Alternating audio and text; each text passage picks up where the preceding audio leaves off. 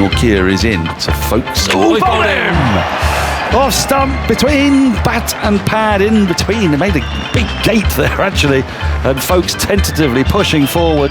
Is castled. Off stump is bent back. England have lost their sixth. They're 116 for 6. They're in terrible trouble. It felt rapid, that ball. Yeah. And Folkes were not equal to it. He goes for 6. Well, good morning, everyone. Welcome to Lord's, bathed in sunshine, and all that devastation down here on the ground where I'm standing of yesterday. That deluge that wiped out play after only 32 overs yesterday has just mysteriously vanished. It's evaporated or sunk into the grass. It actually feels lovely and soft out here, very green. Play will begin on time, of course. We'll have some extra play available today as well. I'll bring a weather forecast in just a second from Simon King, but just setting the scene here, of course, it is the Ruth Strauss Foundation Day today, and looking around Lords, which is slowly filling up, I must say. It's a sea of red. It's wonderful how people have responded to this increasingly year on year. So it's fabulous. There's going to be all sorts of things going on in front of me here. I'm actually down by the pavilion at Lords, just for a change of setting. There's some flags to be unfurled. Andrew will come out with his family and so on as they try and raise as much money as they can today, of course, for this foundation, which provides professional, emotional support to families facing grief. As you know, if you listen to our programme for the last 4 years now, you'll know what this is about. It really has touched people. And today is that fundraising day. So we're going to keep an eye on everything that's going on here. I think first of all, as well, let's focus on the cricket for a moment. And after yesterday, Simon King, you were quite right about the thunderstorms and the deluge. We had a monster here, but it's all gone. It's hot actually now, sunshine. Yeah, absolutely. Wow, what a shower that was. And yeah, as I said yesterday, if it comes, it will come big, and you'll struggle to get rid of all that water. But yeah, much improved conditions today. Sunny spells at the moment above Lords. Now there is just the chance of a very, very small shower passing by in the next couple of hours. There are one or two dotted around the southeast at the moment, but the risk of that is very low. So staying largely dry today. Sunny spells, quite humid today. Temperatures 26 degrees Celsius. And then for the weekend, or for tomorrow and the weekend, we'll just see the wind picking up a little bit from the west, but again, more dry weather, more sunny spells expected, and temperatures about in the mid-20s. Lovely. Simon, thank you very much indeed for that. And it is hot and it is humid. And like I say, Johnny Bairstow, he's got a red cap on up there, waving down from the balcony. He's pointing at my hat, which I think, Alistair, we've got our hats the wrong way round. Well, I think so. You look like something of a flower pot man there. Yours is slightly... That's a small sun hat, whereas I think I'm completely drowned in mine. But well done, all in red with the rosette as well. Good morning to you. Yeah, good morning. What a sight. Yeah. Lords has turned red.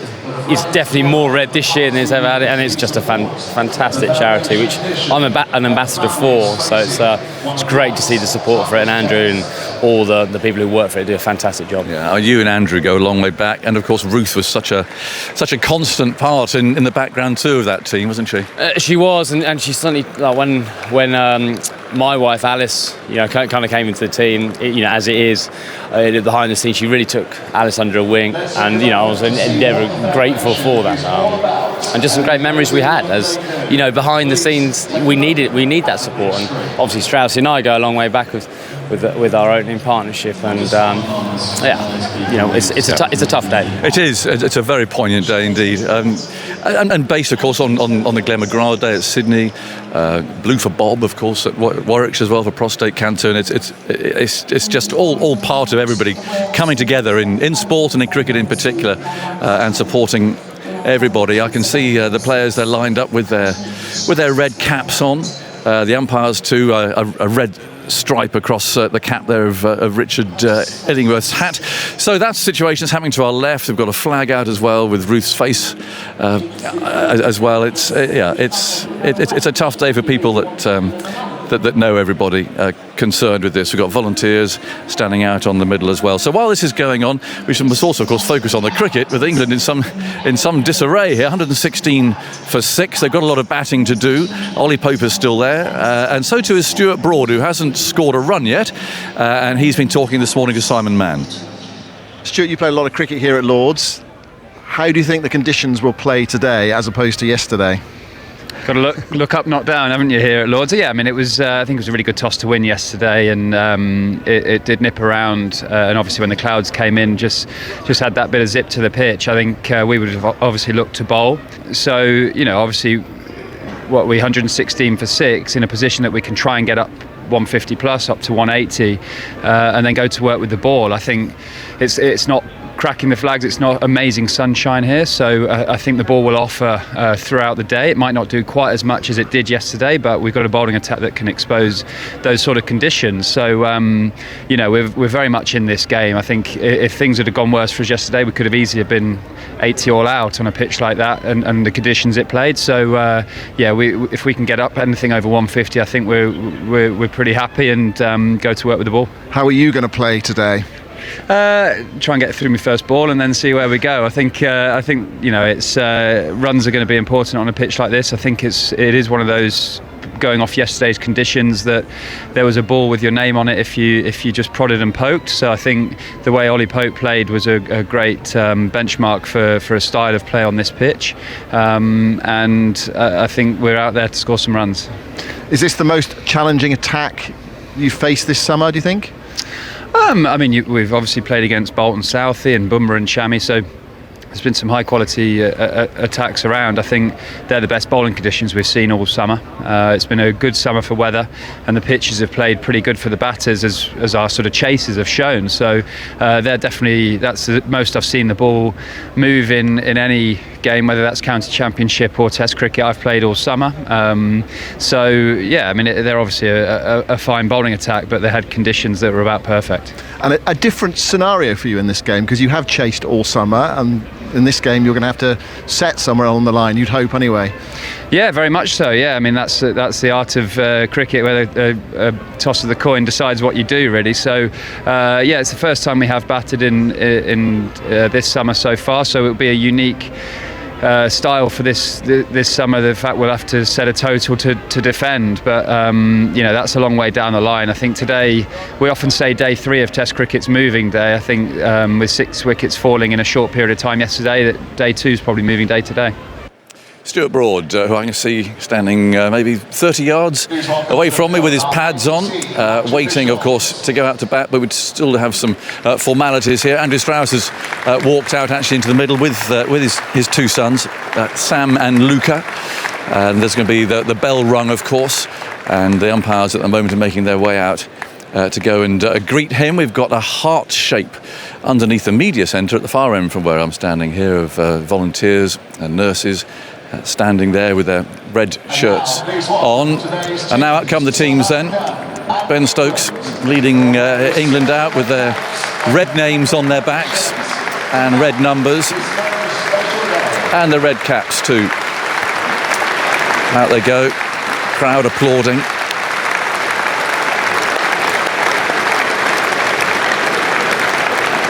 And they'll line up and wait for the bell to be rung.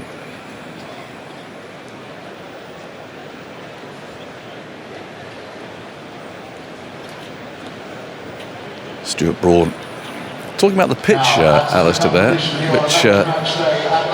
which is interesting. We'll talk about that in a second, because England certainly, I think, feel that it's been pretty tough out there to bat on, but let's prepare for the bell to be rung here. This is actually going to be rung by a family who received support from the foundation this year. So the bell not in its usual place. It's just on the edge of the outfield here, on a table draped in red. There are 5 balloons there. I'm not sure if they're going to take off or quite where they're going to go. There's no wind today, but they're enormous red balloons tethered.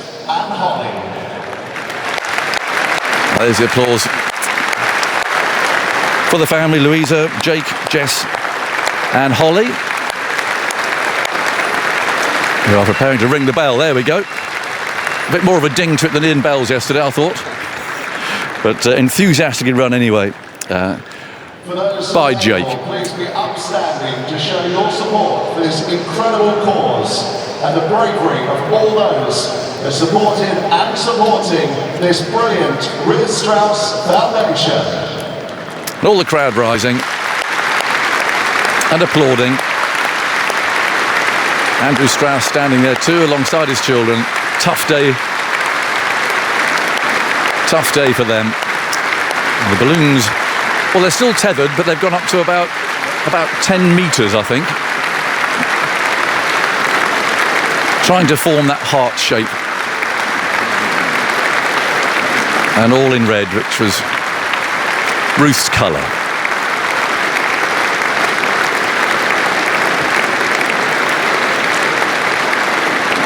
It's a lovely scene, but poignant, and a reminder again of what this foundation aims to do and is doing so successfully. And welcome to Lords. And there we go. So we're now a more familiar refrain of Jerusalem. Alistair, we're going to wander around the edge of the outfield while we chat about the cricket that's to come, while Jerusalem plays happily in the background. The flags are wrapped up and put away, and the players return to the pavilion. Interesting hearing Stuart Broad there, and I know you were chatting with Joe Root earlier. England think this is a bit of a tricky pitch, don't they? Well, Joe Root came wandering over us quite briskly to tell me how he thought this pitch was very hard to bat on. I was talking about the swing, and because I thought it was when the ball swung, it kind of followed the swing, but he said he wanted the ball to swing because actually it was nipping more, he thought. So, right. And I think South Africa then changed a little bit to bowl a bit more wobble seam, and he said that was very hard work. So England are confident they're still in this game. You know, from where we were sitting yesterday, we knew it was good overhead conditions, but I wouldn't have read too much into the pitch. There's a couple of balls from Joe Root got, didn't he, off Rabada, who went, hit him in front of his face, uneven bounce. So the England lads think there's a lot in this pitch. Yeah. So I think today is going to be an all-action day. It'd be interesting to see whether it was the conditions that helped it yesterday. I mean, Simon King mentioned a shower or two. It looks a bit dark over there behind the grandstand, a little bit thundery maybe, but there's a different feel to the day, isn't it, today? Whether that will have any bearing on making it easier to bat on. Someone's taking a photograph of you in that hat. I like that. It's definitely the wrong size, but never mind. But it'd be interesting to see, won't it, if actually it was down to the conditions yesterday. Yeah, yesterday was really heavy, wasn't it? It was a really heavy day with the atmosphere, and that storm was, as you call, biblical. Yes. And it feels lighter today, but it is still very humid. It is. I'm expecting the ball still to swing. England, it's one of those situations where they want to bowl quite quickly. Well, in one sense, I don't think they're going to hang around this morning. Every run we know is valuable, but Stuart Broad ain't going to block it, is he? He's going to be very positive, and England will know that to stay in this game they're going to have to bowl well. The only thing we haven't really spoken about actually had the lack of match practice Jimmy and Stuart have had, and we know their class. There's never doubt that. But actually, I can't remember the last time they bowled in a red ball game. So as many nets as you can have, you do need some miles in your legs. Good point. There's the crescendo of Jerusalem. The players are in the middle, everything's set, the crowd settling down, bathed in red. It's a fabulous sight. The forecast is good, there's blue sky. And up in the commentary box, good morning, Isha Guha. Good morning to you, Aggers. Thanks very much for that. And a poignant moment as the players stepped out this morning, all in their baggy red caps, a sea of red around the ground. Not just bathed in red, but bathed in sunshine, because the sun is out, as tough as is alongside me. Full 98 overs of play, we hope, today. Yeah, it's lovely. Morning, everyone. Morning, Isha. It took me 2.5 hours to get home with all that rain. Puddles everywhere. It was some downpour, wasn't it? But no, blue skies, and looking forward to an action-packed day, I reckon, is going to be today. Well, I don't think we're going to get many, as Stuart alluded to there. 150 will be good, and he'll see if he can get through his first ball. It has been doing a little bit. It's been moving around and good pace, and I think England bowlers are going to get some life out of it as well. So an action-packed day for me. just managing expectation, Tuppers. Well, get no. to 150. Yes, I know. You'll get through the first ball. That's what he said. Get through the first ball. I like that. Positive from Stuart there. He's at the... It's the new upbeat England. Is that how you used to approach it, Tuppers? Well, it was a little bit. Ball? Yeah, take every against ball that West Indies attack. Take every ball as it comes. Well, England have got a South African attack to deal with, and they are... Or pick the middle one, sorry. Yes. One of them, anyway. Stuart Broad, he is standing at the non-strikers end Ollie Pope is on strike. 3 slips in the gullies. Rabada is in for the first ball. He pushes forwards, decides to set off, but is sent back by Broad. Wow, might not have faced one. Run out without facing. Yeah. That would not be ideal. So no, Ollie Pope. Sorry. Widish mid-off, sprinting towards it. Dean Elgar there. Yeah, pushed it straight to Dean Elgar and paired off halfway down the track. Stuart was still like a toffee apple, stood at the non-strikers end. Slightly longer afternoon session as Rabada is into Pope, driving past the bowler, diving to his left as he pushes it out to the mid-off, long-off boundary. I'll come back for a couple as that's retrieved by Anrik Norkia, fielding it mid-on. There's a point in place for Ollie Pope. Yeah. An area where he is very confident scoring that back foot cut. Yeah, I don't think they mind giving him one. I mean, I think that the tail should try and hang around so long as Ollie Pope's there. Pope on 63 as he pulls one to fine leg. Will it beat the long leg fielder? It does. 4 in front of the members. Sat on the benches in front of the pavilion. So 122 for 6 now, England. Into the 33rd over. A lot of play lost yesterday. Looking to be positive, aren't they? You can just see in the way Ollie Pope sort of body language is at the crease. They're looking to take every single. If there's anything short or full, looking to try and score runs out of it. England on the attack this morning. Pope bobs up and down. Drives to Dean Elgar, diving to his left at a sort of... He's quite wide at a short mid-off there. More like an extra cover as he sends the throw in. No run is taken. So a couple of balls left of this over. Good morning to you, Andy. Morning, Ish. I'm enjoying your outfit today. To be honest, it's not often anyone says that to me. Nice. I say it to you all the time. Ice hockey top. Rabada past the stumps to Pope, who's pushing forwards off a good length, and this time just delicately playing it to Elgar. No run. I don't have a lot of red options in my wardrobe, so co-opted my son's. I feel like you ice did wear hockey this shirt. last year as well. I did wear it. Yeah. The Yes. mighty Streatham Ice Hockey Club. Streatham, what are they? Streatham Redhawks. Oh, of course, there's lots of those in Streatham. As Rabada is in, edged and caught, dropped. Well, he had about 3 or 4 goes at it. It was a juggling act at first slip and ends up on the floor. Wow, you're right. I think he had about 4 goes at it. Regulation edge, good quick delivery, away swing, and there's that little bit of movement through the air and off the pitch again. And Ollie Pope just sort of fenced at it and got a very healthy edge to first slip. Let's have a little look here. Go straight in about waist height. 1, 2, 3, 4. As the spectators have just rewatched that on the screen. 4 juggles and still couldn't grab hold of it. As he's got about waist, he's got about chest high, caught the first one and sort of given with it and fallen back. And then it's popped up in the air. He had another grab at it, another grab at it, and another grab at it, and then was flat on his back and the ball hit the floor. So, yeah, comical start. Should have been a comfortable slip catch, but Rabada doesn't see the funny side of it, that's for sure. But there is still some movement there. I mean, that swung and just caressed off the pitch beautifully. Kagisa Rabada could have had his 3rd. He's been bowling so well. And it'll be Norkia from the pavilion end, round the wicket to Broad. Good length delivery, lets it go in the channel. He was pumped up yesterday, bowled the quickest ball yesterday, Tuffers. Yeah, lively. 90 plus miles an hour.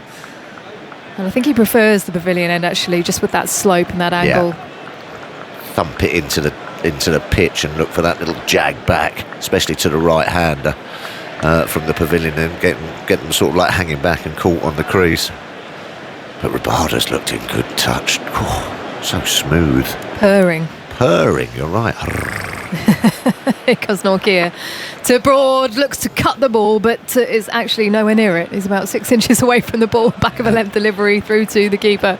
Takes a bit of time now for Stuart just to sort of get in, doesn't it? Yeah. You know, I think slightly the older you get, perhaps, yeah. You give yourself a little bit of room, don't you? Just to, that's not too bad. And then the more you face, you sort of start shoveling across behind the line and go, well, it's actually not that bad. But I think he's got a crucial role to play here, because Ollie Pope's looking all right. I know he just got dropped that last ball. Broad. Weesh. This time ducking out the way of that one. Looking to duck and then kind of has to push backwards. The short leg is now just taking a look at Stuart Broad's chest guard, and now they're having a little chat in the middle. I think short legs just come up to him and tapped him on the chest pad. Yes. Well, I did notice Broad when he walked out to bat yesterday. His chest pad is quite noticeable because it looks orange. There's nothing wrong with that. It's orange coming through the white shirt, so colour. it's almost like target practice for Norkia. Yes. He's pushing forwards past the stumps. Broad trying to slice one out to the offside, misses it again. A rising delivery through to the keeper. 2 slips in the gully in position point. Loads of space on the offside. Wideish mid-off. A square leg, a man out at deep square in front of the umpire, and a leg gully. So there's not a lot going to be bowled full, I don't think. Here. That was Merv Hughes' nickname for me. Target practice. He said, here comes target practice. Never set you off on a confident sort of start to your innings. Broad leaves one in the channel, slightly more confident. Yes. Well, you've got to get in, haven't you? You've got to see the ball. It's horrible. That I've been not out overnight. You don't have much sleep. The old eggs and bacon don't go down very well in the morning. You know, perhaps have a bit of porridge just to sort of slip down, and then you sort of, you spend all morning sort of dreading it. Porridge is a bit stodgy though, isn't it? Doesn't it make you feel quite full? Well, yes. Well, it just sort of,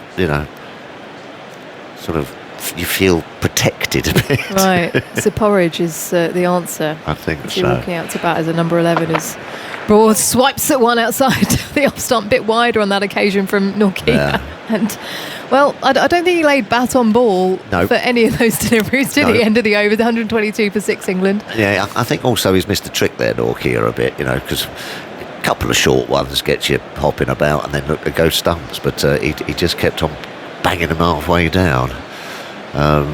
Nose and toes usually is good for someone who's perhaps feeling a bit apprehensive. But he's better than that, Stuart. He's better than that. So if he could just get himself in for an over or two, all of a sudden that sort of confidence and courage comes back a little bit. Here comes Rabada again in sync. Pope off the legs, out to deep mid-wicket. For the front foot, deep square comes around to gather the ball in front of the grandstand, which is looking resplendent in the sunshine here today at Lord's. Lovely. I tell you what, it really does look a picture. Yeah, outfield's beautiful and green after that soaking last night as well. So Pope picks up a couple and moves to 69, 124 for 6 England. Stuart Broad this morning said that England were just hoping to get to 150 as Pope drives uppishly out to deep point. It was in the air for a little bit, but past that gully fielder to his right as the throw is sent in. They'll come through for 1. So 4 balls here at Stuart Broad for Rabada. In swinging Yorker. That will be the ball, I think. I think Norkia might have softened Stuart up, but at least he's still there. And he's got a lot of talent with the bat, Stuart. As you say, as you get a bit older, and he got that horrible one in the helmet, didn't he? Yeah. It's a tough old game, Test cricket, when you're not quite confident with the bat. Felt like a long time ago now. Was that 2014? Yeah, 2014 against India. Aaron was the bowler. Yeah. So Rabada continuing over the wicket. 3 slips in a gully. Point just going in there. Square leg, deep square. Fire leg on the boundary, and a mid-off as well as Rabada pushes away into his stride. Broad drives nicely to mid-off. No run. He does think about getting off strike, but quickly realises that there's absolutely no point in doing that because it'll probably be run out. Yeah. Nice shot there. Got himself in a better position there. Nice high elbow. Yeah, timed it. And nice firm drive to mid-on. Gently taps his bat down now. Broad bobs, drives uppishly out to long off, up and over mid-off. It just plugs about 3/4 of the way back. Broad hustling to get back for a couple. And he makes it. So his first runs off the bat. It's to 2, 127 for 6. I think that's going to be the tactic for Stuart. If it's up, it's off. And that's not a bad tactic. He's a good time of the ball and he can do some damage. He can get you 30 or 40 quickly. England will be delighted.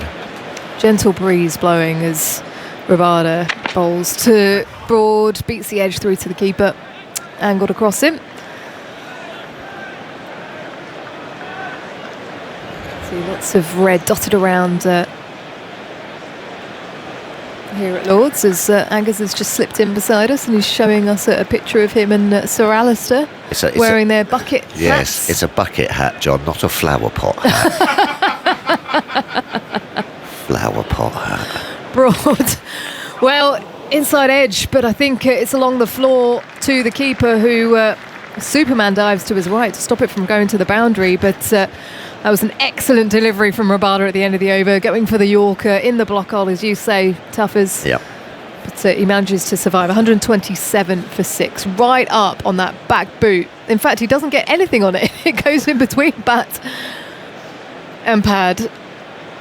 Yeah, that's the delivery. Just swung a bit too much, didn't it? Needs to start that outside the off stump. Yeah, Rabada with his head in his hands. Knows that's the ball, just did a bit too much. Good work from Verena behind the stumps. So Veer, I wonder how he's feeling at the moment, having dropped that catch off Pope. Rego, wasn't it, really? Perfect edge, had all the time in the world just to watch it into that sort of chest area. Glass is placed on his cap at the moment as Nortje bowls, struck on the pad, Ollie Pope. Finds its way to point. And it's a half appeal, muted appeal from South Africa. Probably a bit too high. He's got a very good 70 here quietly, Ollie Pope. Just sort of got about his business, hasn't he? What did you make of the way England played yesterday? Because it wasn't, all out... Tricky conditions. It wasn't all out guns blazing as we've seen in their chases earlier on in the summer. But they were still looking to be positive, but mostly in a measured way. Pope clips this to wideish mid-on, who's going to have to chase after it. He did think about diving for it at one stage as Pope pushes back for a couple. And he'll settle for 2, moves to 72, 129 for 6. Well, wasn't too many soft shots, were there? Some pretty decent balls deliverance there. Ben Stokes, all right, was looking to be lively, but got a good one. To the slips. Alex Lees perhaps looking to play a little bit off. Alex Lees was probably the only one that looked really uncomfortable in terms of couldn't quite get his feet going. Yeah, and looked to sort of like play it on top of the bounce. But, perfect conditions, a good bowling quartet, and they put it in the right areas. That's going to happen sometimes. Yeah, it wasn't all guns blazing, was it? Joe Root LBW, which was, an absolute whisker, wasn't it? Just clipping the leg stump. Slip going into mid-wicket for Pope. Down the leg side, another diving stop from Verena behind the stumps. Bowling with good pace. Andy? Well, England managed to reach 100 with only 4 wickets on the board. They lost their 5th wicket at 100. Their 5th first innings of the summer. That's the 2nd highest total at which they've lost their 5th wicket. So only once have they done better than that. So although it was a tricky start yesterday, it's in the pattern of the games of most of the games of this summer, and then they've generally recovered from there and obviously gone on to win all 4 previous games. There you go. Giving everyone hope, Andy, as Pope pushes it a ball outside the line of off to extra cover. So we're saying... No run? We're saying that was a good day for England. All part of the plan, Tuffers. So you're saying from that point, what do they normally? What have they been getting happened, to? So against New Zealand in the first test, they were bowled out for 140, but New Zealand had already been out for 130 odd in that game. So England's second innings batting for those 4 successful chases, all quite comfortable in the end, winning by at least 5 wickets on each of those 4 occasions. Pope forwards, driving out to deep cover. Point will come off the boundary to collect the ball, and he'll take the single. So just one more ball left of the over as Pope moves to 73, 130 for 6. So one ball for Broad to face. His karate style headband tied behind his helmet. Yeah, it's quite a good position for Ollie Pope, actually, because he can go out there and just look to be aggressive. As say, he's had a real dart at a couple of wide ones, hasn't he? Which perhaps if they were running 2 or 3 down, you'd probably look to leave. So in this position, I'm really sort of enjoying it in a funny sort of way. He's got 73 and nothing really to lose. You know, have a little bit of a dash at some. Here comes Norkia. Broad swatting the ball, but misses it completely. Again goes over. Verena can't stop that one. It'll go to the boundary. Yeah, I don't quite know. I mean, it's all right coming in and bowling bouncer after bouncer, but you've got to pitch the odd one up. Oh, maybe you did get something on it. It's signalled as runs. Broad to 634 for 6 at the end of the over. Oh, he's got a little top edge on that. Just thought it went flying over the keeper. That's a drop then. It's been a strange morning. I can't quite get. I don't think I've got my eyes in, actually. We've had slip catches and that haven't been caught. Now that you've taken your glasses off. Yeah, I know. I'm better with the shades on. Yeah. I could have sworn that just went sailing over the keeper's head. Oh well. I'm with you, Tuffers, as Rabada pushes away. Flashes of yellow from the bottom of his soles as Pope is advancing and guiding the ball to extra. He does that every now and then. He likes to leave his crease on the attack. I think sometimes batsmen do that just because they sort of want to get themselves going. He's quite a fidgety player, but he wasn't as fidgety yesterday. That's what you mentioned, yeah. Yeah, he looked a little bit more calm, didn't he? Or calmer. Rabada in. Bolt! Inside edge. Ollie Pope looking to drive through the covers. And he's played it back onto his leg stump. Serious frustration from Pope. He's cursing himself as Rabada gallows with his teammates, and that is his third, 134 for 7. Well, he will be cursing himself. I mean, well bowled Rabada, again, putting it in that nice area and getting some shape, but that was the delivery, actually. One of the deliveries you could have a slap through that big gap at extra cover.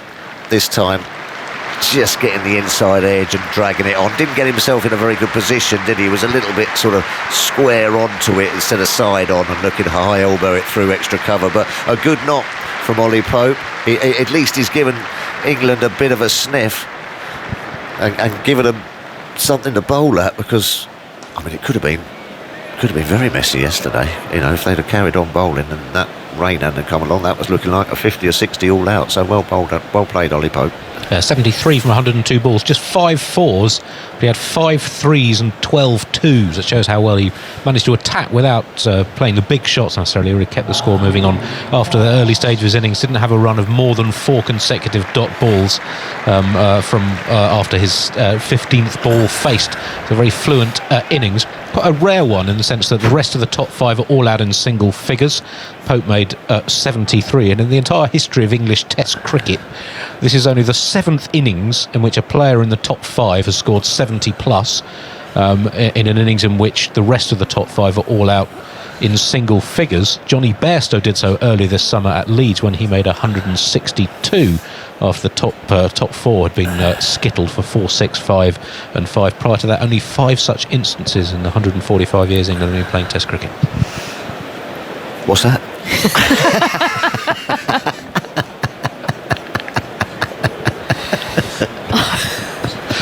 Not a stat that you were involved in, Thomas.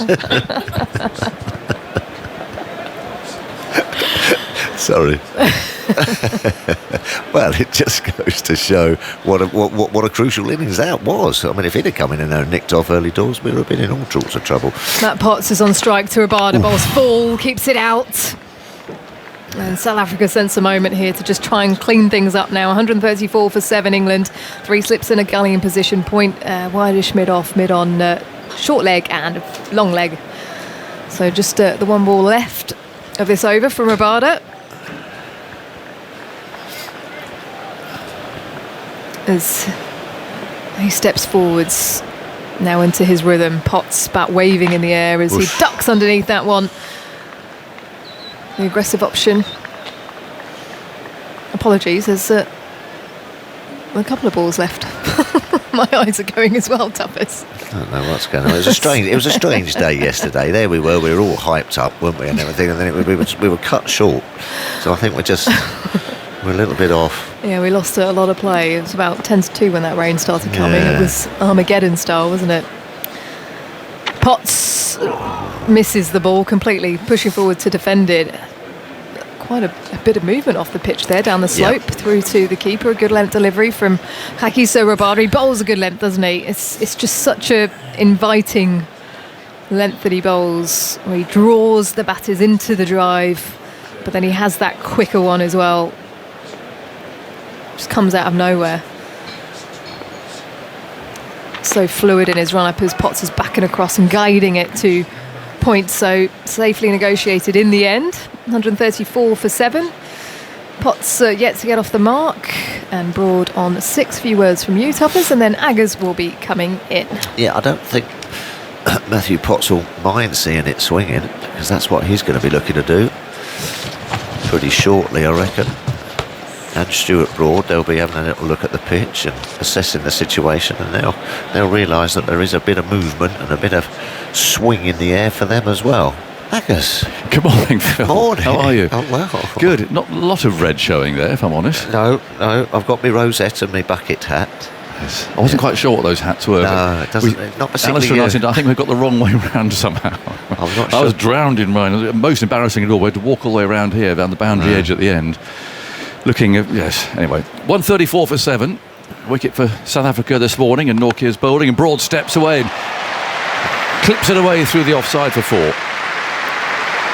He's played a lot of shots so far. You feel that you look up there, he should be about 25 not out with the shots he's played, but in fact he's only 10. But he could be dangerous, and especially if Nortje doesn't get it quite right. Well, I think he's just sort of been a little bit predictable, hasn't he, Nortje? This time looking to go fuller. But one thing, Stuart, is he could time the ball, and that one absolutely flew off through extra cover. Handsome stroke. And there's a big gap there in the offside, apart from a large seagull he's been there all morning. Has he? It's a big one, yeah. I wouldn't necessarily. Not injured, I don't think people know he's fine, but I don't think people necessarily want to go up and sort of offend him in any way. His Broad, that's an ugly shot. He's going to get a couple though. That's a complete smear down the ground, and L goes in pursuit. Broad looks over his shoulder. He'll try and get 3 if he can. The throw's on the way. Broad scampers into his ground at the far end and makes his 3. It was an ugly shot, but it doesn't matter. No. 141 for 7. And Broad goes to 13. England do have this long tail. So do South Africa, mind. They do. Yeah. They do. So it sort of evens itself out a bit. Yeah. Maharaj coming across from side to side, going up the slope there. He's got a big floppy hat on. I don't think the old spinners are going to be doing too much today, this game. Bit of a fresh air game, this could be. Bit of bad luck for Pope, who played really well, actually. Yeah, he did. Now Potts waiting. Nortje's sprinting in, bowls to Wood. There's a bit of room there. And gave Nortje a full sight of his stumps. And then looked to scythe the ball through the offside. It's going to be quite entertaining. I don't know how long it's going to last. No. Potts and Broad together. Well, it's awkward, isn't it? I mean, if you've never faced someone beforehand, which I'd probably think Matthew Potts hasn't faced someone like Nortje, you kind of you got to get a little feel for it, haven't you? Well, Broad is now giving him some advice. We're getting the line. I'm not sure about this. I think Stuart could say that. He said, look, if you're going to back away, do it properly. Go a long way away. But let's see. Short legs retreated a bit. Yeah. 3 slips waiting. Nortje's on his way. Bowls to Potts, who gets a thick edge. Stays in line this time. Let's say. And that's fielded by Maharaj in the sunshine. It's a beautiful day here, and it's hot. And that's fielded by Maharaj. That point. Inevitably, there are some gaps around. I think, unfortunately, I met some people coming into the ground today. Actually, one fellow who his friends can't make it because of the train strike, which is sad. Yeah. So there are one or two gaps around, but generally I think people have made it, which is a good effort. I suspect it wasn't very easy. Tube and bus tomorrow, isn't it? Is it? I think it's the tube and bus tomorrow. 141 for 7. Nokia from the pavilion end comes in, bowls and pots away. It's a shortish ball, and he's swayed out of the way of that and let it go over his right shoulder. Nicely played. Yeah. Taken by the keeper. 141 for 7. Heavy cloud around to the left. The planes have changed round today. We've got a big one coming in on its way to Heathrow. Just behind the pavilion. As Nokia turns at that end, receives the ball from his captain. And Potts is over his bat again. It's the last ball of this over. Nokia turns in the distance. Members sitting behind him there. Sprints in and he bowls. Oh, there's a scything blow from Potts. He somehow got that away over cover. Hasn't got all his bat on it because they're only going to get 2 runs. It didn't go for 4. But it's rather like one of my golf shots that ends up in the rough. Slid off the face. Yes. Yeah. But anyway, 2 runs and they all count. 143 for 7. Potts off the mark with that. And Broad has 13. It's rather like a man sort of attacking long grass with one of those scythes. Yes, that's right. Anyway, Yes. they all count. This is the scene of your batting triumph. 67. People still talk about it. They do. I've had a few people come up to me as I was walking in saying I was there. I was here. Yeah. I was there. It's one of those days that I just wish I had been, Andy, don't you?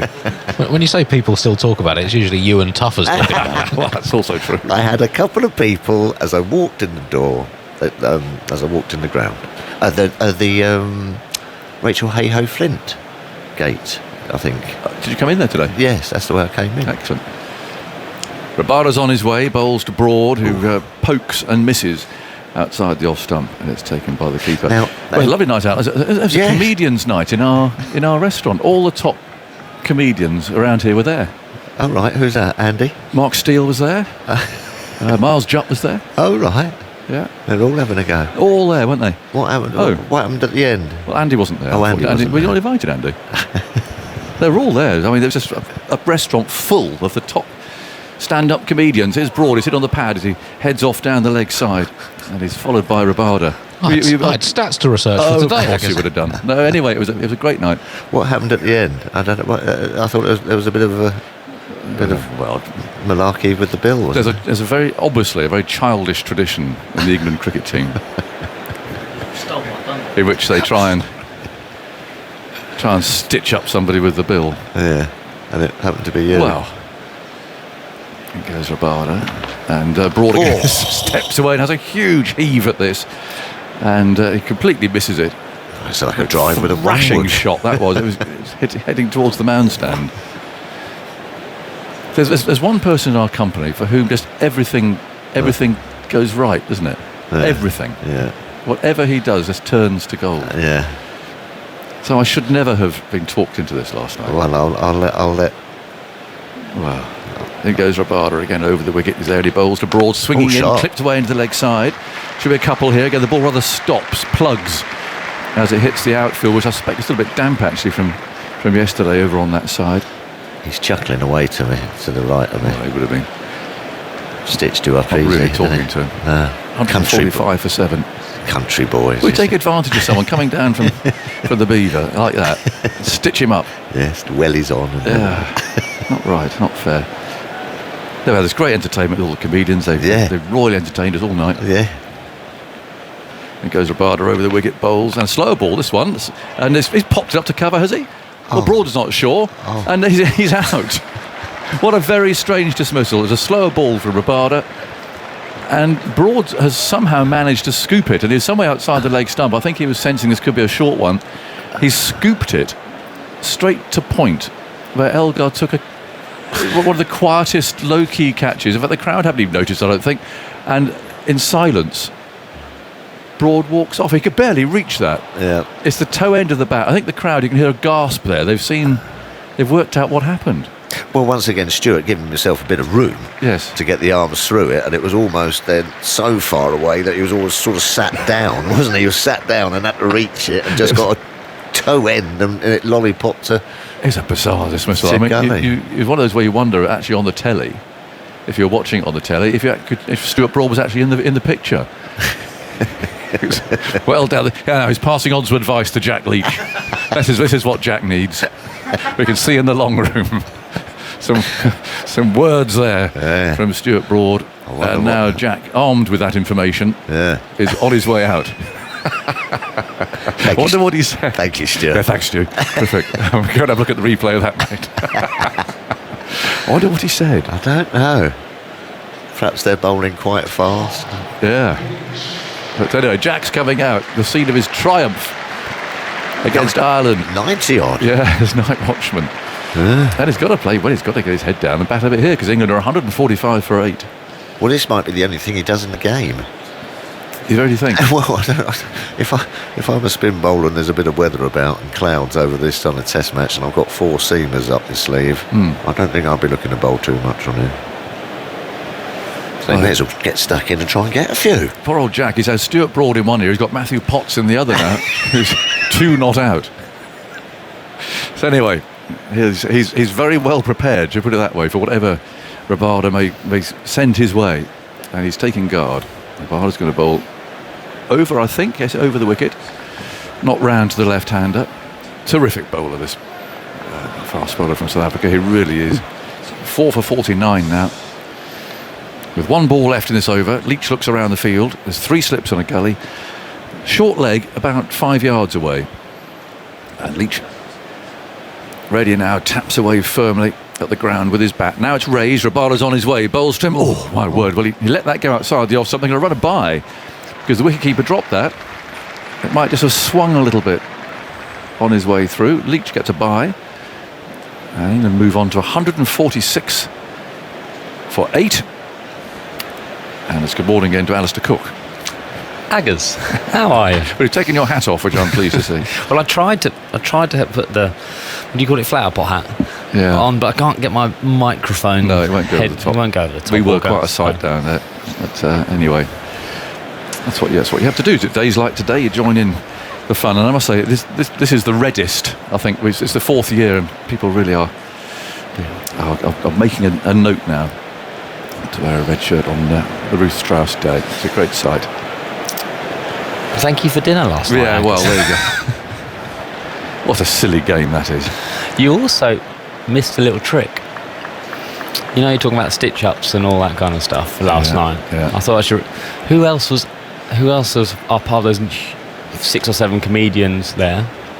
There's Norkia coming round the wicket, bowls, and Leach beaten. Felt for that one outside the off stump. Who else was there?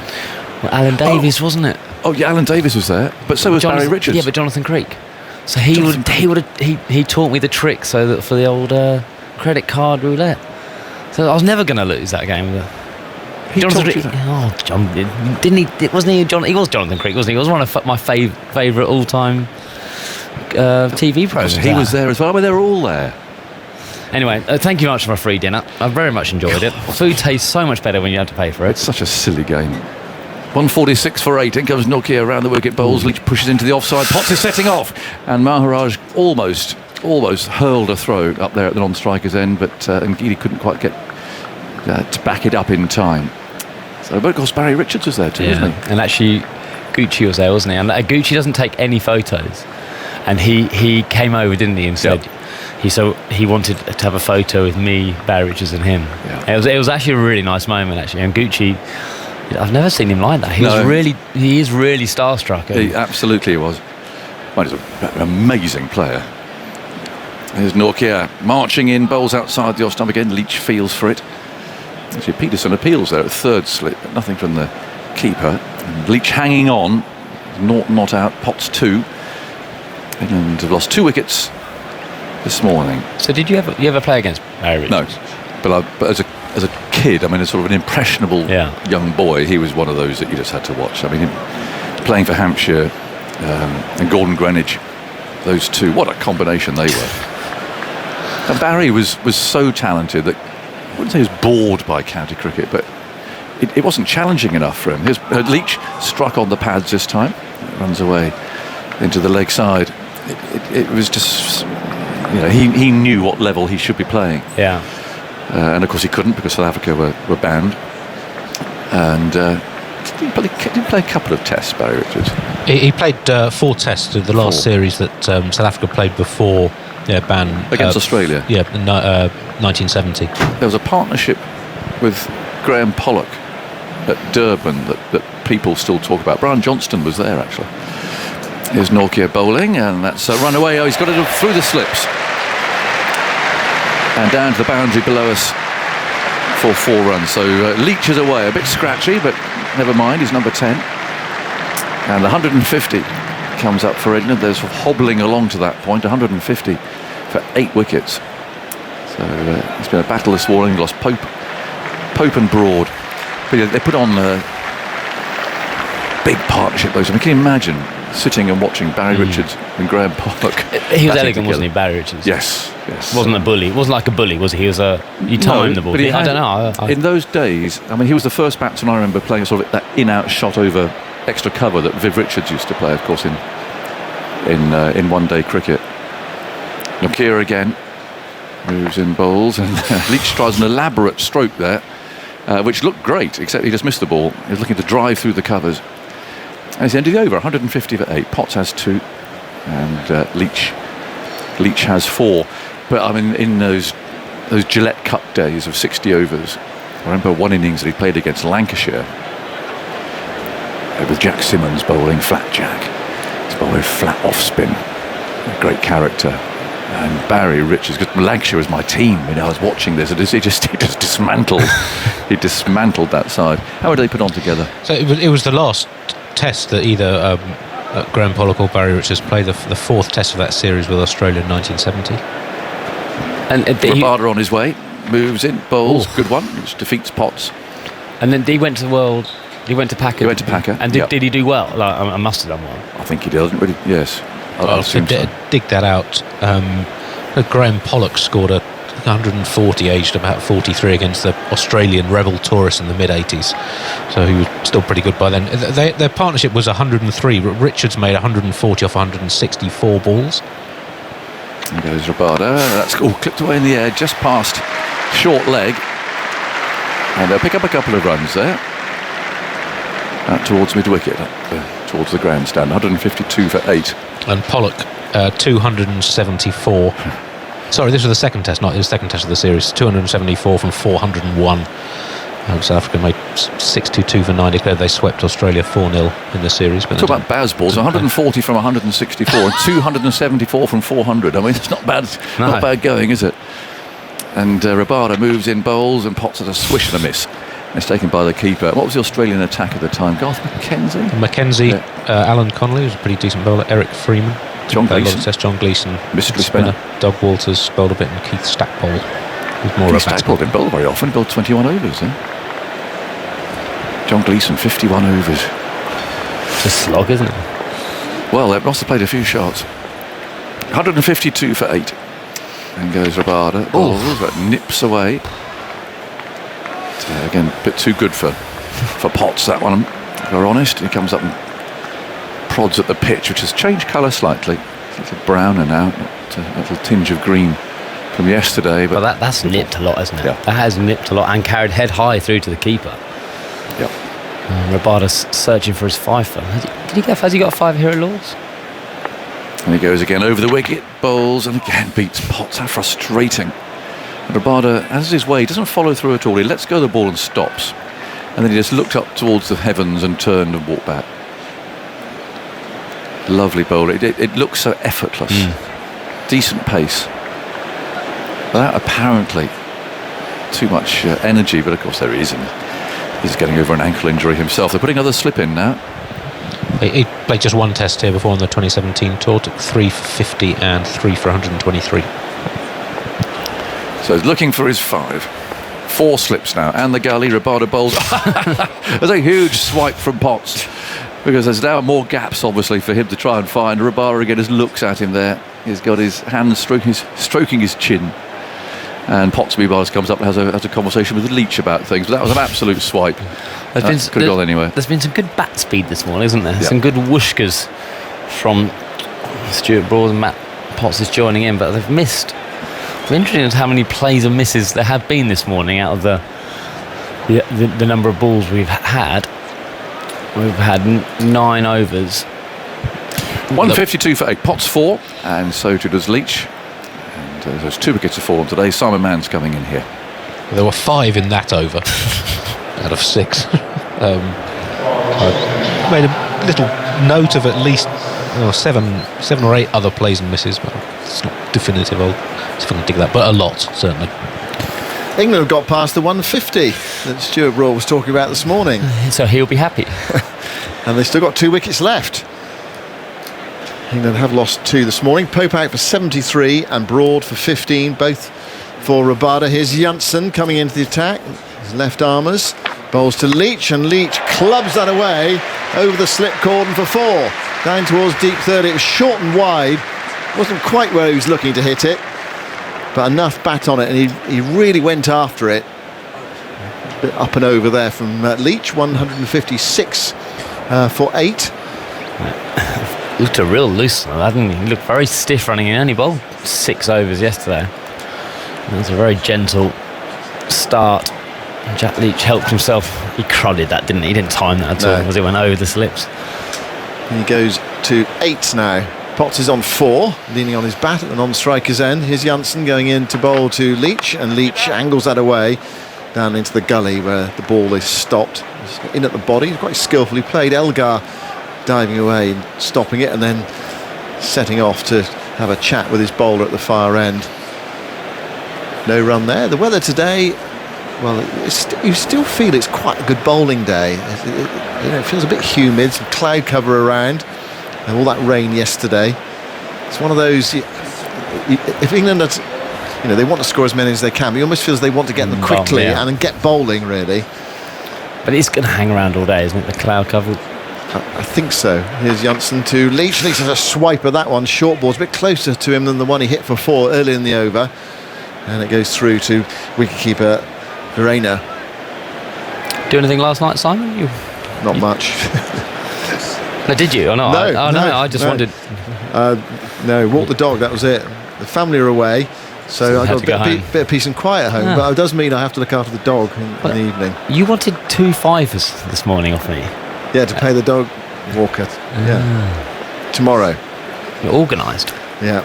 Janssen bowls wide, and Leach goes after it. It's an away swinger down the slope, and Leach misses it, and it's taken by a sprawling Verena in front of first and second slip. What dog have you got? It's a Cavachon, very sweet little thing. Cross between a King Charles Cavalier and a Bichon Frise. Oh. Yeah. I have no idea what that is. No. Some people out there will know. It's a very, very sweet dog. People who listen to this programme will know I was totally against having a dog. Yeah. Here is Janssen going in to bowl to Leach, who hits that through the offside, through extra cover. It's going down the slope towards the tavern stand. That's gone for 4. That was much better from Leach, out of the middle of the bat just about. Nice shot. Useful runs. 160 for 8. And Leach into double figures. He's on to 12. Yeah, it was on the top of the bounce. He's punched it through the offside, went through extra cover. Very good shot. Very good shot. Listen, I love my dogs. We've got our working dogs, but actually we've got a new addition to our family, which I never thought would have a small dog, but we've got a miniature dachshund puppy. It's brilliant. We love it. Here's Janssen going into bowl to Leach. And Leach has a short ball which he just about evades, drops the hands, and allows it to go through to Verena. 160 for 8. Now, what have we got? Yeah, well, they are great additions to the family, actually, aren't they? And I'm surprised at myself how much I enjoy having a dog. I think it got to the stage where I think my wife said to me, rather have a dog or I'm going to leave you. So I thought, okay, right, let's experiment with a dog then. And why did you not want dogs? I don't know. They're a sort of you got to walk them every day, haven't you? You can't go away. So this is where the dachshund comes in. Yeah. They don't walk very much. They've got little legs. Well, they can walk. You can take them for miles, and ours goes on the farm all the time. But if you don't walk them, they're perfectly happy. They're sunbathing, chilling out. So actually, they take or leave walks. If they do go on a walk, they love it. If they don't, they're perfectly happy. So I was trying to convert Aggers last night at dinner.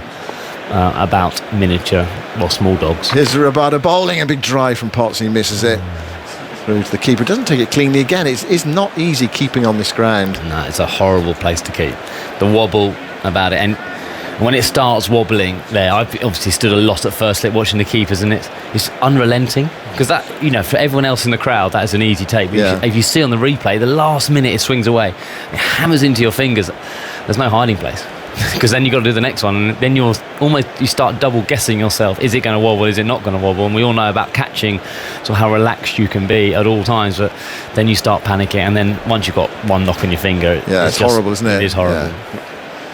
4 slips in the gully. Rabada bowls, and it flicks the pad of Potts, goes down the leg side, taken cleanly this time by Verania. And there is no run. 160 for 8. So what do you do when you go on holiday then with the dogs? Well, the working dogs, you know, just go to mum and dad, Alice's mum and dad, because obviously they need to go to be on the farm, and the Dachshund either comes with us, and it was when he had it for a couple of months. Rabada bowls outside the off stump. Nothing from Potts this time, leaning forward and allowing it to go through to Verena. And one of our friends got the sister, so we kind of give them to them, and then I think my family have gone down to Devon this week, and they've taken both dogs because they've gone away. Right, But they are brilliant little things. They're so. We used to like the collies, which, you know, they do everything they're told. The Dachshund decides what he wants to do and then looks at you. Rabada tries again, looking for this fifer, bowls to Potts. He's across his crease, dropping the ball onto the pitch. Stops, and he walks off towards a square leg. And there is no run. 160 for 8. Leach on 12. Potts on 4. And you feel, batting today, it's going to be a test for South Africa when they get out there as well. If England get it right.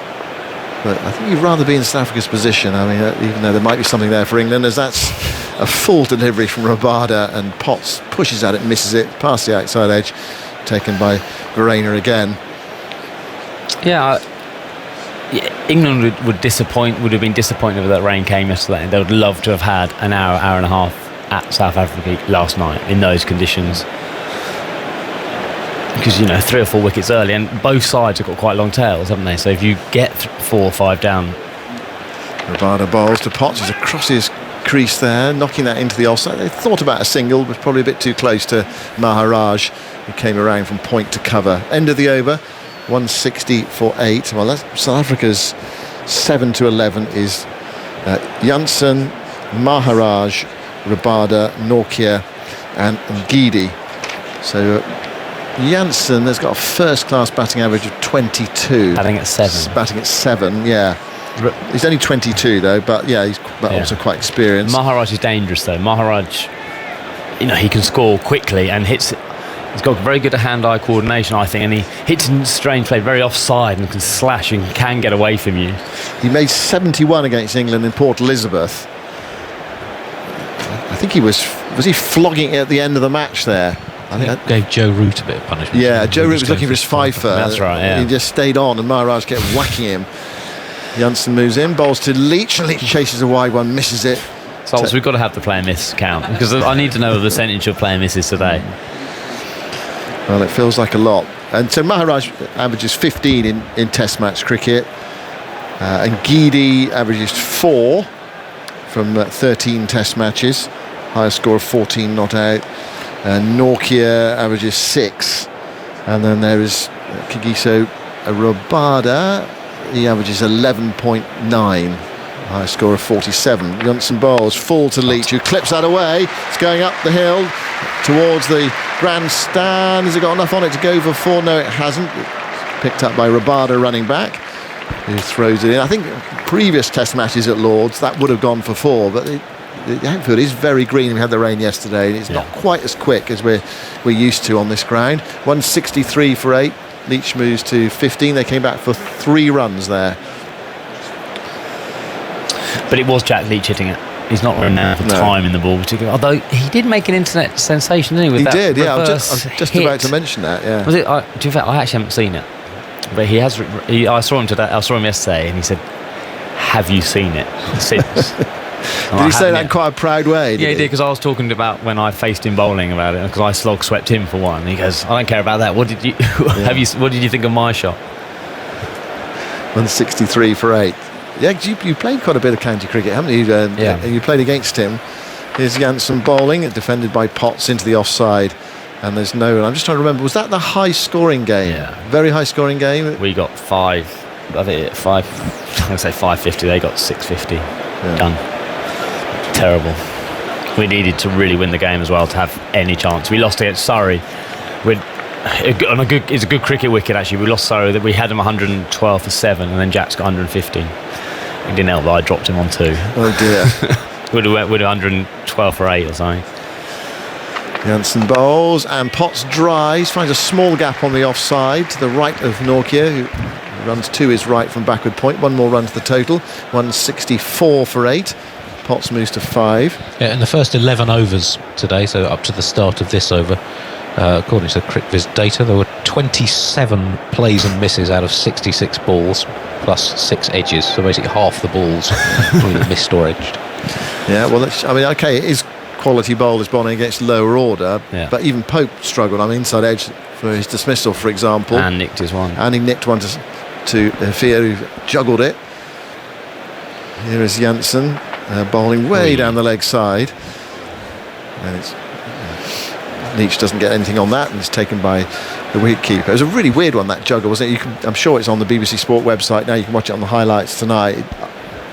It took so long for it to unfold, didn't it? Has he caught it? Has he not? I thought he caught it on about the 3rd attempt, and then it came out. But he dropped the 4th attempt was the easiest. I still don't know how he didn't catch that. I was on the 5 Live, giving the update. Yeah. Adrian Charles, is that the most juggled drop? Janssen bowls, he's bowled him. Big drive from Leach. One of his poles is being knocked out of the ground. And South Africa have their 9th wicket. 164 for 9. Bit of a flurry from Leach, but he's gone for 15 from 17 balls. He's actually played a few more shots in that innings than he normally does. But it was not a bad delivery, actually. Quite full. It swung away a fraction. And he had his off stump knocked out. Yeah, I thought he got an inside edge, but just looking on that replay, I think he totally missed it. Yeah, it's definitely the Jack Leach version 2. And we've seen this from this summer. He's, all his other innings have been very based on defence and hanging around, but he's played his shots and 15 valuable runs. We are talking that this is going to be a low-scoring game. You just can't judge the wicket until both sides bat it. But England are convinced. Joe Root, Johnny Bairstow, everyone who's batted on there, I think there's plenty in this wicket. So we will see. We will. And Jimmy Anderson is going to make his way out. He's going to have a look at it, actually. Might be briefly. And then he's going to be bowling on it, you'd presume, before lunch. That's a curious shape to things. There hasn't really been a collapse, but a steady stream of wickets. Just one partnership over 20. That was the 45 added by Stokes and Pope. Warm applause to Jimmy Anderson, who makes his way out past 40 years of age, the 7th England player since 1980 to play Test cricket past the age of 40, but the first pace bowler to do so. Actually, I've got a question for results. Who was the last England seamer over 40 to get a wicket? And I know the answer. Well, it depends how you define seamer, doesn't it? I'm going to see who you define as seamer. Who you're going to offend or not. Well, I think technically Graham Gooch takes that accolade, doesn't he? He was very proud to tell me that last night. He was saying that he got Michael Slater out bowling seamers at Brisbane when he was 41. He did have 176, I think, at the time, but yeah. How do you finish that stat you were mentioning, Zoltz? Here's Rabada, meanwhile, bowling to Potts, who has a huge wipe at that one.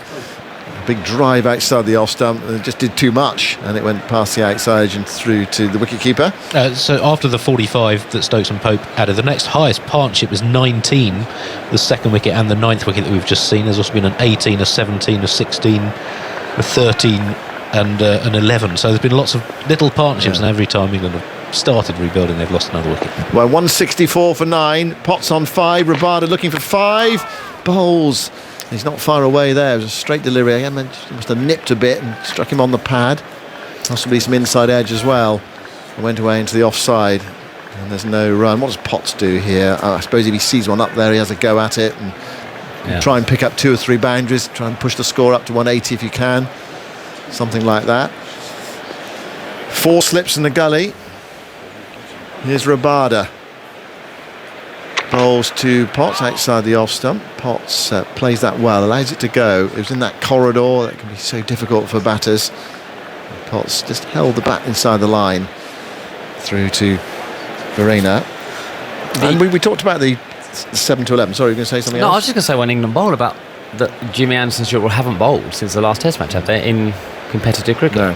Which is a bit of a worry. I know we know they're world-class operators.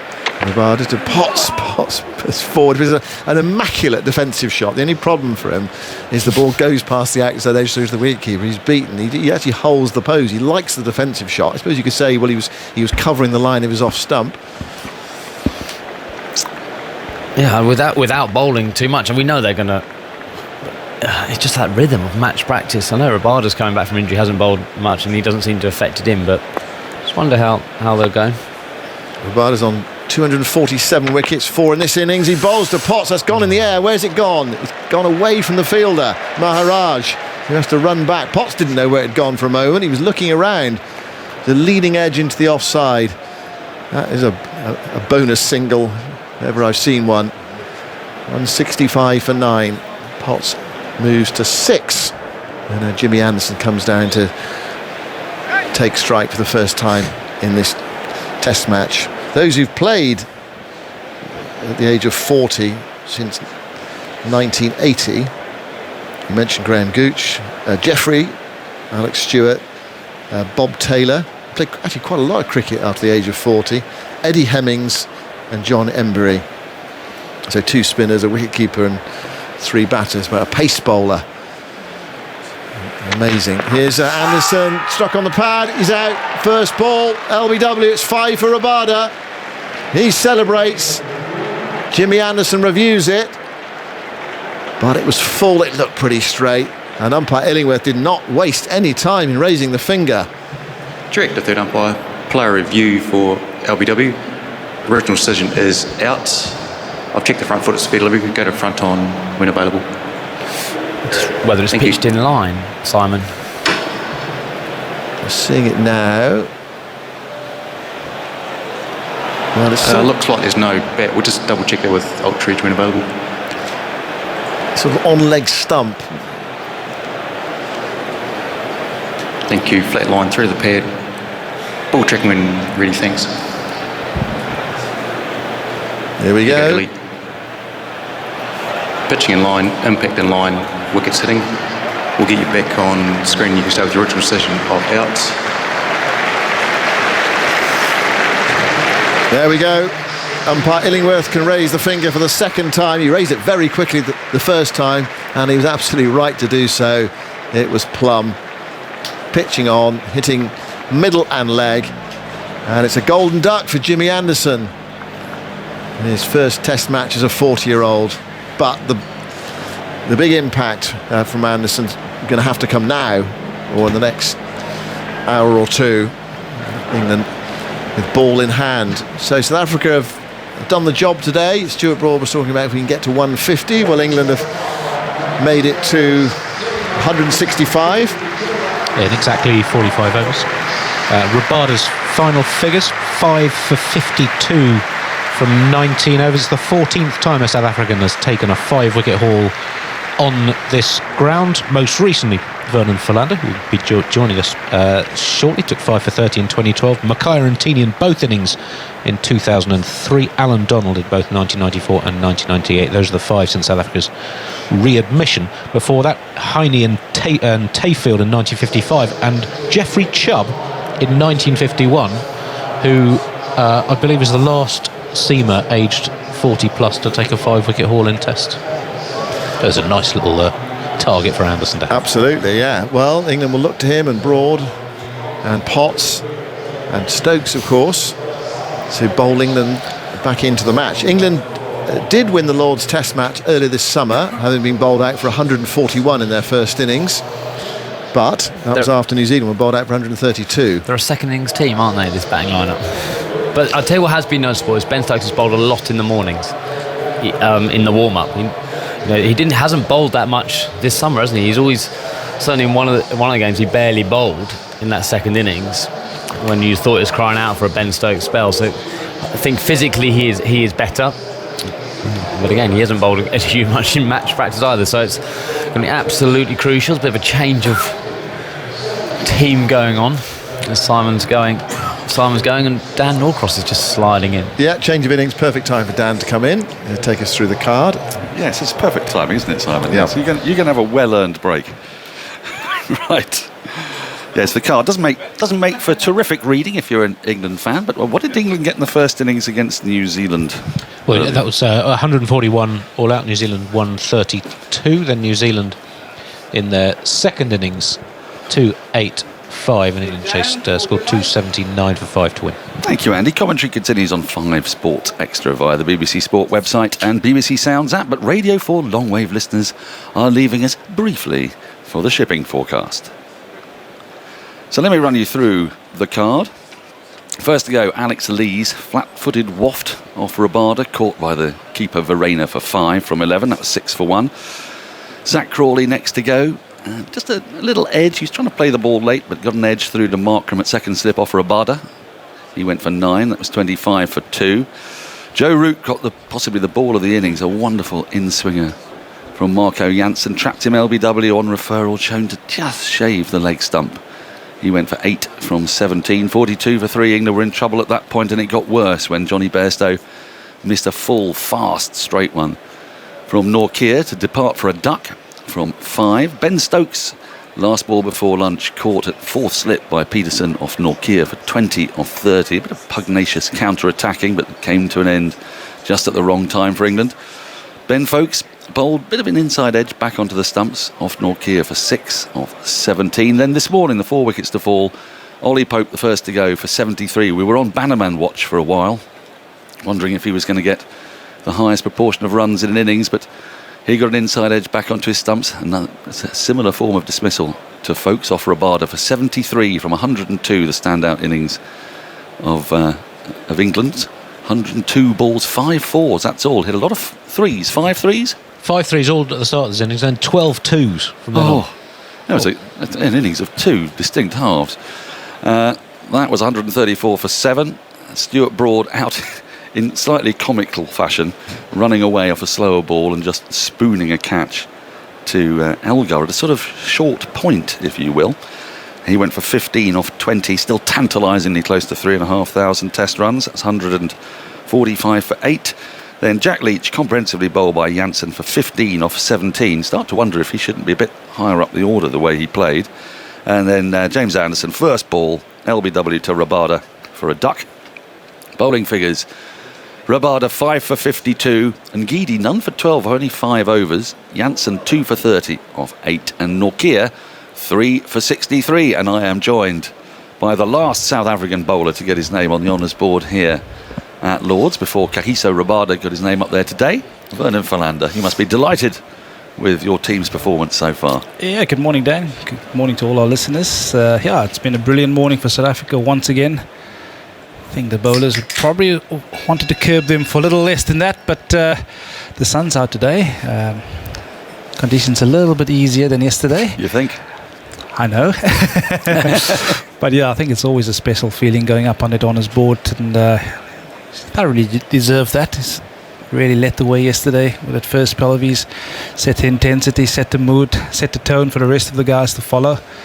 Yeah, he's been exceptional. So well done to KG Rabada, but like they always say, you can only tell the true tale of the story once both sides has batted, and it's going to be really interesting to see how South Africa go about their business. I do believe it will be tough, and there's still a bit of cloud overhead, so England will fancy themselves with the experience of Broad and Anderson to make inroads, into the South African lineup. But South Africa, I think they've got a couple of gutsy players, and they'll probably go at it in a lot different way to the Bazball effect.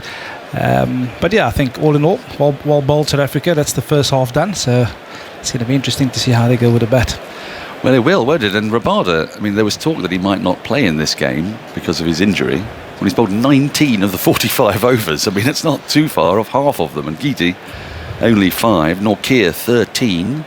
And both of those are guys who didn't play in the warm-up game. So one starts to wonder about how important these warm-up games are, really. We keep on talking about it when England go abroad and they don't get enough practice matches before the Ashes, for example. But these two guys, Rabada and Nortje, have bowled superbly. Yeah, I think also largely they were helped by the weather yesterday. A couple of weather breaks. Only 32 overs possible yesterday, so you actually had a lot of break in between. But I do believe that overs under the belt is massive and it's key. Look, I don't think Rabada has obviously played a lot of cricket. Came over here, got injured in a second T20 game, so he's been out for a little while. But I'm pretty sure you'd have bowled a couple of overs in the net. Yes, you want to get out there, you want to bowl the overs out to the middle. And like you rightfully pointed out, these warm-up games, they are important from time to time, but as long as you get the overs in, to me, I was a big believer. It doesn't matter whether I bowl overs in the net, as long as I got overs under my belt. But yeah, like I said, that shortened session yesterday would have done them the world of good. Yeah, I mean, you pointed out there's quite a bit of overs bowled, first time back, but it has been done over 2 days, so it's not too much strain on the body. Andy? In fact, Rabada's second spell came in 3 parts, 3 overs before lunch, 3 overs before rain, and then 7 overs this morning. This morning, 7 overs, 3 for 16 ball, 42 balls, 22 full shots. He plays and misses and edges in those 42 balls. It's his 12th 5-wicket haul, his first inning, but his 4th against England. He now has 57 wickets in 9.5 tests against England, average 24. And I mentioned he had a slight dip for a couple of years with quite irregular test cricket, but since June of last year in 8 tests he's taken 46 wickets, average just under 17 and a wicket every 34 balls. Now, Vernon, tell us a little bit about South Africa's batting lineup, because we nerds have watched a few of these players. Some people, some of our listeners will be less aware of, for example, Sarel Erwia, Keegan Peterson. I think we've seen Aiden Markham and Rassie van der Dusen, but a couple of perhaps slightly unfamiliar names there. Yeah, I mean, they all could have made their debuts recently. Erwia, of course, down in New Zealand at the start of last year, and then obviously Keegan Peterson against India back home. So Keegan Peterson is so good an eye, classy player. Often reminds me a little bit about Ian Bell, when he plays the cover drive. Erwia, real gutsy player. You'll probably see him, try and really guts out, and a bit like Dean Elgar. They're really gutsy. So 2 Dean Elgars at the top of the order. Probably what you need right now, isn't it? Yeah. But also in saying that, he's really a batter that also try and impose himself on bowlers, once he's in. But I think what you'll try and see from him up front is trying to take the sting out of it, new ball. But I think that's probably an old South African way of going about things. So Elgar, Erwia, they'll probably try and get this ball old, try and be disciplined up front, leave well, get into good positions. Keegan Peterson, probably a little bit the same. And then Aiden Markham will be a little bit more attacking. Van der Dusen like to take his time. Calvin Reina, the wicket keeper, he's going to look to be aggressive. And then obviously Jansen and the bowlers. But I do feel they'll probably go the old-fashioned South African way, really get it out up front and give themselves an opportunity to get in. Right, well, we're almost ready to start. Stuart Broad's just tossed the ball to James Anderson. England's innings lasted 42 overs? 45, exactly. 45 overs.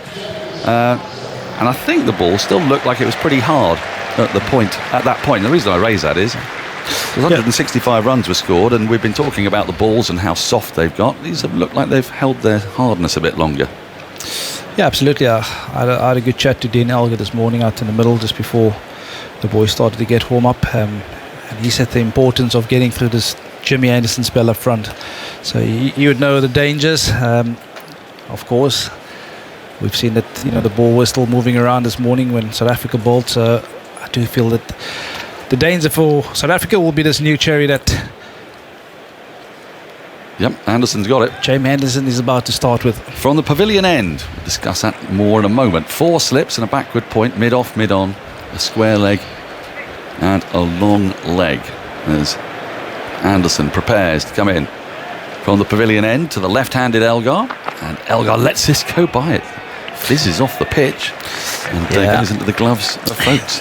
Jeez, he's still letting him go at the age of 40. It's James Anderson. 82.6 miles an hour. Not bad for an Anderson loosener.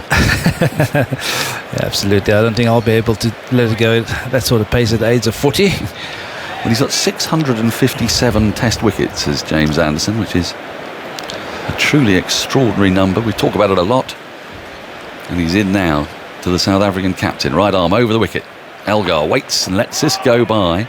Through to the keeper. There's no run. He's a very good lever of a ball, Elgar. Yeah, absolutely. He's very disciplined up front. You can almost see what James Anderson is trying to do. Take the ball away from the left-hander.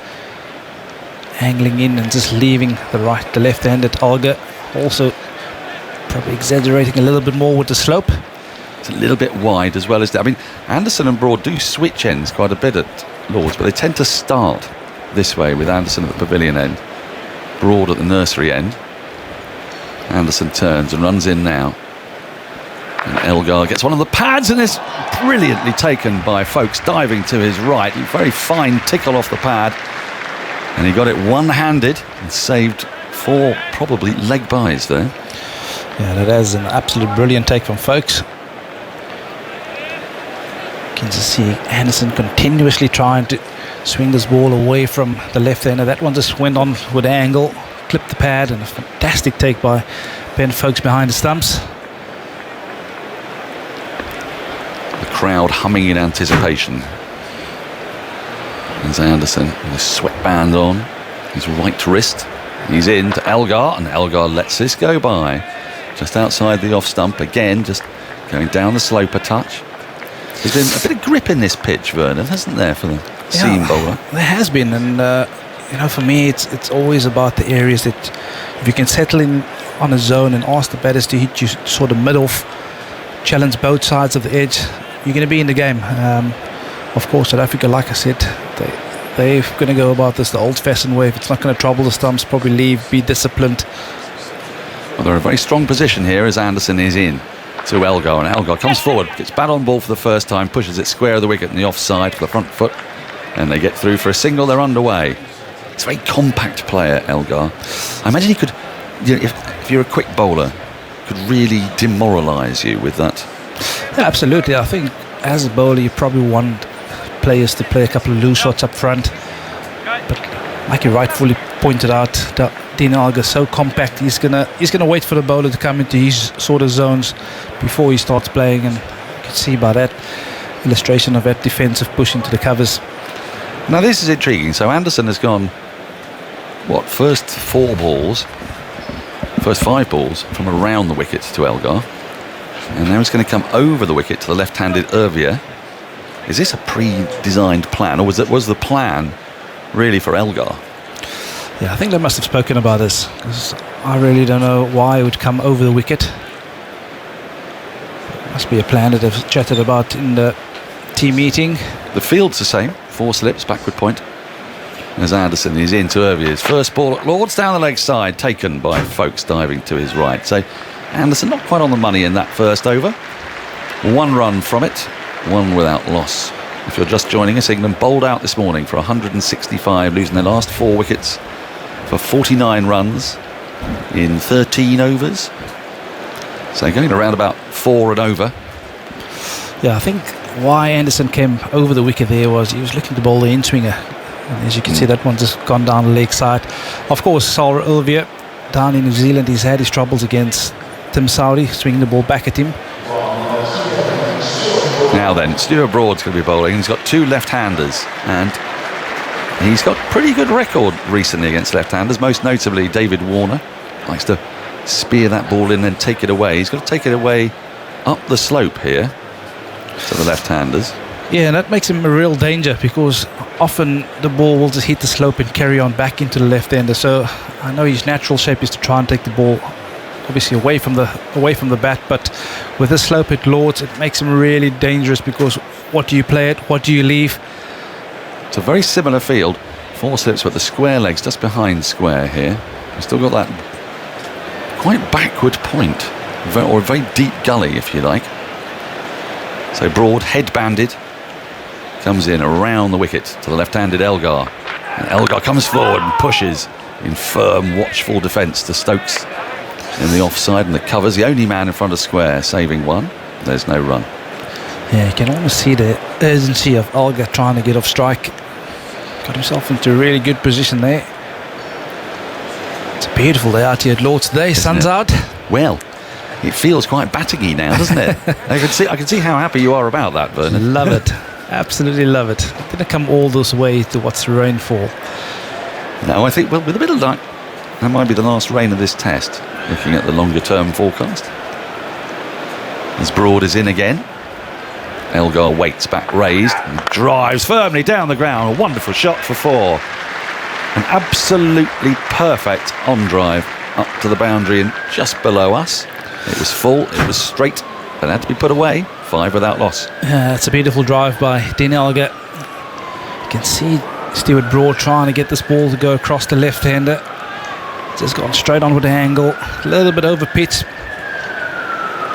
He put himself into such a wonderful position to drive it through the long on area. Beautiful shot up the ground for 4 by Dean Elgar. Yeah, he's not exactly a flamboyant player, and surprisingly for a man with his name, very few variations to his game. As Broad is in around the wicket to him. He jabs this to backward point, exactly where that fielder, Alex Lees, wearing number 2, is standing behind square in a deep gully position. There's no run. Yeah, just to get back to your point on Dean Elgar, he's a gutsy player. He'll guts it out, he'll fight it out. That's what Test cricket is about, isn't it? Well, yeah. Well, yes, you say that. I mean, I thought it was all about that. And then I've watched 4 Test matches where it's a different kind of gutsing out. It's quite an aggressive gutsing that it could have been up. And whatever works for you, eh? Here's Broad again, round the wicket to Elgar. And Elgar push drives it to the offside. Acres of space. He'll pick up a couple of runs at least. Stokes is chasing after it. He will haul it back in. Just the 2 more. But all moving parts are going very well so far for Dean Elgar. He looks exactly like an informed Dean Elgar would look. 7 without loss. I think they'll also have learned a lot from the innings that Ollie Pope has played. I spoke to South African batsmen this morning. They all felt that it's not a surface where you can go and play extravagant cricket on. You'll have to be really gutsy, watchful, be energetic, turn the strike over. That suits the South African temperament, doesn't it? And you can see that they've been really busy this morning, both Dean Elgar and the one ball that Ovi has faced. Here comes Broad, in again to Elgar.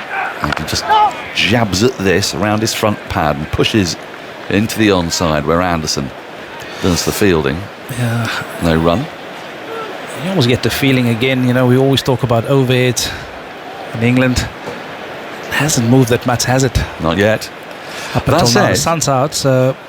That said, I mean, looking back to England's innings, wasn't a lot of swing with the new ball, it felt. It felt that sort of 8 or 9 overs. I have a theory that is well worn on this programme, which I'll briefly talk to you about after this ball.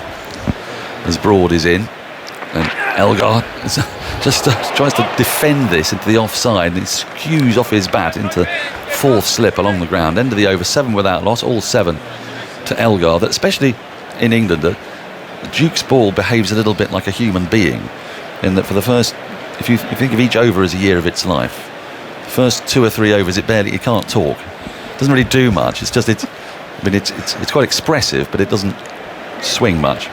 And then as he gets to sort of 7, 8, it starts to construct proper sentences and move through the air and off the pitch. And then you continue this and you get reverse swing, and it has a midlife crisis after 30 overs. And it becomes essentially utterly useless after about 60, which is where I'm fast approaching. Oh, shall I get out of the way? Well, yes, having insulted a vast part of our listenership. Well, you know what I mean. It's slightly more sedate experience. Now, this year, the balls have been doing that once it reached 40, 35. Okay. So I'm just going to be interested to see, and I think South Africa will give us this opportunity to see how the ball will behave, this new batch of Dukes, after 40 overs. And this is taking so long to change this over. I'm almost thinking I should try and change over to Isha, really. Why did you bung those on? Because Broad and Anderson are just chatting away. So, Andy... Well, the reason for the delay, I think the umpire's being re-mic'd up with his earpiece back to the third umpire. Seems to have gone wrong. So some technicals have been happening.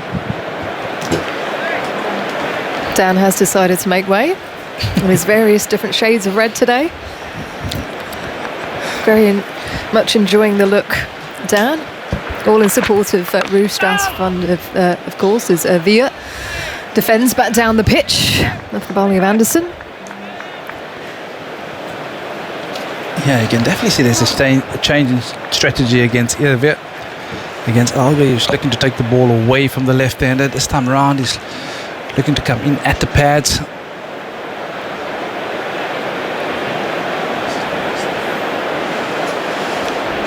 Anderson pushing away, coming in on the diagonal from the pavilion end. Irvia down the leg side. Folkes gets a glove on it, but trickles away from him as Irvia decides not to come through. And that's the beauty of playing international sport. You have all these visuals available to you. Always have to be one step ahead. James Anderson back into the pads again. Apologies, I was so focused on the keeper. They did actually scramble through, so that was a leg bye. 8 for no loss, South Africa. Elgar on strike, still in his crease. Anderson around the wicket forwards and defending to the leg side, no run. Three slips in a gully in position. Yeah, those were two good stops by folks. Second one for the morning. Been hearing Ben Stokes raving about being the best gloveman in England. Certainly proves just that. But it is a beautiful sight out here at Lord's today with the sun out. It's looking resplendent as Anderson is in to Elgar, who leaves it in the channel, lunging forwards. A nice buzz and feel here at Lord's today as it's painted red for Red for Ruth Day. Sun is out. That's what we want to see, isn't it, Vernon? That's what I came for, Issa. Yeah. That's what I came for. Didn't look too promising for the last 2 days, but geez, what a beautiful sight. What a place to play as well. Absolutely loved it. I mean, come back here, the aura of just playing at Lord's. Elgar forwards and dabbing at the ball outside the line of off to point, no run. Yeah, but the rich history of cricket. It's just a phenomenal place. Of course, the honours board, which KG Rabada has put his name up. And you did so back in 2012? Yeah. The last South African to pick up a fifer here? Fortunate enough to be on that board. Is that something you thought about before that day, the potential to get on the honours board? Actually not. When you get into the change room and you see those names on the board, all of a sudden you realise, wow. Elgar this time shouldering arms, just coming back up the slope as it goes through. End of the over from Anderson, 8 for no loss, trailing by 157. South Africa here on day 2 at Lord's. Yeah, I mean, you obviously rock up here on a test match week, and we've got 3 days before the actual test match. You take in, everything about Lord's, all the history, and of course you look at it honours board. I mean, when I walked in there, the names of Ellen Donald, Mackay and Tini were pretty prominent on that board. I said to myself, it would be nice to join that lot of guys. Of course, Glenn McGraw and the rest of the guys are on there as well, but as a South African, you wanted to be able to join that pack. So what's the first time that Stuart Broad will be going to Irvia? He's coming around the wicket. It's looked like a general trend from the England bowlers to come around the wicket to the left-handers and shaping the ball away. I know that is his general game plan, Stuart Broad, of course. He wants to utilise the slope as well, just to create an element of doubt to the left-handers. Which one do you play at, which one do you leave? Yeah, he's got 4 slips to Irvia. As the left-hander is back and across, inside edge onto the pad, half appeal from the slip cordon, but Stuart Broad just turning around and lightly checking with the umpire. Yeah, he did get bat on that, didn't he? As he strides back to the top of his mark. As I tell you, sir, us as bowlers, we look for anything. Yep. Just looking at that delivery again, that is why he is so good. It's the scrambled seam delivery around the wicket, and he is one of the best around the wicket to a left-hander because of that seam position and the way he's able to get his wrists going to get the ball going away from the left-hander, but then he can bring it back as well, and you know all too well, Vernon, just how difficult that is to do around the wicket to a left-hander. As he bowls now to Avia, this time clipping out to the deep mid-wicket boundary, and that goes for 4. It's all along the turf in front of the mound stands, just delicately played, really, just a gentle flick. Avia to 4, and his first runs, and South Africa 12 and 8 loss. Yeah, you can see he's edging, he's looking for that swing. This occasion doesn't swing, touch too straight. And it's very well dealt with by Saul Ovia. Good balance, stuck it into the leg side. And of course down the slope here, disappears pretty quickly. Picked up his first boundary, Saul Ovia. He's on its way. Gently bending his knees, bat hovering as he lets one go in the channel from Broad, just readjusting his line on that occasion.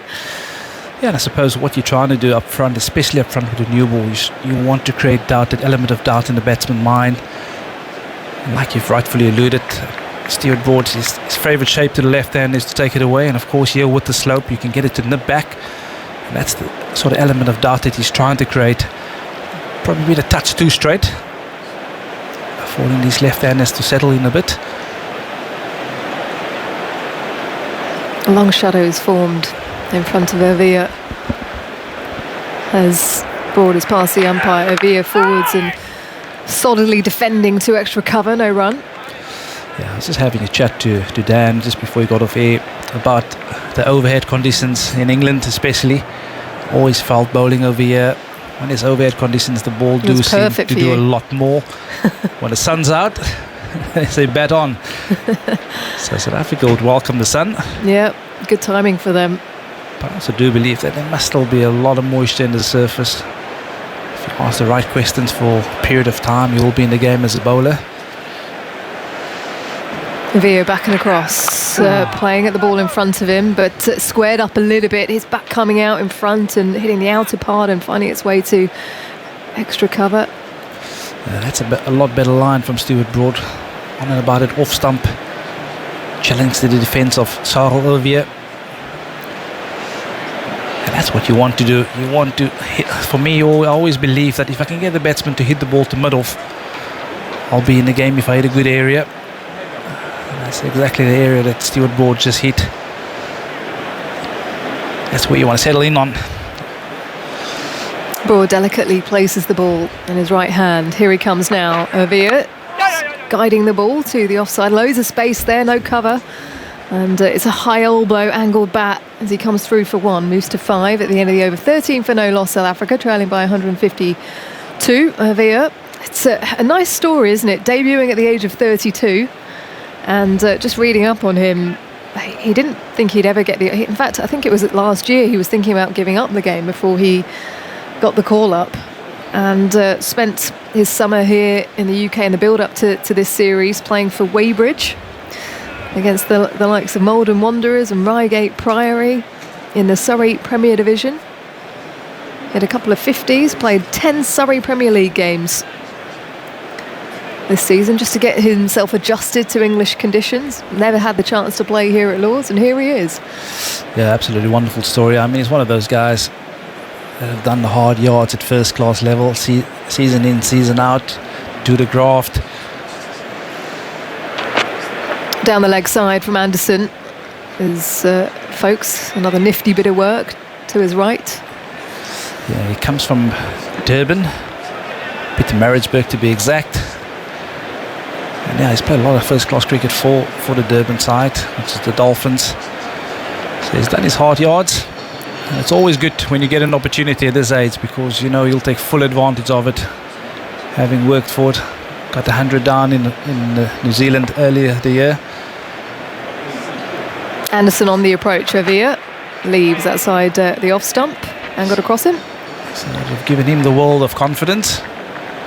But it's always good, you know, to come out to a country which you're going to be playing in and can play a couple of games and get used to the surfaces, get used to especially the Duke ball. I think that's probably a big concern for us as South Africans, you know, being able to bat against it, being able to understand what the new ball exactly do. And like you rightfully pointed out, he's been over here, spent a bit of time over here, got used to the conditions. Hopefully he'll be ready to go and perform on the big stage. Over forwards and guiding the ball to extra cover, no run. It's a packed slip cordon here for James Anderson.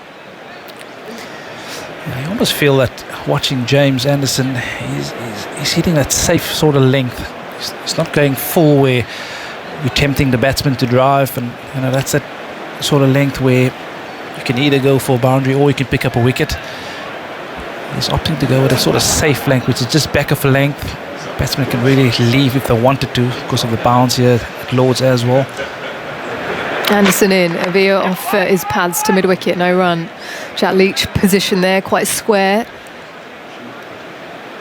A few of his Weybridge colleagues are here today at Lord's. If you're listening, send us a message, let us know about him. How did he go this season?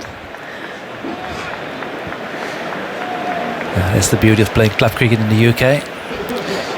You become an instant part of the family. They follow you wherever you play your cricket. For you, Vern? Yeah, I used to play at Butley Salterton. Avia onto the pads, but pitching outside and probably a bit of bat as well as it falls in front of him, no run. Played at Rishton up north. Yeah, some wonderful memories, some wonderful friends that you create this beautiful game of cricket. And we're all still in touch with each other, wherever I may find myself. So you catch up with them?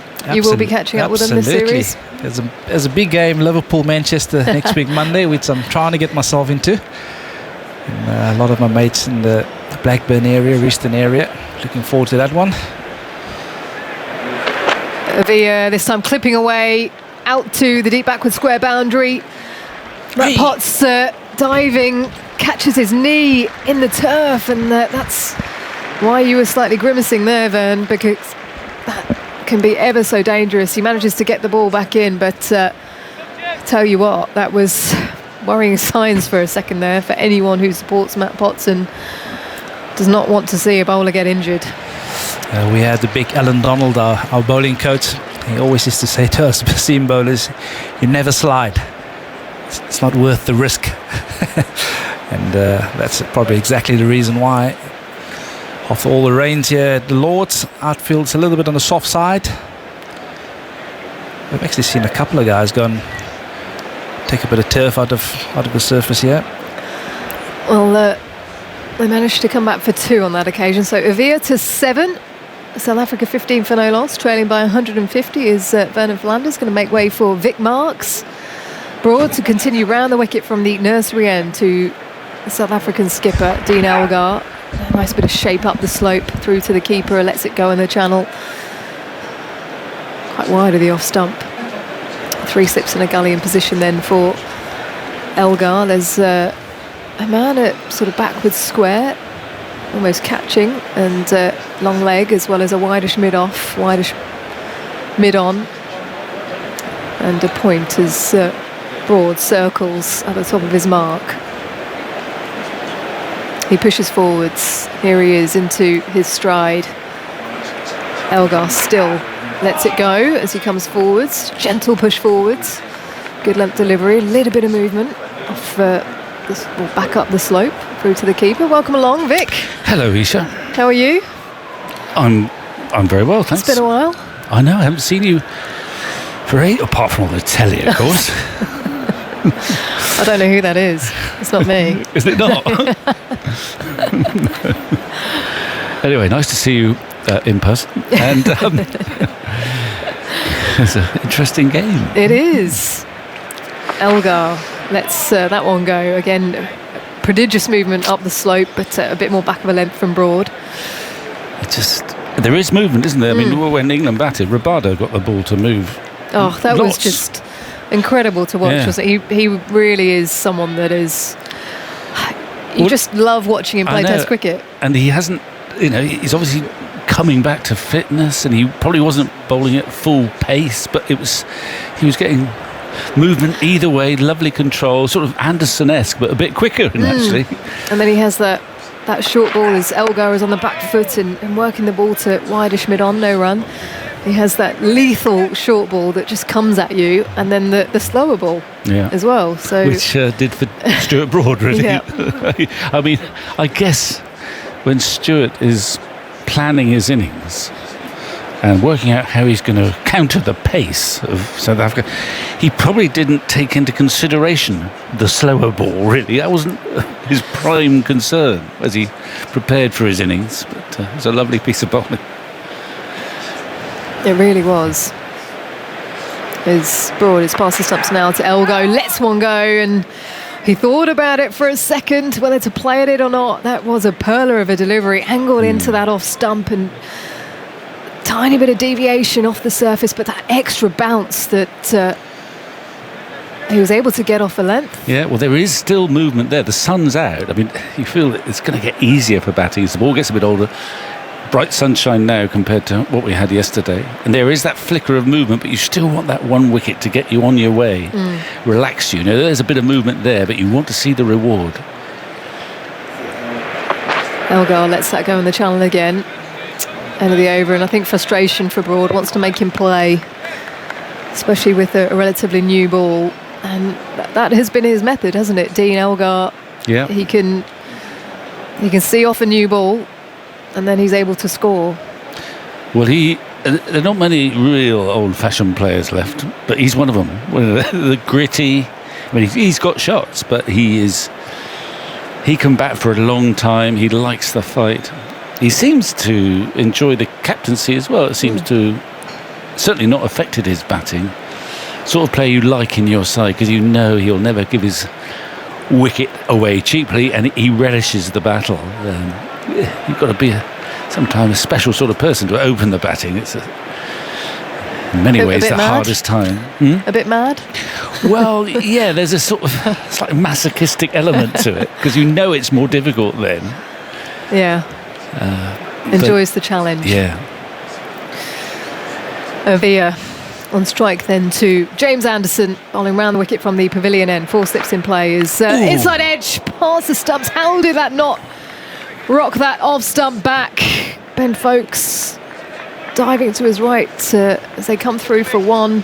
Comes off his glove, and he was trying to leave it, after wasn't he?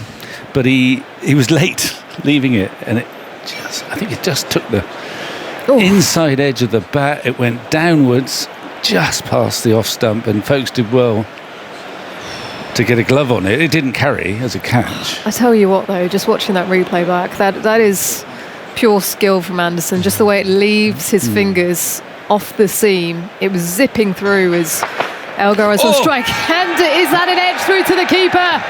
There's a half appeal from England. I just think it was an absolute peach of a delivery, and it missed the bat. But Elgar squared up, and 2 excellent deliveries here from James Anderson. Well, that really did move just a bit too much. He was playing that ball on the leg side, and it hit the wicket, just straightened a bit in the air, and then went away like a sort of off cutter to the left-hander. And I don't think he touched. Well, he obviously didn't touch it. It's fizzing here, Vic, fizzing off that seam. Well, that's a perfect ball almost, except for he didn't nick it. Here he comes again, Anderson, tail up. Elgar lets it go. Down the slope, started quite wide on that occasion. But it's just the way it leaves the fingers, and it zips off the pitch. That's that extra bit of kiss and carry off the pitch.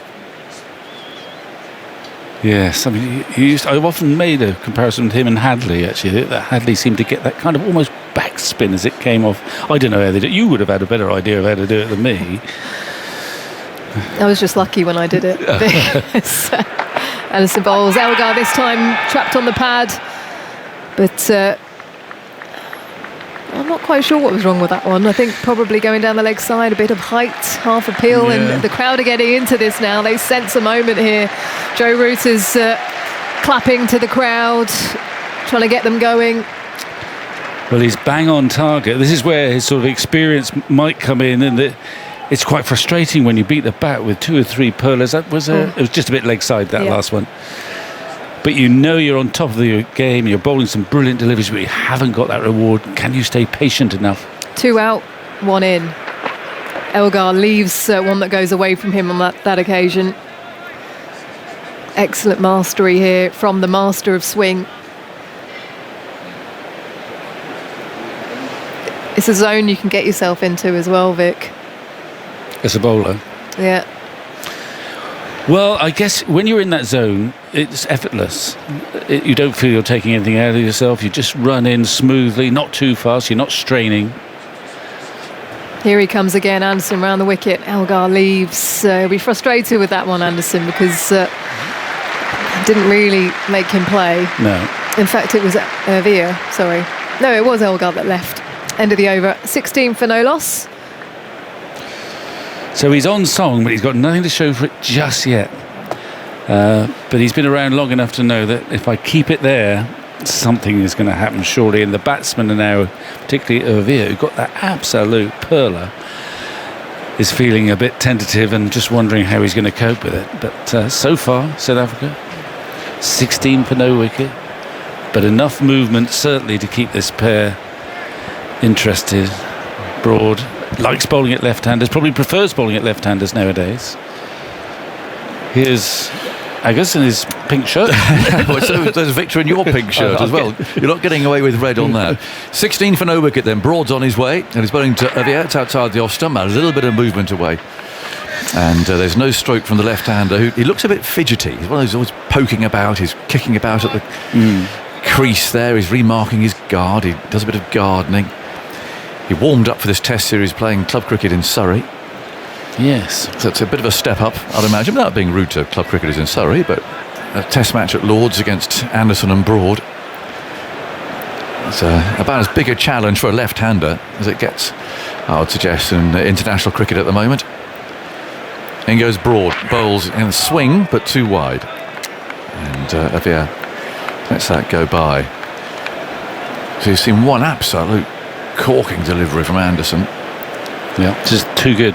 But not else. He's got past the bat so far. Anderson hasn't generally got his line quite right to the left hand. Well, they've left a few, haven't they? He's almost, I mean, he can swing it either way, and it's interesting how the game has changed in that years gone by, Anderson would be looking to get the left-handers at LBW, bowling his away swinger. Yeah. But he barely bowls an away swinger. He bowls around the wicket. Broad again runs in, bowls I can again allow that to pass by.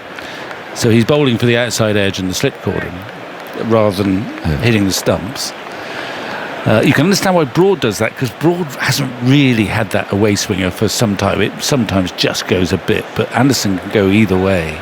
And I wonder whether at some point, if he hasn't got the wicket, where he might come over the wicket and,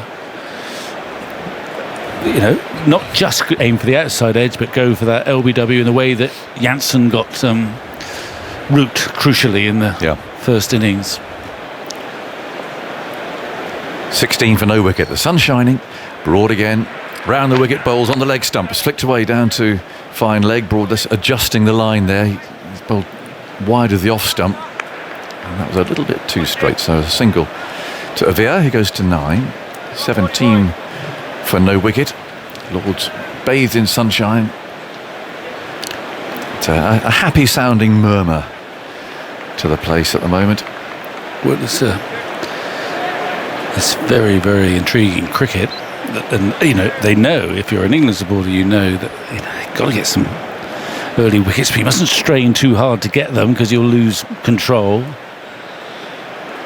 Big slip cordon. Broad bowls, and that's an inside edge as Elgar looks to drive into the offside, finds Anderson at mid-on. No run, and now Avia's waving towards the dressing room there for something. I'm not quite sure what that signal meant, if I'm honest. Most 12th men can work out what signal it is, although I do remember once being utterly confused by Andy Roberts waving something while he was batting. Right. Playing for Leicestershire, and so in the end we decided to take his whole bag out. What, the whole coffin? Took the whole coffin out to the middle. What do you want? And what did he want? I can't remember. We just took the whole lot out. Now Broad's coming over the wicket, which is very rare to the left-hander for him. 4 slips and a gully await. Broad then, long strides, bowls, and that's a beautiful ball. Caught behind, he is. An immediate review though throw from Elgar. There's such an immediate review. It was a lovely piece of bowling. He was doing what we were talking about, in that he's went over the wicket very unusually, and the ball came back into Elgar. Direct third umpire player review for. It hit something. Original decision is out. On the way through to folks. Elgar's response suggests it's going to hit the elbow or somewhere around there. There's definitely a sound, but we'll look, and it was an instant review. It was a beautiful ball. It came cutting back at the left-hander. And the silence around the ground. It didn't hit the elbow. Is there an LBW shout here? Looks like a gap. We'll just confirm that with Old Bridge, please. I mean, I'm not saying they were appealing for a caught behind. There was a noise. Looking at ultra edge now. Running through. No, nothing there. Going through the pad. Hits the pad. Okay. There's no bat involved. We'll just check the LBW. You've got to check the LBW. The line will be good, but the height won't be, I don't think. Let's watch where it's pitched. In line. Impact. Pitching line, impact in line. Wickets missing. We'll go back to Ellie on field. Richard, we'll get you to change your decision to not out. Signal now. There we go, not out, caught behind or LBW. They check them all these days, of course. And so England's elation at that first wicket, short-lived, 17 for no wicket. And you can always tell a batsman knows a situation like that. But it was a beautiful ball. It's the best delivery that Broad's bowled so far. And I said, perhaps I've done him a disservice when I said to Broad, he doesn't tend to be able to swing the ball, move the ball so easily away from the right-hander or into the left-hander. But that one did jag back, a little bit down the slope, beat the inside edge, just brushed the pad. It was the pad it brushed and not the inside edge. But there you see the virtue of that over. I mean, when you bowl to left-handers, and you were a swing bowler, go either way, I bet you barely bowled a ball in your career around the wicket to a left-hander. I mean, I'm not saying that was right and this is wrong. Just saying how the game has changed. It has changed. Alistair Cook and I are always debating it. So I said, I can't understand why people didn't bowl over the wicket and swing it back into your pads. Yeah. Anderson resumes and bowls outside the off stump, and Ovier lets it go. And of course, Cookies as well just kept nudging down a fine leg. Yeah, but the answer is that you could keep all options open. Be flexible. And Anderson now prefers to bowl around the wicket to left-handers and basically move the ball, if he can, towards that slip cordon. But there's nothing to say that he couldn't be right in the shakeout for LBWs coming over the wicket, swinging the old one into the pads. 17 for no wicket. Anderson bowls. That's an inside edge from Ovier. They'll think about the second. Potts, who happily survived a nasty incident down there. There's still a divot or two down at deep backward square leg, but he comes sprinting in. I think he's okay. He's got some very dirty trousers.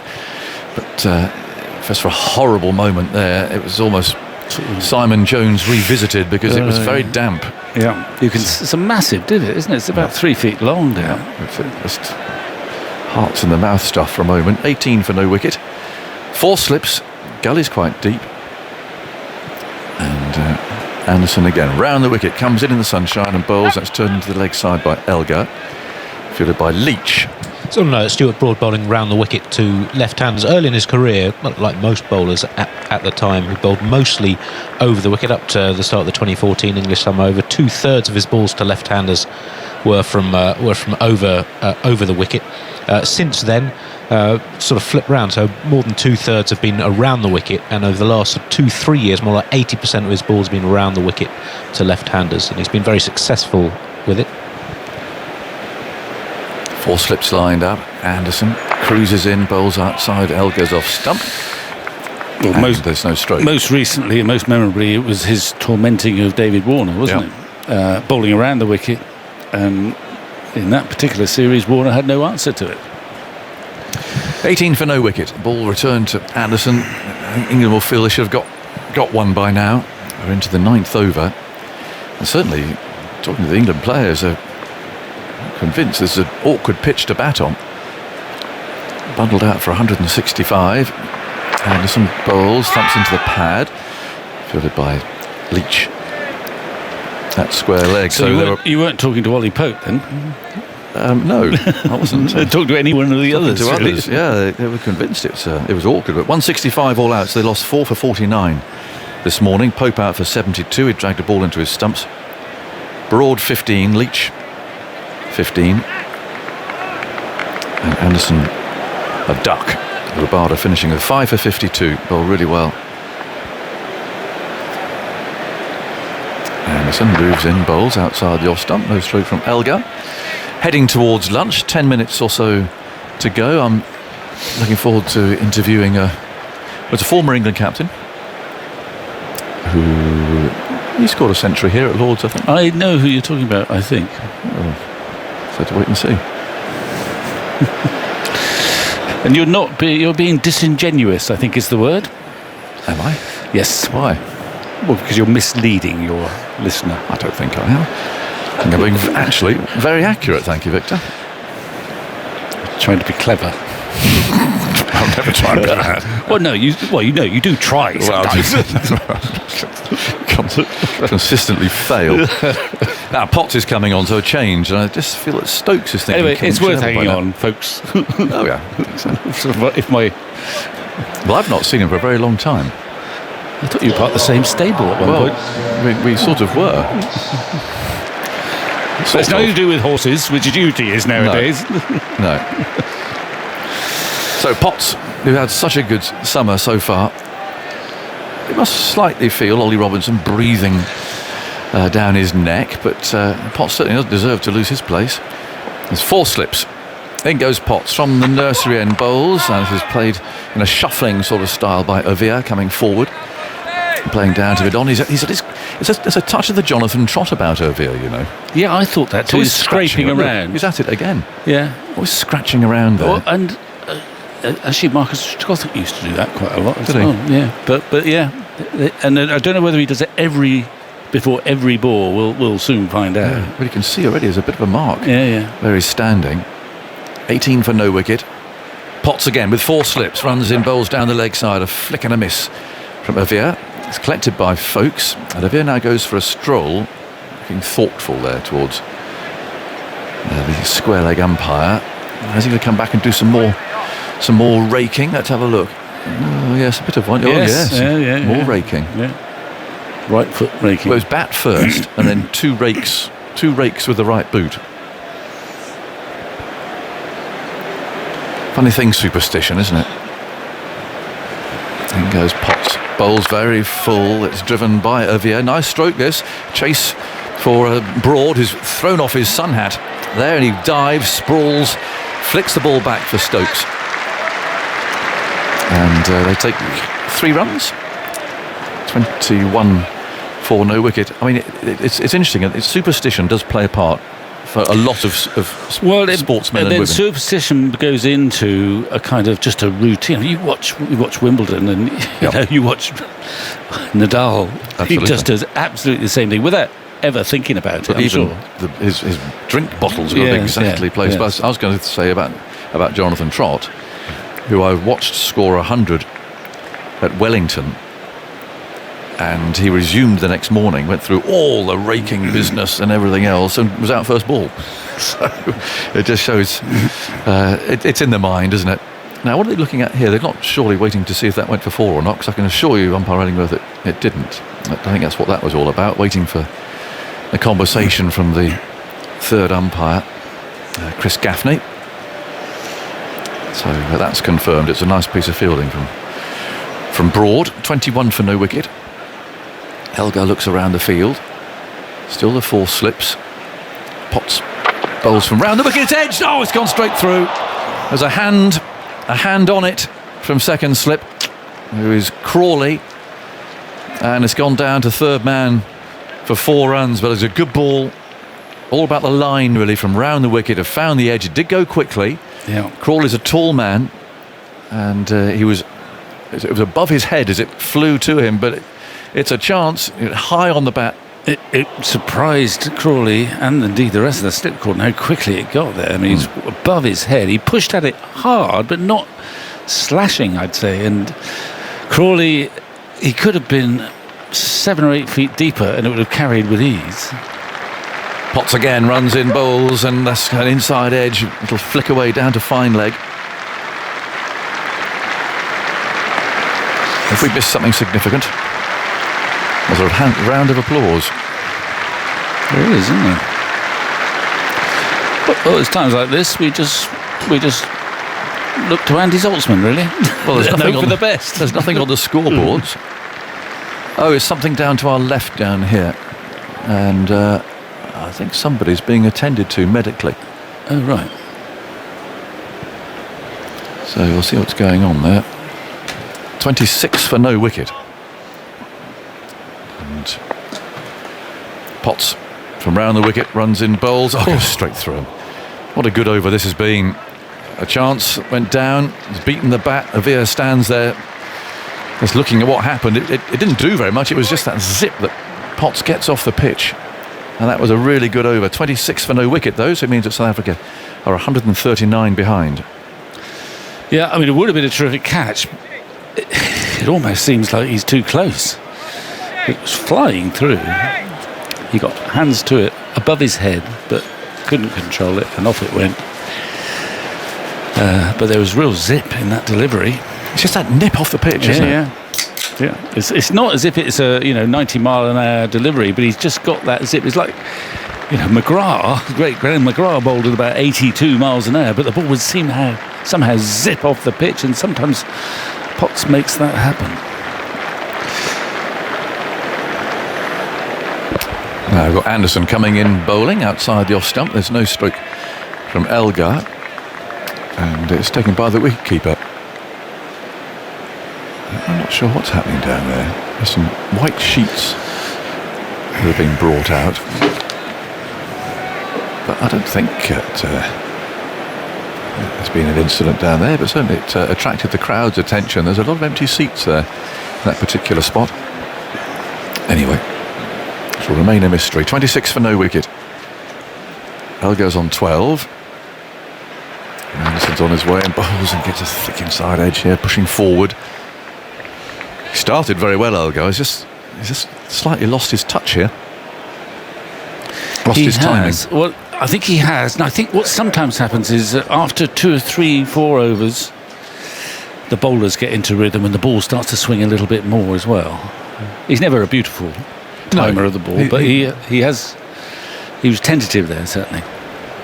26 for no wicket. Elgar's on 12. We've got lunch 4 minutes away. Anderson on his way. Bowls to him. It's short this time. Played carefully into the offside. There's an optimistic howl there, maybe from Anderson, or maybe it's a cry of no from the batsman. But anyway, Stokes fields.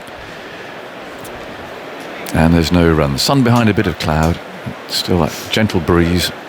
It's a warm day, especially out in that sun.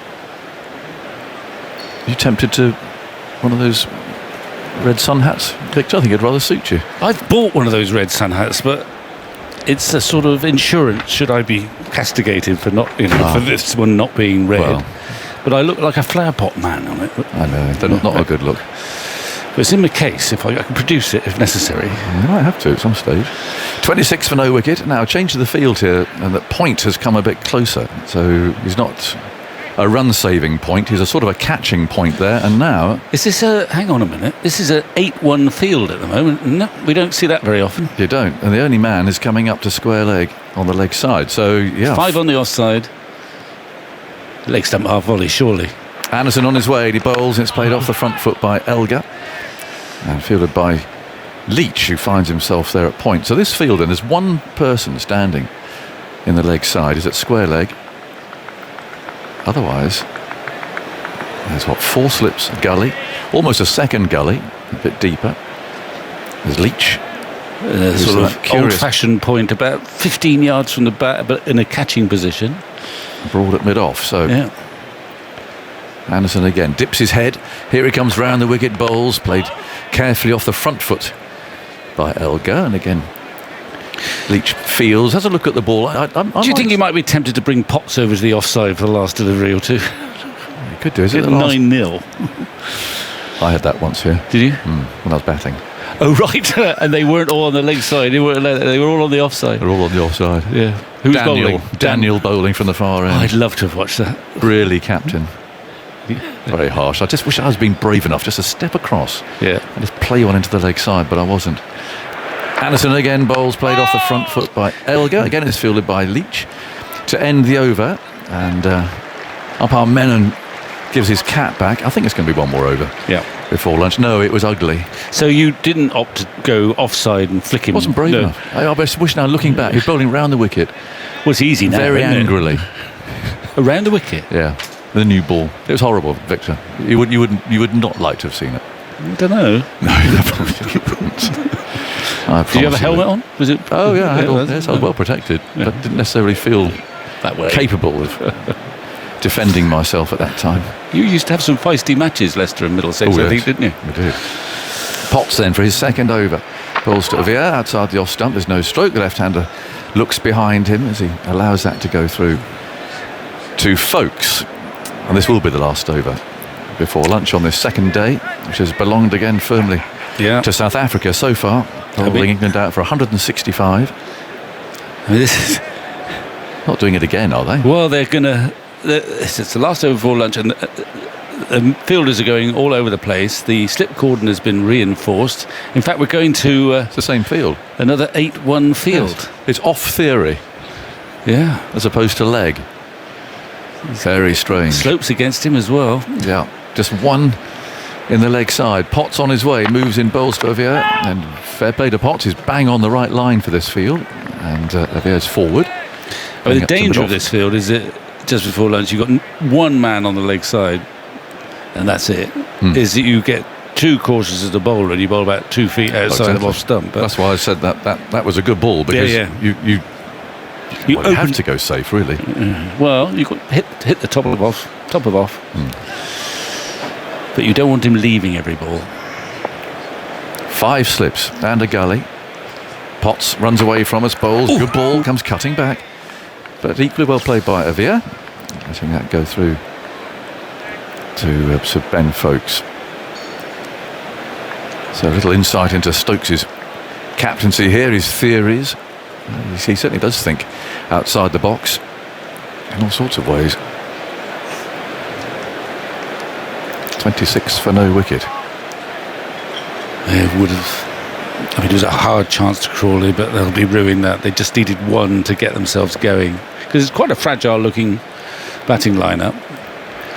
Potts bowls very wide. He's looking to swing that ball away from the left-hander. Just got the line wrong there. It did swing, but started it too wide. 26 for no wicket, with 2 balls to go until lunch. 1 or 2 gaps in the grandstand there. I think possibly victims of the train strike, but not many. Well, they may have gone for an early lunch. They could have done. People made a real effort to get here today, despite it. Which is... there were gaps yesterday early on, and I gather it was more or less a sellout, but people were slow to get in. 26 for no wicket. Avia waits. Down go those slips. Well, Potts has done it again. This is the problem, as we were saying. And he's wide. That has been called a wide. It is not easy bowling to this field. It is not, because of... you've got no protection at all on the leg side, and so the temptation is to, obviously, therefore, to make sure you're not hitting that direction, but you can also go just too wide, as Potts has done there. It did swing, but starting too wide. 27 for no wicket, 2 balls to go, and then we'll have a lunch break. Potts on his way, bowls outside the off stump, keeps a little bit low there on its way through to Folkes. It's got their first 12 overs of both teams so far. South Africa's bowlers extracted twice the number of false shots, so plays and misses and edges, as England. Both teams have got roughly the same amount of movement off the seam. England have had a little more swing. South Africa's bowlers had considerably more pace in that opening exchange. But South Africa have left a few more balls and made fewer errors. So last ball and another change to the field, with Anderson now going actually into the leg side, but only as far as leg slip. So a big gap there at point.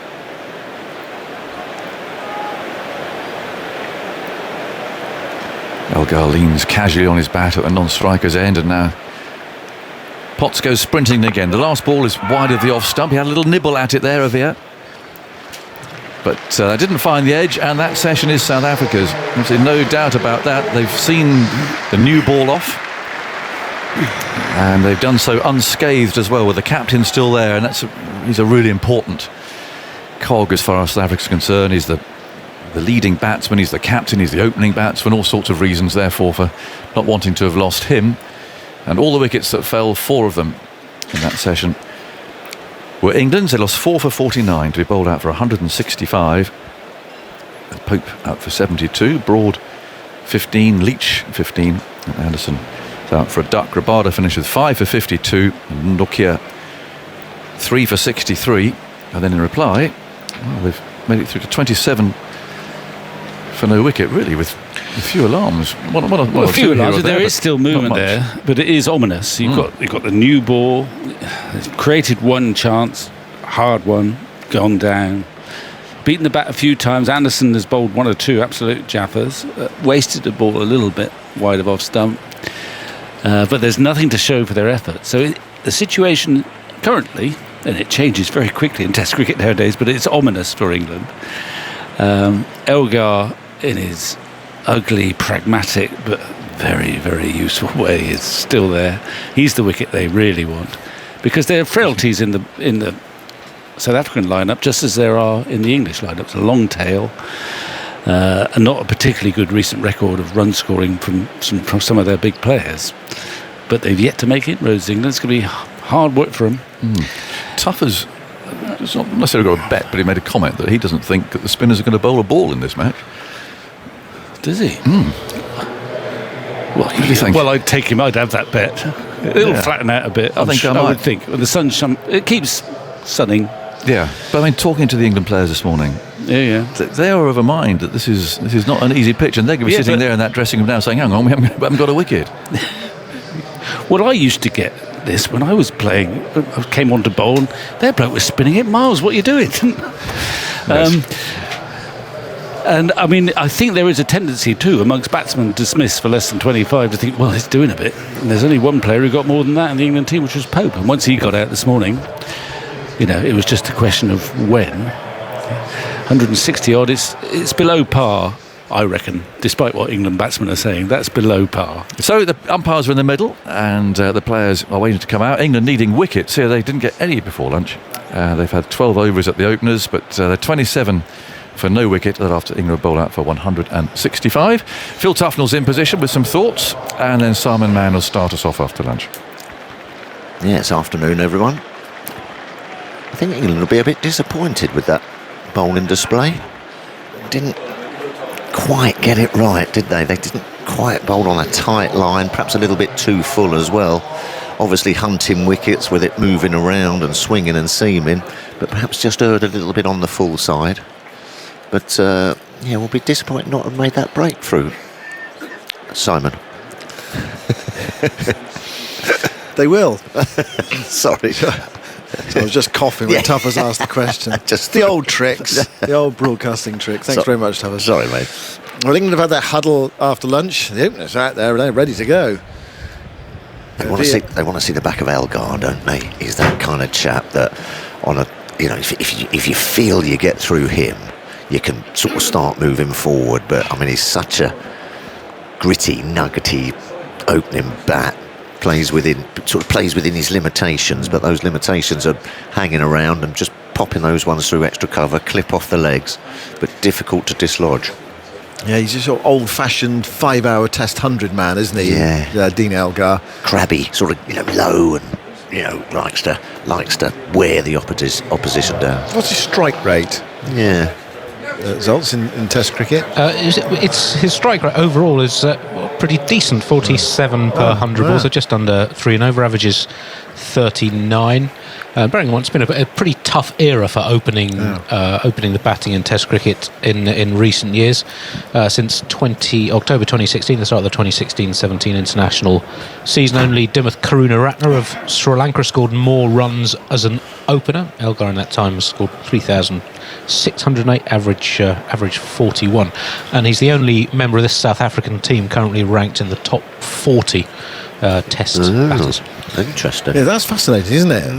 I mean, they don't play that much Test cricket. I mean, since these two teams last met, England have played 30 Test matches and South Africa played 13. Wow. So that has an influence as well, and they've introduced new players in as well, so you'd expect them not to have his broad ball in the first over after lunch down the leg side, and Elgar goes to turn it away, missed it, taken low down by folks. So you expect them not to have lots of players in the top echelons of the ranking, simply because they don't play much Test cricket. But you still get the feeling that is the case, though, don't you? When you look at that South African batting lineup, you feel that he is the the class. Perhaps a Van der Dussen, who's just emerging really as well, isn't he? Well, he's been playing a couple of 3 years. Van der Dussen in this Test match is playing his 16th game. So Yes. even that's not a huge number, is it? He's 33 years of age. Broad bowls to Elgar, who drives, doesn't time it, goes away into the offside. Broad picks up and his follow through. But you've got the likes of Keegan Peterson's only played 7 games. Via's played 4 Test matches. Verenya has played 8 Test matches. So that's 3 of your top 6. Yep. You haven't played a great deal. And Van der Dussen's only played 15. Markram 31, and Elgar, this is his 77th game, so he's the really experienced player in there. I forgot about Markram. He's decent. He can get going. Big strong boy. Broad bowls, and forward goes Elgar. Crabbiness there was crabbiness in that defensive shot, wasn't it? Back bent, really pushing at it away towards Ben Stokes is fielding it mid-off and there's no run. Did you want to say something, Zoltz? Well, it's on the players that they've lost recently. Quinton de Kock retired from Test cricket, slightly unexpectedly. I think recently had been a good player for them for a number of years, and Faf du Plessis, sort of bulwark of their batting lineup for the last 10 years or so, also retired. 27 for no wicket. Sun's out at Lords, and it feels like good batting conditions. England up against it here. Broad bowls to Elgar. Oh, he lets that one go. That was very close to off stump. Really was. It went through to wicketkeeper Folkes. Broad made his feelings clear there that he wasn't far away. There's no doubt that South Africa, over the course of this day and a bit, have had the better of the conditions. It really was a good bowling day yesterday. And we often see with Lords that second, third day, it does flatten out and gets good for batting. So the warning signs are there for England. But certainly not terminal yet. Here's Broad bowling. Forward goes Elgar, plays it towards Stokes, fielding it mid-off.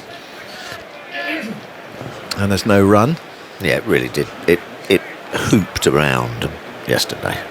It wasn't just overcast conditions. There was an almighty storm brewing, wasn't there? So you really felt the atmosphere. I think it halted your progress on the way home last night, didn't it, Thomas? 2.5 hours to get home. Sort of floods around London and the resultant traffic. Every little rabbit warren we turned into was flooded or closed. Broad bowls, Elgar drives, gets it through extra cover. It's going down the hill. Stokes is after. They'll probably come back for 2 here. And normally at Lords it does run away very quickly down the slope there, but not in this Test match so far. 29 for no wicket. I went home on the tube and I was on the district line. They said Victoria Station is closed due to flooding. Earl's Court is closed due to flooding. Oh, you don't want to be flooded in the underground either, do you? No. Well, that's presumably why they got those stations closed in time. But, Is it a rabbit warren or a rat run? I think it's a rat run, isn't it? Yeah. A little back double. Yes, a rat. Not what? Where did I say? Rabbit warren. Where did that come from? We know what you meant, Thomas. You know what I mean. Everywhere I turn, massive rabbits. That's something to do with your batting, Tuffers. Perhaps I had it permanently on the brain.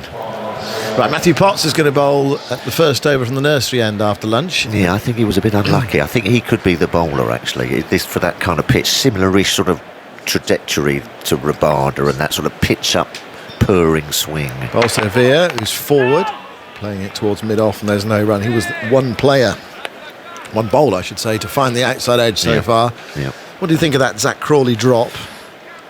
Well, I mean, obviously we all drop them.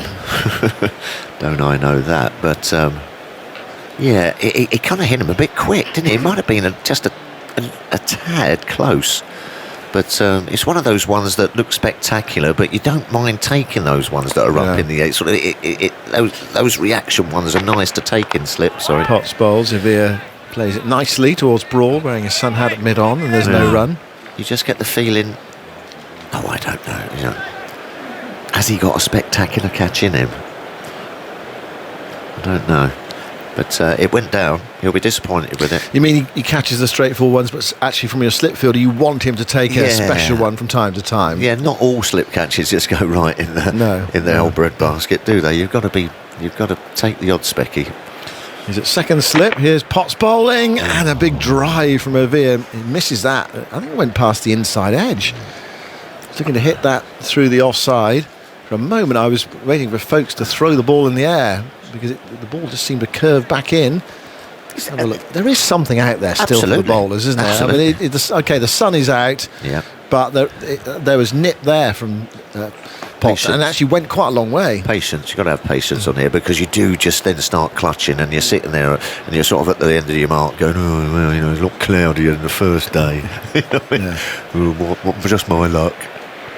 Potts goes into O'Veer across him, he lets it go. There's a question for you. Cricket. I mean, you know, 2 contrasting days, wasn't it, on the same game? It's the same game. One overcast, you know, different weathers and everything. What other game has that in its locker that it can be, you know, changed so drastically? The only thing I can think of, just instinctively, right off the top of my head, is if sometimes if you play his Potts turning, down beneath his nursery end, goes into bowl to left-handed O'Veer, who drives square with the wicket on the offside up towards the grandstand. This is going to be 4. Not perfectly timed, but he hit it well.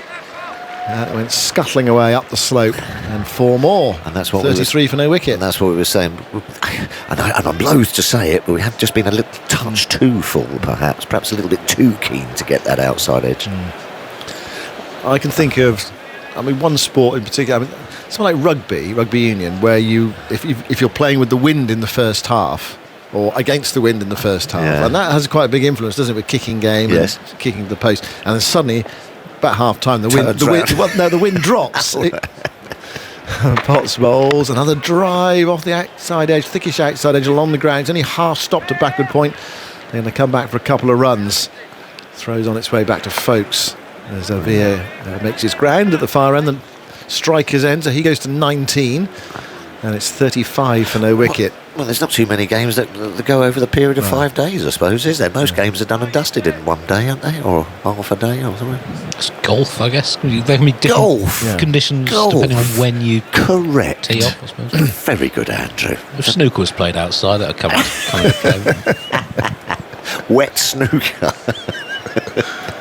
No, you're right, golf. Yeah, because sometimes the tee-off times in the mornings are glorious, and then it absolutely buckets. But don't they change the tee-off time? So one day you start in the morning, and then the next day you start in the afternoon. But I suppose it can. You can get different weather, of course. Yeah, but you can cop the bad weather twice and the good weather twice. Correct. Yeah. Elgar on 14, waits for Broad round the wicket, and Elgar clips that away for 4 through mid-wicket to the grandstand up the hill. That's hit very sweetly. But Broad knows that was a bad ball. It's full on the pads, and Elgar put it away efficiently. 39 for no wicket, 126 runs behind. Starting to get a little bit tricky now. England will be just starting to fret a bit here. They've come out after lunch and they've looked very assured and put the bad ball away, and it's raced across. You know, even in that Ollie Pope, I was listening to you about the Ollie Pope stats in that 70 odd. You know, 4 threes, 7-2. It was difficult to time. Broad bowls to Elgar, pushes that way into the offside, too close to mid-off to get a single there. But those ones have scooted to the boundary. It just looks like it might have that sort of stoppiness or that little bit of seam movement off the pitch might have just gone. Getting a good meat to the bat on it. Although Broad would probably consider that was a bad ball. It was a sort of full delivery on the pads. This is where all batters are. Yeah. You'd have put that for 4 tuffers, I'm sure you would have done. I don't think they haven't bowled great for me. Well, they haven't bowled for a while. No.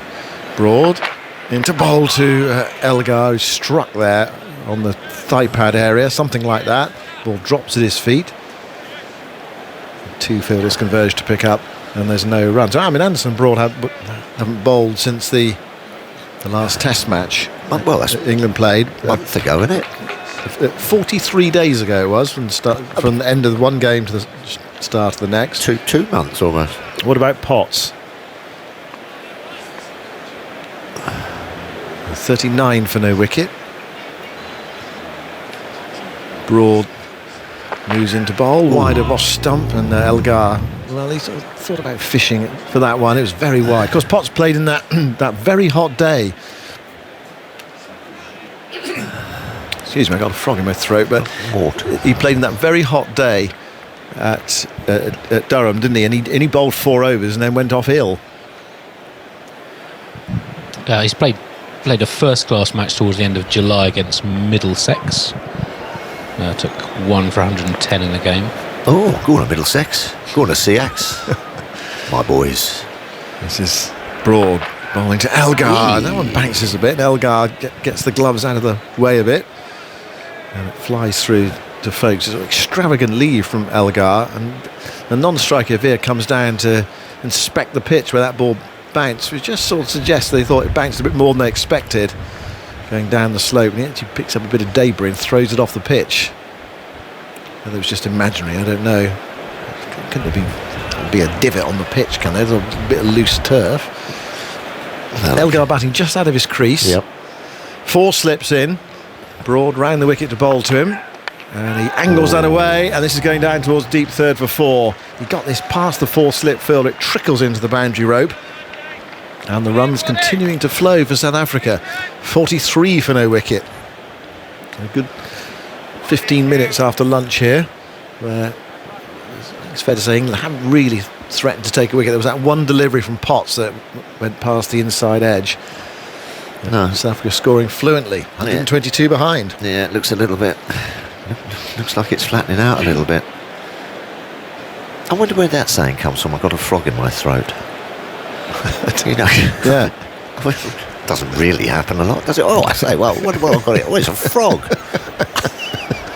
I don't know what, I'm going to make a saying up. I've got a frog it's in my all croaking. Do frogs croak? Of course they croak. Must be something to do with that. Perhaps. Potts begins a new over, bowls full, it's driven through mid-off. It's just going up towards the boundary. Stokes is after it, but I think the ball's going to win. It does. That was nicely timed as well. Well, England have gone through a worrying passage of play here after lunch. Yeah, they need a breakthrough, don't they? And I'm delighted to see them bowl full, because we always say that, don't we? That sometimes we're just a little bit too much short of a length and we're not getting the edges. But I think if anything, they might have just gone that little bit overcompensated and then bowling a few sort of half volleys. You've still, just because you bowl full, you've got to bowl it with meaning as well, and you've got to get that skip off the pitch. 4 to Avia, and like that across him, and it's no stroke from Avia that time. 47 for no wicket. He's on 23. Elgar's on 22. That 4 was the 4th boundary in 9 balls. South Africa they'd hit just 3 in the 13 overs and 4 balls before that, one of which was from the drop catch by Crawley. Yeah, they're going along very nicely. To come, Keegan Peterson. I know what KP has got in store for us today. And Markram, Van der Dusen and Verena. The top 6. Potts bowls outside the off stump. Allowed to go through by Veer. So actually, I mean, Jimmy and Stuart really have been commentating in the last few weeks rather than bowling. I'm sure they would have ticked over, because I mean, I remember when Jimmy worked for us last summer at Durham, and it was the day England played Germany in the Euros.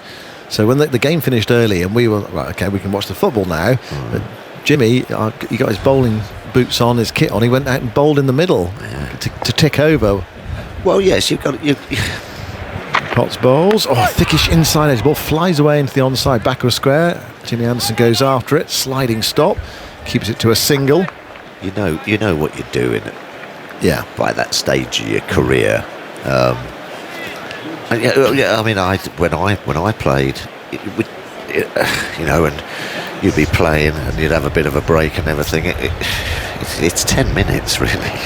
It's 10 minutes just to get the feel of it. You know what I mean? It's not, unless you're working on something or there's something you're trying to correct or anything. But it is virtually 10 minutes. Just and then you're back on it again. And then you're back on it again. It doesn't take long. But then sometimes it can take 100 overs to just get that snap back.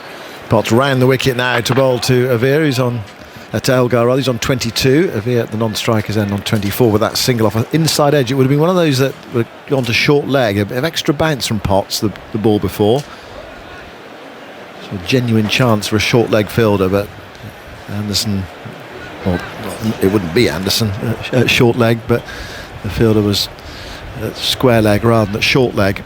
48 for no wickets, South Africa. England bowled out today for 165 in 45 overs. Pope making 73. And Ben Stokes is 20 yesterday, the next leading scorer. A couple of 15s today from Broad and Jack Leach. Potts was 6 not out. Potts bowls. Oh, there's a full shot from Elgar, stabbing at the ball outside the old stump. Felt he had to play. Bowling around the wicket. It was actually quite wide. The other feature there is it went through low to Ben Foakes.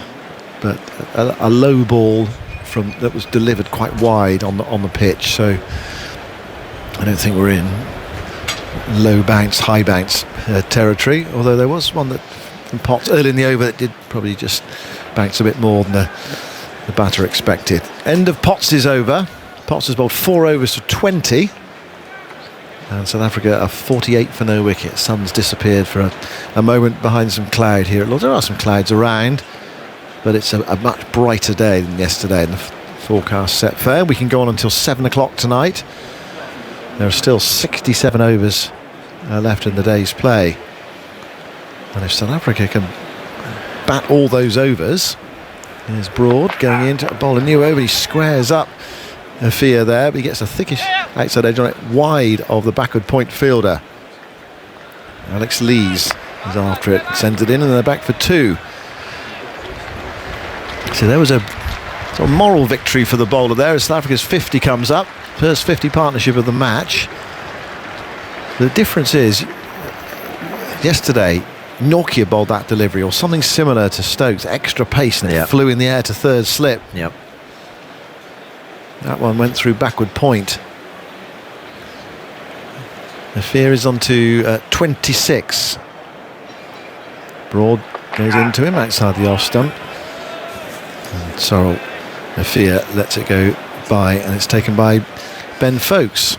Well, they'll keep looking for wickets, that's for sure. They won't go into that sort of back of a length and pack the offside and split fields. They will keep looking to bowl full and take wickets, so you don't mind that. But there sometimes does come a time when you've just got to hang in, especially they don't do it anymore, though, do they, Thomas? Well, sometimes you've got to just change, go to a bit of a plan B when things aren't quite working your way, and just bide yourself a bit of time, especially with a low total. Broad goes in to bowl to Afia. It's outside the off stump. No stroke from the batters. England was 50 for no wicket on the board, still with 4 slips in.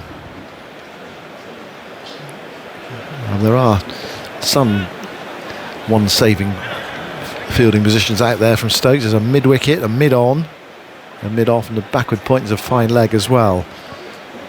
It's not all-out attack, not by any means, but no, we have got 4 slips in.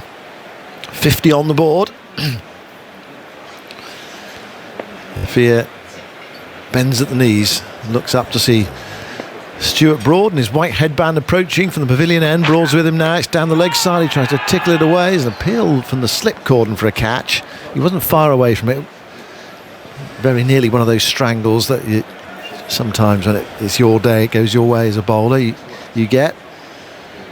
I think I've seen more and more of those catch down the leg sides. Flick the trouser there. Yeah. That was the interest from the slip cordon. That was the noise and the deflection. Well, if you're quite a tall, pacey bowler, it's not easy to control sometimes with a batter down the leg side. I think someone like Janssen bowling yesterday. Yeah, exactly, he'd be perfect. Broad goes in, and that was a cross heavier there, and he played at it and missed it, going down the slope through to Foakes. Yeah, patience here for England. It may be one of those pitches that you can get couple of quick wickets. You get one, you get you suddenly get 3. Although Stoltz was saying the England innings, there weren't those wickets that were in clusters. They tended to be just spread out a bit by shortish partnerships, but it wasn't 2 in 6 balls or anything like that.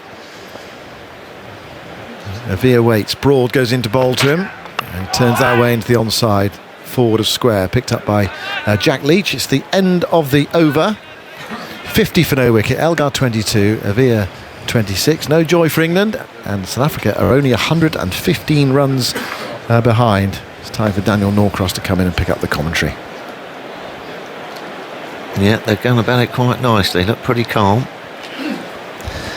Haven't they? Yeah. Some boundaries. Well, mind you, I say that at the same time, I'm seeing them turned round quite a bit, you know. Oh, yeah. Edges that are going nowhere near hand, but going in the complete opposite direction from where the batsman's intending. 4 slips are in. Potts is going to be bowling from the nursery end.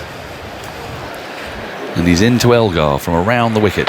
And Elgar lets this go. There's a little bit of swing back in, not too far from the off stump. It's quite full, but not played at. You can imagine Elgar just leaving things all day, can't you? Yes. Ice cream. No, not for me. No. Chocolate, no.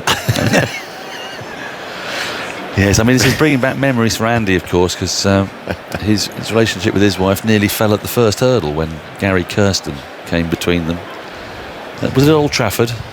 Yeah, it was 1998. Yeah. Matthew Potts into Elgar, who's beaten on the outside edge, groping at thin air, pushing forward. Goes through low to Folkes, no run. Yeah, relatively early in our relationship. I'd take my then girlfriend to 2 days of the Old Trafford Test. We watched Gary Kirsten get an 11-hour double century. 11 hours. hours. A relationship can withstand a Gary Kirsten double hundred. It can take anything. Solid. Especially in Manchester. Well, we've got to go to Manchester. Yes. For once, you'd really have liked it to have rained, I think, during that innings. As Potts is in to Elgar, and Elgar cuts out to the boundary. It's not got an awful lot on it, but it is about to trickle into the sponge now. That's how long it took. I say cut. It was a kind of back foot push, but there's a lot of space in the offside. There's a backward point, and just Ben Stokes in front of square, saving 1. So score advances to 54 without loss. A bit short, a bit wide. So he's going to leave that one. No, not even Elgar. Long hop outside off stump. You're probably going to have a little poke at that, and it was a bit of a poke. Yeah, a lot of timing in it. As Potts is into him again, and this is better hit. Punch off the back foot. It's running away towards the boundary. Fielder in pursuit. It still won't get up the hill, but they've come back for another 3 in this match. And Elgar moves to 29, 57 without loss. Just a little bit short here at the moment. Yeah. I think they'll be disappointed so far with their bowling effort. England just before lunch, I think they were a little bit too sides of the wicket and a bit too full, and they've come out and been a bit wayward now. South Africa's they were on it, weren't they? You could feel it was just not only the conditions, but I mean I don't think I saw a bowler bowl a bad ball really. No, he was as you say on it. 19 overs out of 45. Potts in over the wicket, and Irwi clips him beautifully out through mid wicket, down the hill to the mound stand for 4. So 2 short a couple of times from round the wicket, and then 2 full from Potts. A little bit licorice all sorts, isn't it, at the moment? Instead of that nice sort of solid attacking that top of off stump, the odd one swing, the odd one nip away perhaps, but it's just been a little bit all over the place for England. 61 without loss, and England only got 165. How long before we see Ben Stokes? 32 runs from the last 25 balls. Yeah, I think Ben Stokes could be the kind of bowler on this pitch which might bowl well as well. There is a swing and see him. Potts runs away from us. 4 slips still in place, and that's driven firmly to Stokes, who's just a sort of straight short mid-off. End of the over, 61 without loss. Elgar 29. Ervia has 30. We're practicing. Ervia. Yeah, Ervia. So the 50 partnership came up in the first ball of the 17th over. It's South Africa's first 50 partnership in England, not featuring Graham Smith since 1965. Boomski. Sorry, that cannot possibly be right. Yeah. The first opening partnership for South Africa, right? In England. Sorry, so you said 50 partnership. Sorry, I thought what was Gary Kirsten doing? Yes. And Hashim Amla at the Oval. Yes. 300 and brought in. Oh, wide of the off stump, a grunt as he released that. Left alone by Elgar. No run. Yes, 2012. That was quite the innings, wasn't it? 311 was it? It was an incredible knock. It was a very wet summer, and those are the 2 hot days in it. And Hashim Amla rather cashed in. Yeah, filled his boots. Alviro Peterson got a bunch of runs in that game as well. Yeah, right. I think that was a different game. Was it Leeds? Broad in, left alone again outside the off stump, and again you can hear that grunt from Broad as he releases the ball. Bit too short, bit too wide. Graham Smith in his 3 tours of England involved in 10 50-plus stands for the first wicket. South Africa failed to add 50 for the first wicket in any of the 4 tests in 2017. And before Smith came into the side with those 2 double hundreds in his first tests in England in 2003. Sure. Got to go back to Eddie Barlow and Tiger Lance at Lords in 1965. Wow. Tiger Lance. It's a great name, isn't it? Good name.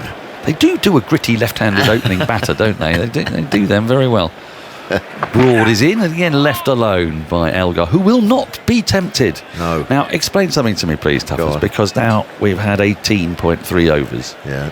And I feel like, I don't know if Andy can corroborate this, that pretty much every ball delivered to Elgar has been from round the wicket, and pretty much every ball to Ervia has been delivered over the wicket. Yep. Do you think they might try mixing them up after 111 balls? You might think so, but there's obviously a subtle plan behind it, isn't there? And the analysts have been on it.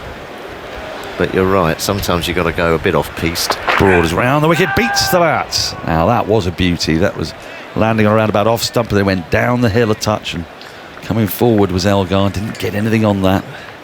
Well, it's funny, you know, we've been looking for openers, haven't we? We have. This time and everything. It is so crucial, because an opening partnership is somehow different for me than a third wicket partnership. Do you know what I mean? Because you haven't got going. You know what I mean? You need to get going. You need to start getting wickets. It doesn't half help. Broad's in again.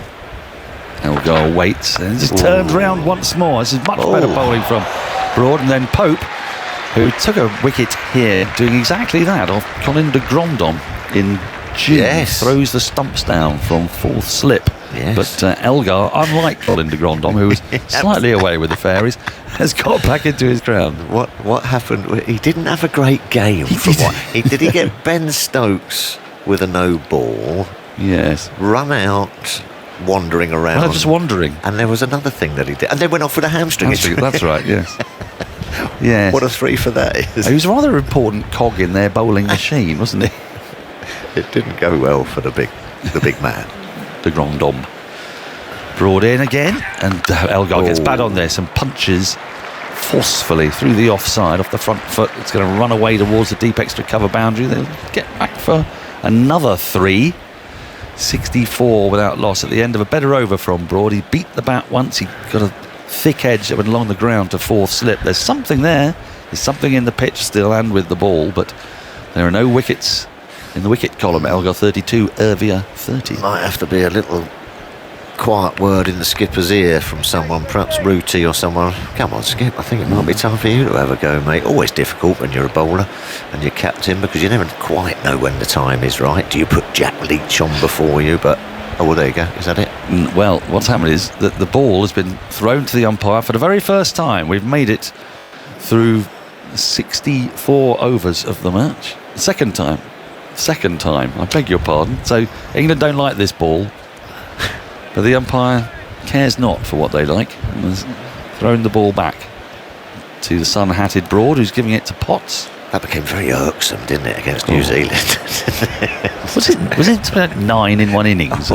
In about 9 balls, I think. It was amazing. 15 in the match, I think. Potts around the wicket. Balls, that's through to the keeper. There's no run. Again, it's if you hear me saying round the wicket, it'll be because Elgar's batting. If you hear me say over the wicket, it'll be Ervia. What could you tempt Dean Elgar with? What could you tempt him with? What could you tempt him with? It's a very good question. I think quite dour, I think. Oh, like a flavourless biscuit. You know, a sort of a Bath Oliver with absolutely nothing on it.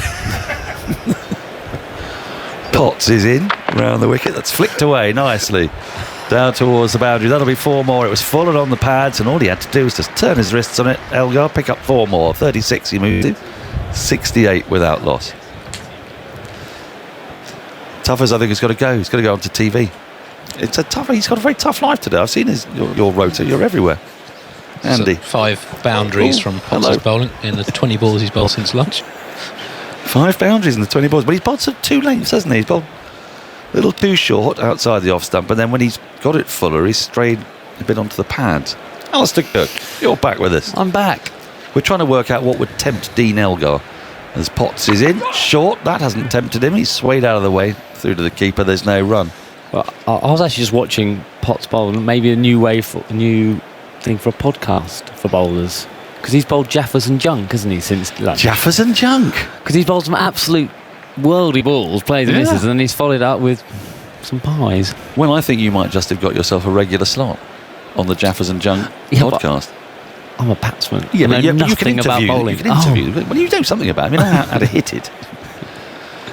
As Potts comes round the wicket again, and Elgar gets on the pads, and that's just going to dribble away down to the boundary in front of the members for 4-leg byes. That's been the problem. Is at the moment, Potts, he's bowled a bit too wide of off stump, but then overcorrected onto the pads here. 72 without loss. It's probably the first time in his England career so far that he has struggled for rhythm. He's been brilliant so far in his 4 Test matches, and I remember his debut. I was so impressed with his skills. He never missed. It's probably the first time he hasn't quite got it right. But he'd come off the back of about 6 or 7 county championship games, hadn't he? So when was the last time Matthew Potts played with a red ball? That was the end of July. Played a championship game for Durham against Middlesex. Seen again, Elgar on the pads, rolls into the onside. There may have been a little bit of inside edge. Potts has to go and collect because there is nobody fielding anywhere near that ball on the onside. I think he did get a single for that. 37, he moves to Elgar. The deficit now just 92, 73 without loss. Yeah, I thought Ben Stokes might have bowled this over. That's what I was. We were speculating on that. Oh, sorry. I've been on TV, so I'm repeating. It's the obvious manoeuvre, isn't it? You'd think he's going to want to grab the ball and take the game by the scruff of the neck at some point. Yeah. Which end? You'd have him at this end, would you? He normally bowls this end. He likes to bowl this end. That's the nursery end, I beg your pardon. Sorry. For those, my fault. For those listening at home, we don't know which end is this end. Pops in over the wicket to Ervia, through to the keeper, and there's no run. You might be able to answer this question I've put to Tuffers. All of the balls bowled have been either round the wicket to Elgar or over to Ervia. Is there a reason for that? Not quite all. Elgar's faced 1 ball over the wicket out of his 69. Ervia actually faced 29 from over the wicket, 22 from round the wicket. Oh, has he?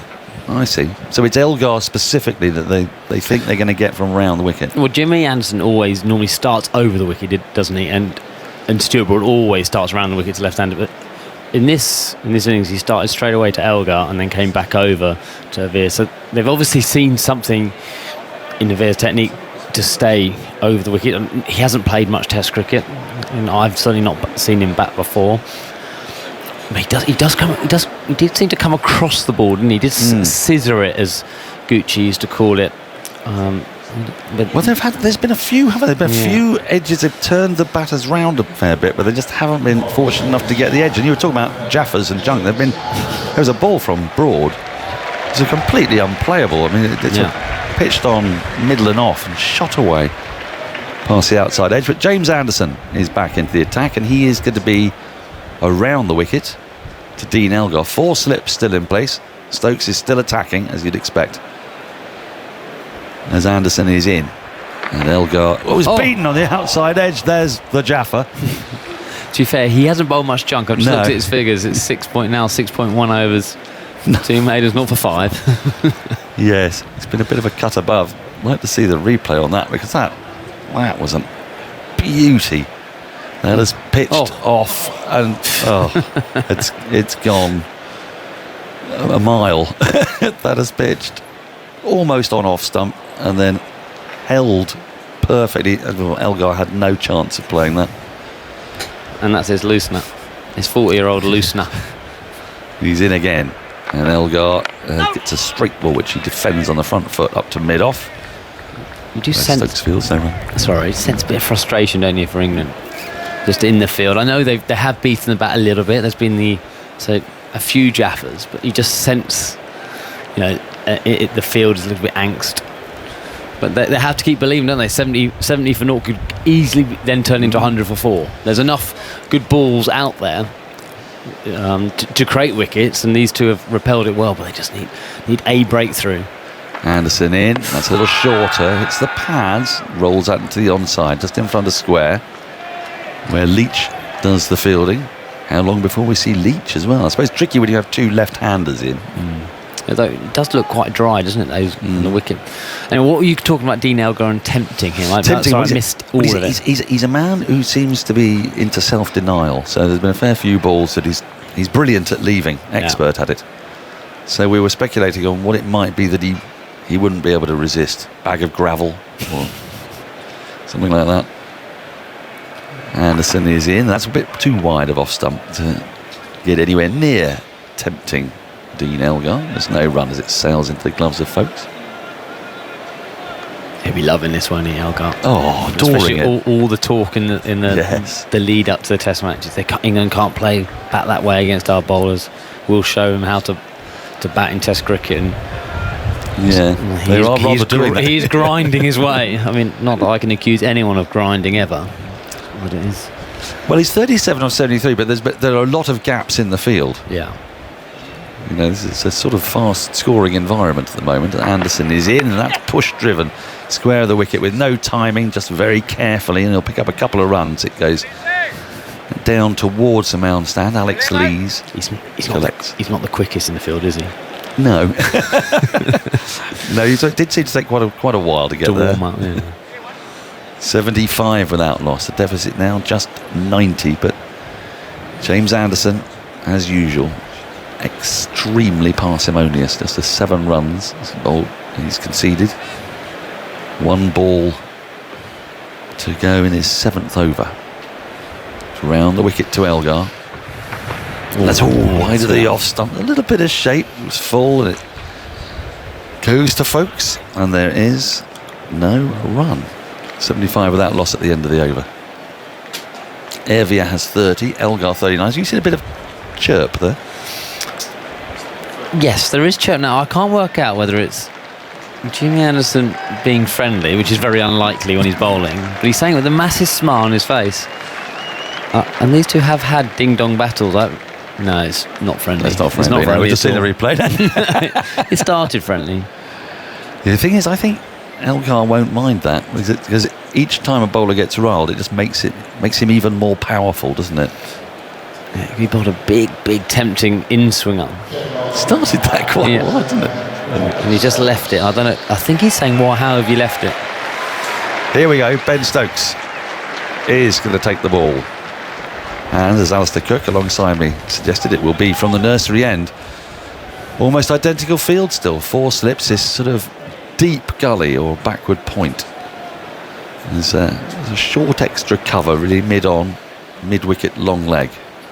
Stokes into Ervia down the leg side, hits the thigh pad, rolls away behind square for a leg by. I think a leg by, yes. It's been signalled 76 without loss. I was just about to say, I had something in my mind to say. Oh, sorry. And I've just totally forgotten it. That's bad, isn't it? How can I help you? Yeah, what would you like me I don't know. I was going to say something I thought was important, and now. Was it something to do with Stokes? Oh no, that was it. It was this end. I like this end. It is our end, isn't our it? End. Should we start calling it our end, mine and yours? Yeah. Yeah. He's bowling my end. It's like Jimmy at his end, isn't it? Old Trafford. Yeah. I'm just bowling my That's end. such a weird thing, isn't it? It's coming from the James Anderson end. So Stokes is going to be around the wicket to Elgar, keeping up this plan, and Elgar defends. A foolish ball back to the bowler. There's no run. I wonder if the 1 ball that was delivered over the wicket to Elgar was just a mistake because they forgot. But was that the one which he was given out on? Was that the one that he was given out by and he hit his pad? I'm pretty sure that was over the wicket from Stuart Broad, because they reviewed it for LBW and I thought it definitely was over the wicket. I think it was, yes. So the 1 ball they bowled over the wicket was given out, but they're still bowling around the wicket. Yeah. Cricket. We love it. We love it. Stokes in, and Elgar punches off the back foot, but straight to Lees at backward point. There's no run. Peter Dealey has emailed. He says, I had the pleasure of bumping into Alistair Cook at the Tame Sheep Fair 2 weeks ago. I asked him if he could give my father a mention on TMS today. My father, Michael Dealey, is a life member of the MCC, and he's also a fellow sheep farmer from the local area to Tame. due to the fact that he's lost his eyesight in the last couple of years, he'll be at Lord's today listening to TMS from the Warner stand. It would really make his day if he got a mention on TMS today. And Stokes is in, and that's punched again off the back foot, but this is better time from Elgar. It's running up towards the grandstand. I think it will just get there. It does. There's a nice economical punch up to the boundary for more. Elgar to 43. Yeah, well, just a little push off the back foot. It's not a pretty shot by any stretch of the imagination, but it's a good shot. And that Seagull, who's been around all day, is now on the offside. He's been down the fine leg, hasn't he? Yes. For a lot. He's gone. Lonely existence, isn't it, this Seagull? And back to the old Chifa. I do remember the guy. Stokes into Elgar. Lets this go by through to the keeper. There's no run. And I said, you have to email him because I will forget. To mention it. So I'm really pleased he has. Done. And it was a good day. Yeah, they sell. Alice's family sell all their sheep at Tame Fair. And it's a good couple of days. You sell your sheep there, do you? Well, yeah. I say we. It's a royal we. Alice's sheep. Yes. Alice's dad's sheep. Alice's brother's sheep. Gotcha. Nothing to do with me, really. Everyone thinks I'm a farmer. I see. I didn't realise that. Stokes is in. And Elgar again punches off the back foot, but this time finer. It's going to run away down to the deep backward point boundary. It is being pursued in front of the Warner stand, and it'll be spectacularly cut off. But I think the ball was stationary at the point of the dive. And they'll probably have to have a little look at this, because as the ball was trickling up the hill, it sort of lost its momentum, and Pope was chasing after it. That's where it's almost the exact same spot that Jack Leach concussed himself against New Zealand. Now then, is this ball going to trickle onto the... Yes, that's 4. Is that 4? It's got to be. So what's happened is that the sponge has been moved by Pope. Has he signalled 4? He has. He has. Right. Good knowledge. And so as the ball went into the space where the sponge was, 4 it becomes. I've got a birthday to do, but I'm going to do it the next time I'm on. So if you're listening, Michelle, you will get your birthday shout out the next time I'm on, because it's time that I left and it's time that Ishigua arrived. Thanks, Dan. Switching me off before I started. Oh, it's chaos, isn't it? It is. We're a bit tangled here with our old wires. There we go. Right. Where are we? Anderson bowling from the pavilion end. There's a gust of wind blows through here in the commentary box. 4 slips in play over the wicket. Bowls across Veer, who's on 30. Elgar on 47. South Africa 84 without loss, trailing by 81. Alistair, we were just next door on television, weren't we? And these runs are coming thick and fast at the moment. Over 5s and over since the lunch interval. Yeah, it's been very un-England-like since lunch. I don't know whether that's the attacking field. We've still got 4 slips and not a hint of bringing an extra cover in from Ben Stokes. Veer back and across, pushing at the ball into the gap on the offside through cover. They think about a second, but it's retrieved and thrown back in. Ben Stokes on the hop there, chasing after the ball. Just wonder if he's cramped up a little bit as he hobbles back to his mark. 85 for no loss, South Africa. Veer to 31. Yeah, I think he didn't want to slide, because we've seen how much people have been digging up the turf and slide. So he did a quick turn and tried to turn and throw, and then didn't throw. Just tweaked his knee. Yeah, he's got a dodgy knee, isn't he? Yeah. Is it the right one? Not one of sure. them. I just remember in the Test match at Trump Bridge, he went down on his knee as Anderson round the wicket to Elgar. Nearly onside. It is onto the stumps. Looking to work it leg side. I think it's been caught up in his pad as it trickles back on, and Anderson has the breakthrough, and it's the captain Dean Elgar to go for 47. His first wicket as a 40-year-old, James Anderson. He'll hate me for mentioning it, but I had to.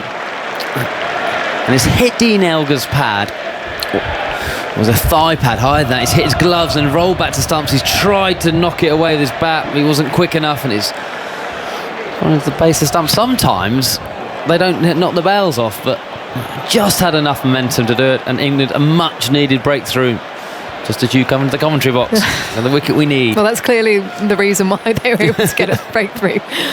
As Dean Elgar, well, he can't believe it. He battled away for his 47, played a couple of nice strokes after lunch. And there is plenty of appreciation from the crowd here at Lord's as he makes his way off the pitch.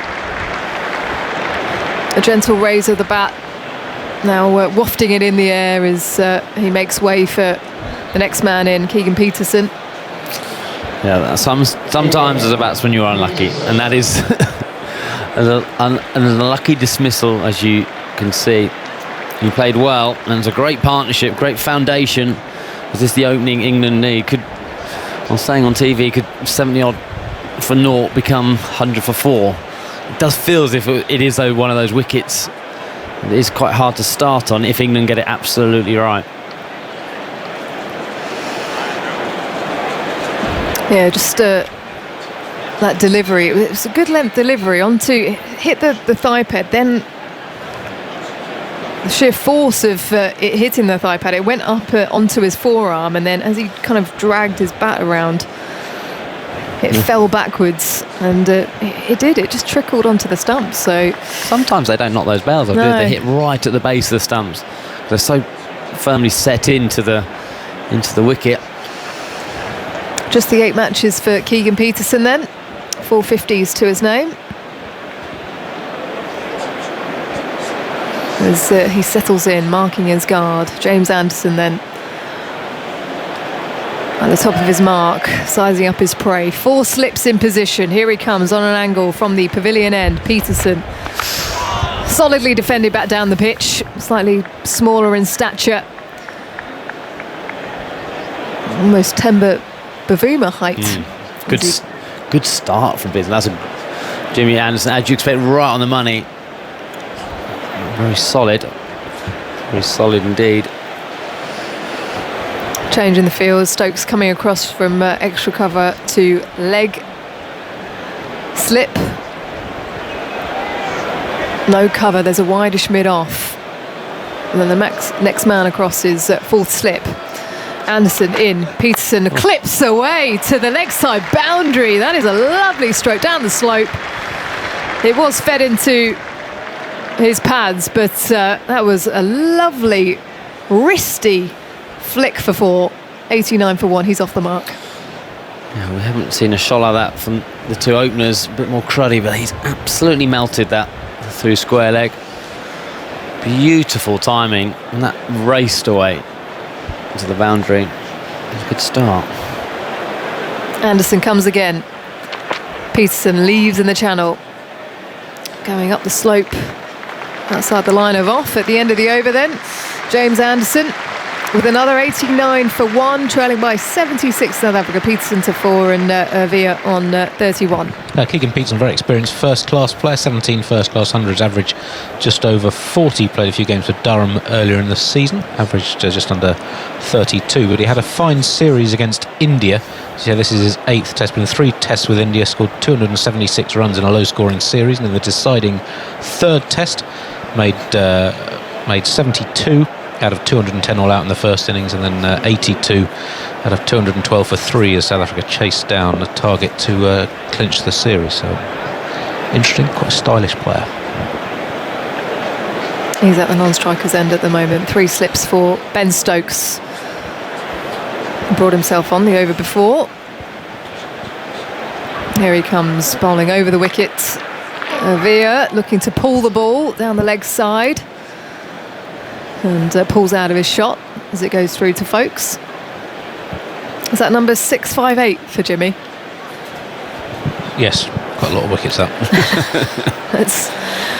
That's unbelievable, really, isn't it? 658 wickets. There'll be someone out there who knows when every single wicket was taken. Stokes past the stumps again down the leg side as this time Folkes has to dive away to stop it from heading towards the pavilion. There's someone in my computer who knows that. Extra and counting. There'll be a mastermind on Jimmy Anderson and his wickets. for his career. 2003 is when he began, of course, here against Zimbabwe. Mark Vermeulen, his first Test wicket as Stokes pushes forwards, bowls short again.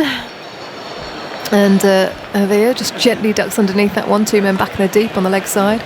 You mentioned earlier how Graham Gooch was technically the last seamer to take a wicket for England aged over 40. The last sort of specialist seamer stroke fast bowler to do so was Les Jackson, who had a long England career, not quite as long as Anderson's, but 12 years. But he only played 2 tests, one in 1949, one when recalled age 40 to play Australia in 1961. Got a couple of wickets in both innings at Leeds. Love it. Avia back and across, edge through to the keeper. No, it's a crowd catch. He did flirt at one outside the line of off, angled across, and it beats the edge through to Folkes. Crowd catch, I was celebrating there. I had my arm, I don't know what I was doing, I think I was playing, my arm was in the air. He's got 2 short ones and he's got a cross. Avia, he's flirted with it. It just looked so good from this angle, didn't he? He turned, he looked at it, missed it by a mile. Stokes circling, pushes away now past the umpire, ball's full edged, goes past third slip out to the third man boundary. It's chase on from point, and he does well. It's Alex Lees down there, but actually what he does when he tries to flick it back, he flicks it up and over the boundary. So another 4 to South Africa, 93 for 1, trailing by 72, Avia to 35. He's done that's kind of the side dive, and as he's trying to flick it back to Joe, he's just throwing it 30 yards over the boundary. They're having a giggle about it, the 2 Yorkshire lads. I think Ruth was laughing that he almost beat Alex Lees to the ball. A little crash into the advertising board as well. Root just about makes it into position as Stokes bowls, lets it go, does Avia through to Folkes. At the end of the over, 93 for 1, trailing by 72, Peterson 4, Avia 34. Lovely day here at Lord's, much better than it was at this time yesterday, where it was gloomy skies, a deluge, and it rained pretty much all afternoon. So great to have full play here today so far. 98 overs to be bowled. All close to. Close to.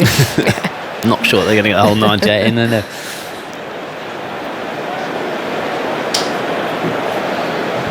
Les Jackson, the previous 40-year-old England seamer back in 1961, has these for a first-class career. 1,733 wickets, averaged 17.3.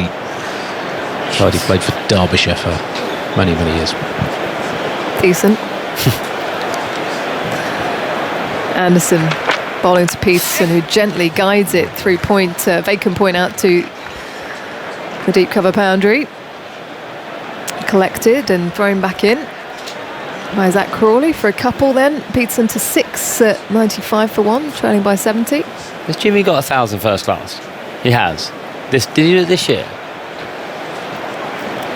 Yeah, I feel like it was this year. That sounds right. Yeah, no, it might have been last year. Was it last year?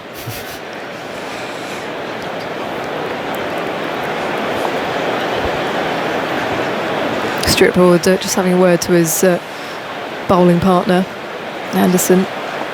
Just resetting himself. Here he comes again. Peterson still forward and playing the ball delicately past Anderson to a vacant mid-off. His extra cover chases after it. They'll come through for 1. Looks very stylish. 96 for 1, South Africa.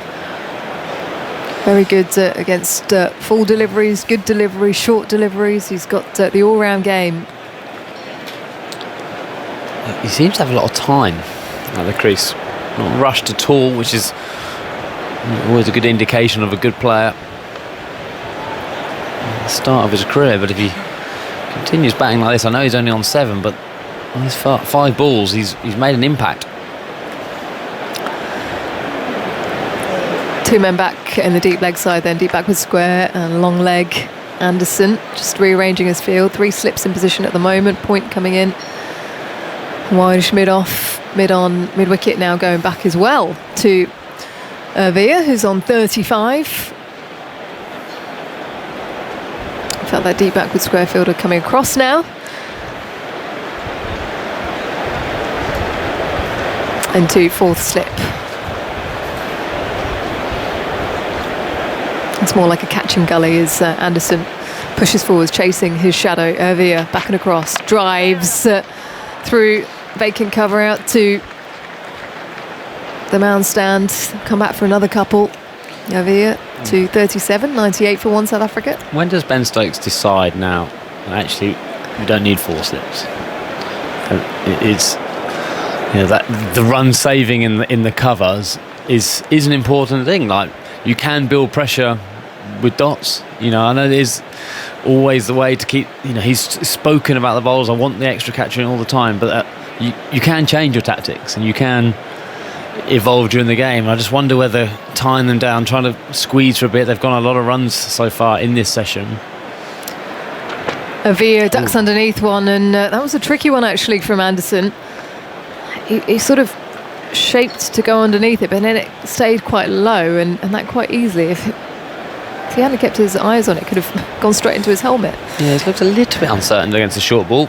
And certainly we haven't.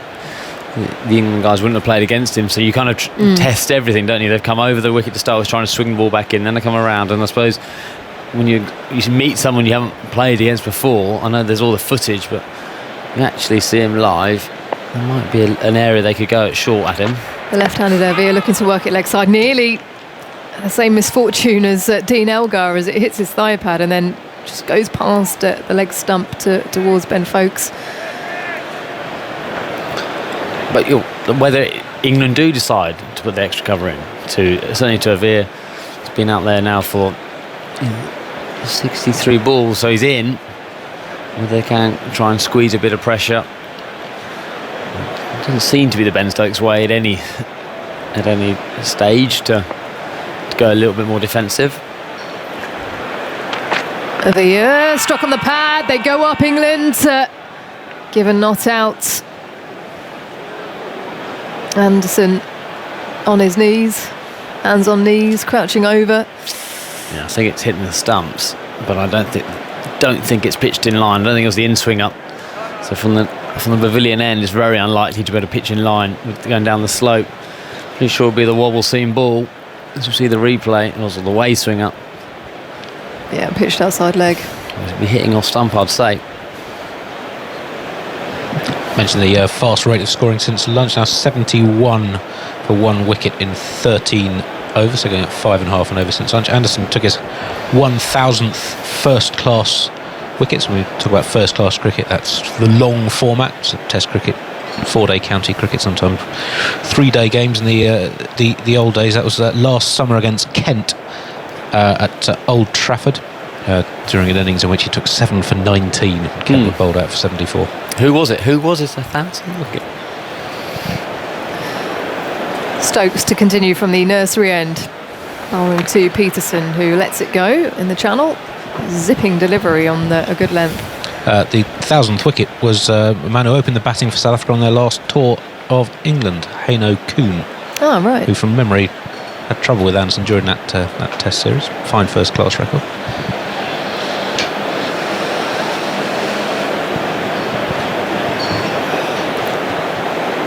James Anderson, who reckons that no one will be silly enough to be bowling into their 40s for England ever again, as Stokes bowls to Peterson, quite wide of the off stump, and an easy one to leave. 98 for one. Vernon Philander has come in for James Anderson. Sir Alistair Cook, well, I'm sure he'd think that was a compliment. Starting to feel as old as him, Isha. Surprisingly, he's still going at the age of 40. Stokes past the stumps, this time forward and lunging and shouldering arms. Peterson, 98 for one. He's looked pretty positive in everything he's done so far. It's only been 8 balls, but looks very assured out there, the number 3. Yeah, he's a real class act. Always pleasing an eye when he's got his stroke making going. It's a beautiful afternoon here at Lord's. Sun's out. Nowhere else you'd rather be, right, Vern? Absolutely. Stokes on an angle. Peterson this time drawn into the stroke, and that is a good delivery from Stokes. Beats the edge, and it just hits the pitch and goes down the slope. Yeah, there is a bit of a hint of a away movement for Stokes in the air. This one was full enough, inviting the drive, but carries on going with the slope. Oh, it is a lot of movement. Nice Thursday afternoon feel here at Lord's as Stokes on the approach once again. Peterson off the pads to mid-wicket, jumping up as he plays it. No run. Favourite lunches here, Vernon? Oh, beautiful. Plenty of options. I thought it was only in the players' dining room that you have some great options, but it's not too bad on the media side either, is it? Yeah, media catering, I reckon one of the best in the country. Beautiful. We're very fortunate here at Lord's. A lot of nods of approval from around the commentary box. Yeah, he'll have me back here more often than not. Stokes to Peterson down the leg side, off the thigh pad, down to the boundary in front of the pavilion. Angling in on that occasion, having just sent someone back on the leg side. That gust is really getting up now. Ben Stokes bowling against the wind now. South Africa go past 100, 102 for 1, trailing by 63. Peterson 7, Ervea 37. And scratching his head at the moment, the skipper. Yeah, it can happen. You almost feel the need that you have to bowl South Africa out early. And you can see on that occasion he's just gone for the in-swinger. Didn't quite get it right, brushed the pad and made its way down to the fine leg boundary for 4. But this is real good stuff from South Africa. 102 for 1 at the minute.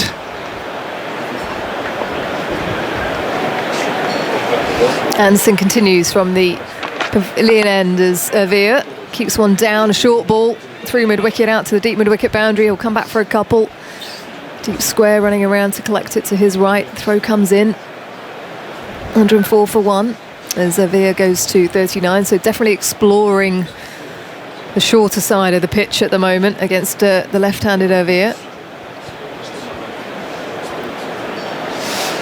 Yeah, having bowled quite a bit here at Lord's, you always felt that you needed to be a touch fuller in your normal length, especially with the slope. One guy has to be playing with a straight bat, challenging either side of the edge. Ervea still in his crease, lets that go on an angle from Anderson, bowling over the wicket to the left-hander. And you almost feel that the England bowlers have had a touch to the short side. Yeah. Sort of probably presume them to be a touch fuller, having played a lot of cricket here. Yeah, all credit South Africa. Well, your natural length was perfect for this wicket. Yeah, my natural leg was half yard fuller than most guys anyway. Anderson arms pumping. Bowls to Ervea, solid as he drives that to mid-off, no run. But the importance of bowling at half a yard full is that you don't want to become floaty, so you always still want to have maximum effort. And I've been working very closely with Morné Morkel towards the left end of his career, trying to get him to hit the stumps. Obviously being a tall guy, he always often used to go over the stumps. And he became a lot more successful hitting the stumps. So you always, as a bowler, you always want to bring all three modes of dismissals into play. LBW bowled, then you know you're hitting a good length. Ervea forward defending on the off stump, no run. But also I have to say, this afternoon and since this morning when the sun is out, this wicket looked to behave a little bit better compared to what we've seen yesterday. Of course, overcast conditions were stacked up in favour of the seamers. It is just a glorious afternoon here at Lord's. It really is. Painted red today for Red for Ruth. Lots of spectators in with red t-shirts. As Anderson comes into Ervea and drives it back to Anderson, diving to his right, grabs it with his right hand and parries it to mid-off. Now having a chat to Ben Stokes, he walks back to his mark, towel poking out the back of Stokes' trousers. Yeah, there's plenty of red. There's also a lot of pink, shades of red. But I reckon that's definitely a pink tone that I can see all around the ground as well. Yeah, it's beautiful, eh? See the initiative, see the support for the initiative, which is the most important. They've certainly come out in their numbers today. Wonderful course that Andrew Strauss and his family has undertaken. And hopefully it will receive a lot of support in the years to come. Supporting families facing grief. Such an important cause, and it's become such an important part of the sporting summer.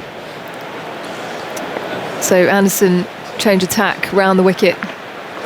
Struck on the pad over here, looking to work it leg side, and goes past the stumps towards Ben Foakes, who shuffles in. At the end of the over, 104 for 1, trailing by 61. Peterson 7 over here, 39. Some thoughts from you, Vernon, and then it will be Angus. Well, we'll see you later, Isha. But desperate times for England cricket. In the field, they need to strike, they need to make some inroads early. Almost just feel that it's slowly but surely starting to slip away from them. Still their tag though, don't they, Vernon? It's still 3 slips. They have got the newish batsman in, of course, Peterson. And in his 8th test match, so quite inexperienced, but there's 4 slips there now. Yeah, you're almost forced to as well, to a certain extent, because you know that ball's going to get soft very soon. Stokes on his way then, bowls the right-handed Peterson, and that's down the leg side. He can do nothing with that apart from try and flick it down to fine leg. It's neatly taken by Foakes, and there's no run. Wandering around in the gangways there in the mound stand, up and down, side to side, stretching legs, going to the bar. Just a few upturned seats. It's a lovely warm afternoon here in London, and Stokes prepares to come in again, spins himself a couple of those reverse catches. Slips are ready, and Stokes once again moves in bowls, and Peterson plays out off the back foot into the offside. There's a gap there at point. A comfortable single taken, as that's fielded by Lees. 105 for 1. Lees now wearing number 2. It's his 3rd change of numbers. Yeah, he's had 93, then 49, now 2. I wonder why. I asked Danny Rubin, England's medium manager, about it, and he had no idea what the reason was. No rhyme nor reason. No. They're quite random numbers, aren't they? Yeah. Give him again to me. 2, 93, 49, 2. Can't even play the lotto with him, can you? There's not enough now. I suppose we could join them all together. I don't know. Perhaps that's what it is. 105 for 1. Stokes is going round the wicket now, and there's some swing there. It brushes the pad. Xavier again just slightly misses out there, trying to flick the ball away into the leg side. We need to ask him, aren't we? What is it with these numbers? I tell you what, today I get a feeling, and it's almost like being at Newlands on the second New Year. Atmosphere, support. Nice, isn't it? Beautiful, isn't it? It's beautiful to see a full ground as well. Yeah. I think we're very lucky in this country. People really support Test cricket. 105 for 1. Stokes round the wicket again. Bowls some little bit of away swing from the left-handed Xavier, who allows that to go through. 105 for 1. Well, it's one of the great venues. Cape Town is a Newlands. That ground over New Year. Beautiful. Tell you what, no better spectacle, atmosphere. Not a lot of Buyers fans down there, so support good cricket. You haven't been to Grace Road, have you? Sorry, sir, where's that? You haven't been to Grace Road, have you? I have. Oh, didn't that compare? It's my home ground, so be careful. In goes Stokes round the wicket. Is there any bowls full of length and almost chopped into the stumps? Rolls down to the keeper. You must have referred to during lockdown, are you? Because then we can compare anything, right? Definitely not. Grace Road's always buzzing. It doesn't have quite the mountain behind it, the Newlands, does it? It hasn't got a mountain, it's got the meat. Right. Over the unusual old sort of naffy RAF building, I think it was, to the right-hand side, that survives year after year. But dear old Grace Road. 105 for 1. It was very hot there last hour, was there? It was roasting. In goes Stokes, bowls short, and Avia pulls out of a hook shot there. Ball flies over his shoulder and is taken by Folkes. 105 for 1. Avia 39. Peterson has 8. I was there actually for the women's game against South Africa on that day of 40 degrees. South African captain wins the toss, goes into the dressing room. You can imagine, can't you? See, oh, we've won. Oh, brilliant. Well done, Skip. We've won the toss. And we're going to bowl first. Out they went. And it was absolutely roasting. It was a 50 overs game. And you just had to sort of just help them off the field at the end. It was absolutely, it was cruel. But I'm just wondering what her teammates thought, 'cause I'm not sure she'd have had her back in the dressing room after that. It's a typical South African thing to do, though. Is it? For reverse thinking. No, let's just face the music, you know. Oh, I see. Just embrace it. It was hot. Yeah, I believe you guys had a bit of a heat wave. Oh, yeah. Here's Anderson, moves in, bowls outside the off-stump, a drive and a miss from Peterson. A little bit of outswing there from Anderson. Yeah, that's a much better length from Anderson. It's a touch fuller, inviting the drive. A little bit of swing away from the right-handed batsman, enticing Peterson to the drive. That's your length, isn't it? And the length that you would bowl with a lovely outswinger. Did you always leave the gap there in the covers to say, come on, you have a drive if you want? Yeah, but towards the left hand of my career, I actually had a cover in there. So I don't think you're going to stop them driving, are you? Anderson bowls outside the off stump this time with a bit of width, and Peterson can let it go. Also, when you have the cover in there, you can almost go with a touch fuller. Yeah. Without having to worry of being hit for 4. The element of risk is still with the batsman. You know, to get into a good position and then obviously get over the ball, but I always felt that with a little bit of hint of movement, I would have the numbers. Well, there's been movement out here today, but the only wicket that England have is one of the flukiest wickets that James Anderson could ever have taken in his entire career. Here he comes again, bowls up wider of the off stump, and Peterson has nothing to do with it. I mean, it hit almost every part of Elgar's body, and then the forearm just nudging the ball into the stumps. It was a freak of a wicket. And I tell you, Elgar would kick himself, having worked so hard to get through that initial period. And I suppose, from a South African point of view, having chatted to them this morning as well, they highlighted the importance of getting through this first sort of 25 to 30 overs, because they feel that after sort of 30, 35 overs, they can really kick on. So yeah, he'd really kick himself to get out in that fashion. Well, they've beaten the bat, and the ball has swung, but nothing to show for that. I think as Anderson again bowls. Oh, that's the in-swinger. Peterson didn't spot it, and he must have had his heart in his mouth there as he let that go, because that came swinging back and almost hit the off stump. And Ben Stokes is covering his face with his hand. James Anderson has got a wonderful ability of hitting the same sort of area, taking it away, and on this occasion he's just got the one to swing back. And also probably exaggerating a little bit with the slope. Great disguise, isn't it? Beautiful. And he's been doing it for many a year. Yeah. Champion bowler for England, James Anderson. 105 for 1. He's wanting another wicket here. He comes in again, bowls. Oh, rash shot from Peterson there. It's as if his mind was a bit scrambled by the previous ball, and that, I'm afraid, has put down as a swipe, really, to a ball just outside his off stump. So what happened there? It's a sort of brain fade. It looks like he lost complete judgment of the length there. That shot was never on. Joe Root's laughing. It's an incredible shot, an absolute haymaker. I really thought it was shorter than it actually was. I only think that's the case. And now Anderson saying, OK, you're looking for a short ball. Well, we'll put a man out at deep square leg. That might make you think about it as well. 105 for 1. Here comes Anderson with 4 slips. He bowls at a lovely length outside the off stump. And Peterson this time, a much more measured approach, allows it to go through. 105 for 1 then. Peterson has 8. Evia has 39. And very well placed South Africa. They're just 60 runs behind. I mentioned how experienced Anderson is on this ground. Only one bowler has ever bowled more balls at a test ground than Anderson at Lords. He's bowled over 1,050 overs now at Lords, 117 wickets at 24, spaced over 19 years since his 2003 debut. Only Murali at the SSC ground in Colombo has bowled more. Really? Bowled nearly 9,000 deliveries and almost 1,500 overs, took 166 wickets at 20 on that ground. Stuart Broad has 99 wickets here, average 28 in his 26 tests on this ground as well. SSC, that's a hot ground. Dusty. Flat.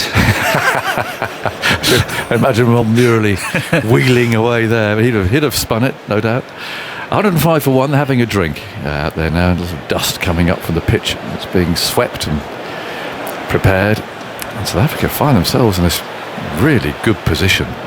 Bowled very well.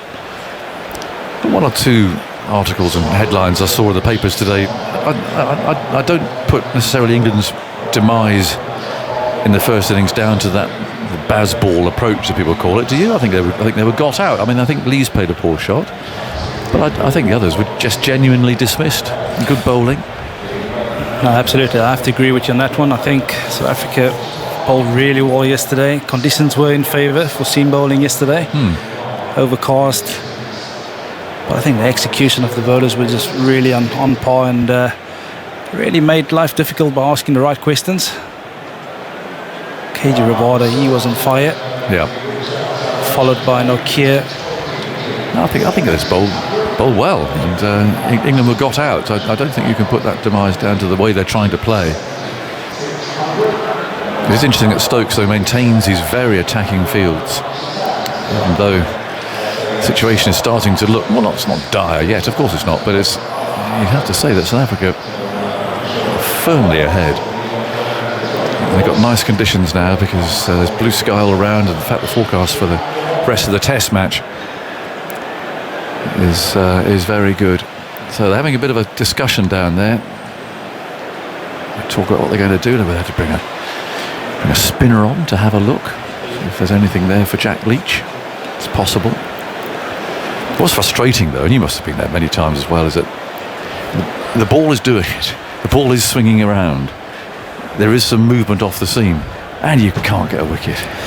Yeah, I tell you what, it is frustrating from time to time, especially when you have a good spell and you're bowling some very good deliveries, but things are just not going your way. And I mean, I was always of the belief that sometimes you have to do the hard graft. It's almost like an investment session for the wickets to come later.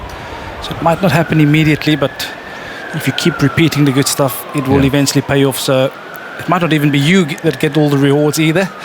It might be the guy that come on after you, but as a unit, if you invest in the right areas for long enough, it will come. Yeah, I think we've seen it yesterday morning with KG Rabada bowling at spell.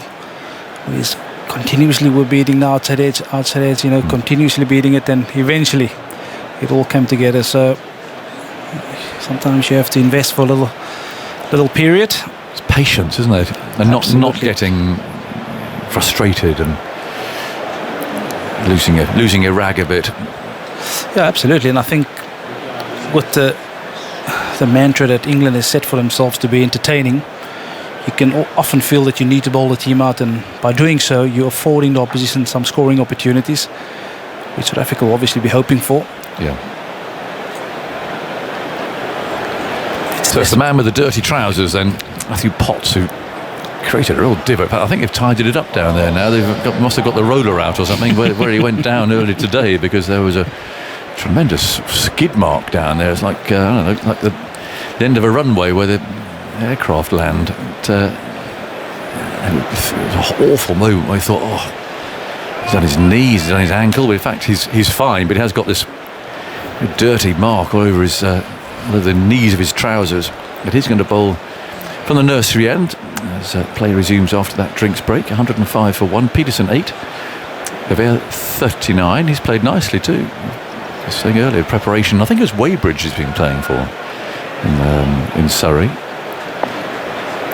3 slips as Potts on his way, moves in, bowls too many drives pleasantly through straight mid off.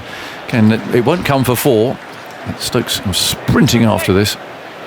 And he's being very careful of his knee too, because we saw at Trent Bridge that That really caused him trouble. And he said, oh, no, it's all right, often does that. And it happened again when he was fielding this afternoon. Like he was on Strictly Come Dancing for a moment. Knee going all over the place, but it just seems to click back into place again. But he was very careful there, the way he picked the ball up. You can see him now, his hands on that knee. He's made of strong stuff though, Ben Stokes. Potts. Balls to Rivera outside the off stump, it kept very low. Very low. Yeah, it's the first time we really see that. Ball not carrying through to the keeper. You were mentioning about diving and soft outfields. There has been a lot of rain over the last day and a bit here at Lord's, so want to make sure that you're careful. We've had old Alan Donald being our fast bowling coach. He had to believe that fast bowlers will never slide. Is that what did he? Well, he was always sensible, Alan. Then goes Potts, bowls on the off stump, played off the front foot to mid off.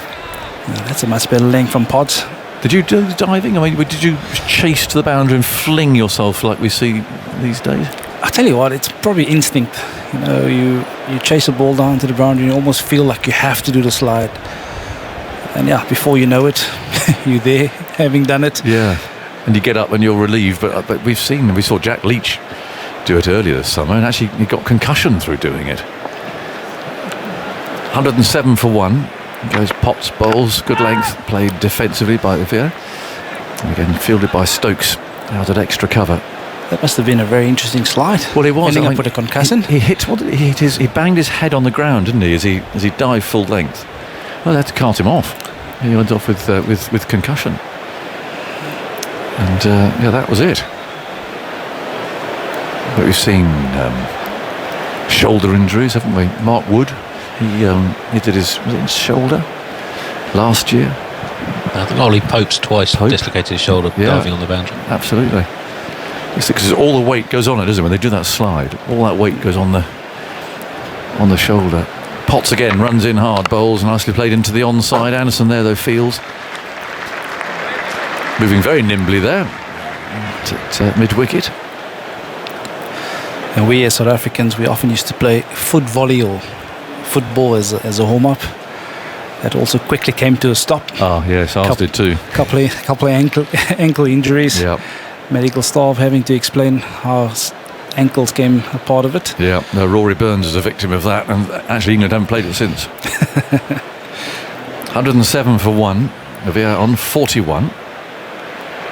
And Potts on the back foot, plays that away into the onside of the single for Rivera. I remember that over ends watching India here warming up with a football match, and I was with Sunil Gavaskar down there. And I said, what do you think of this then, warming up with the football, Sonny? And he said, when I see the German football team warm up before a match playing a game of cricket, I think it's all right.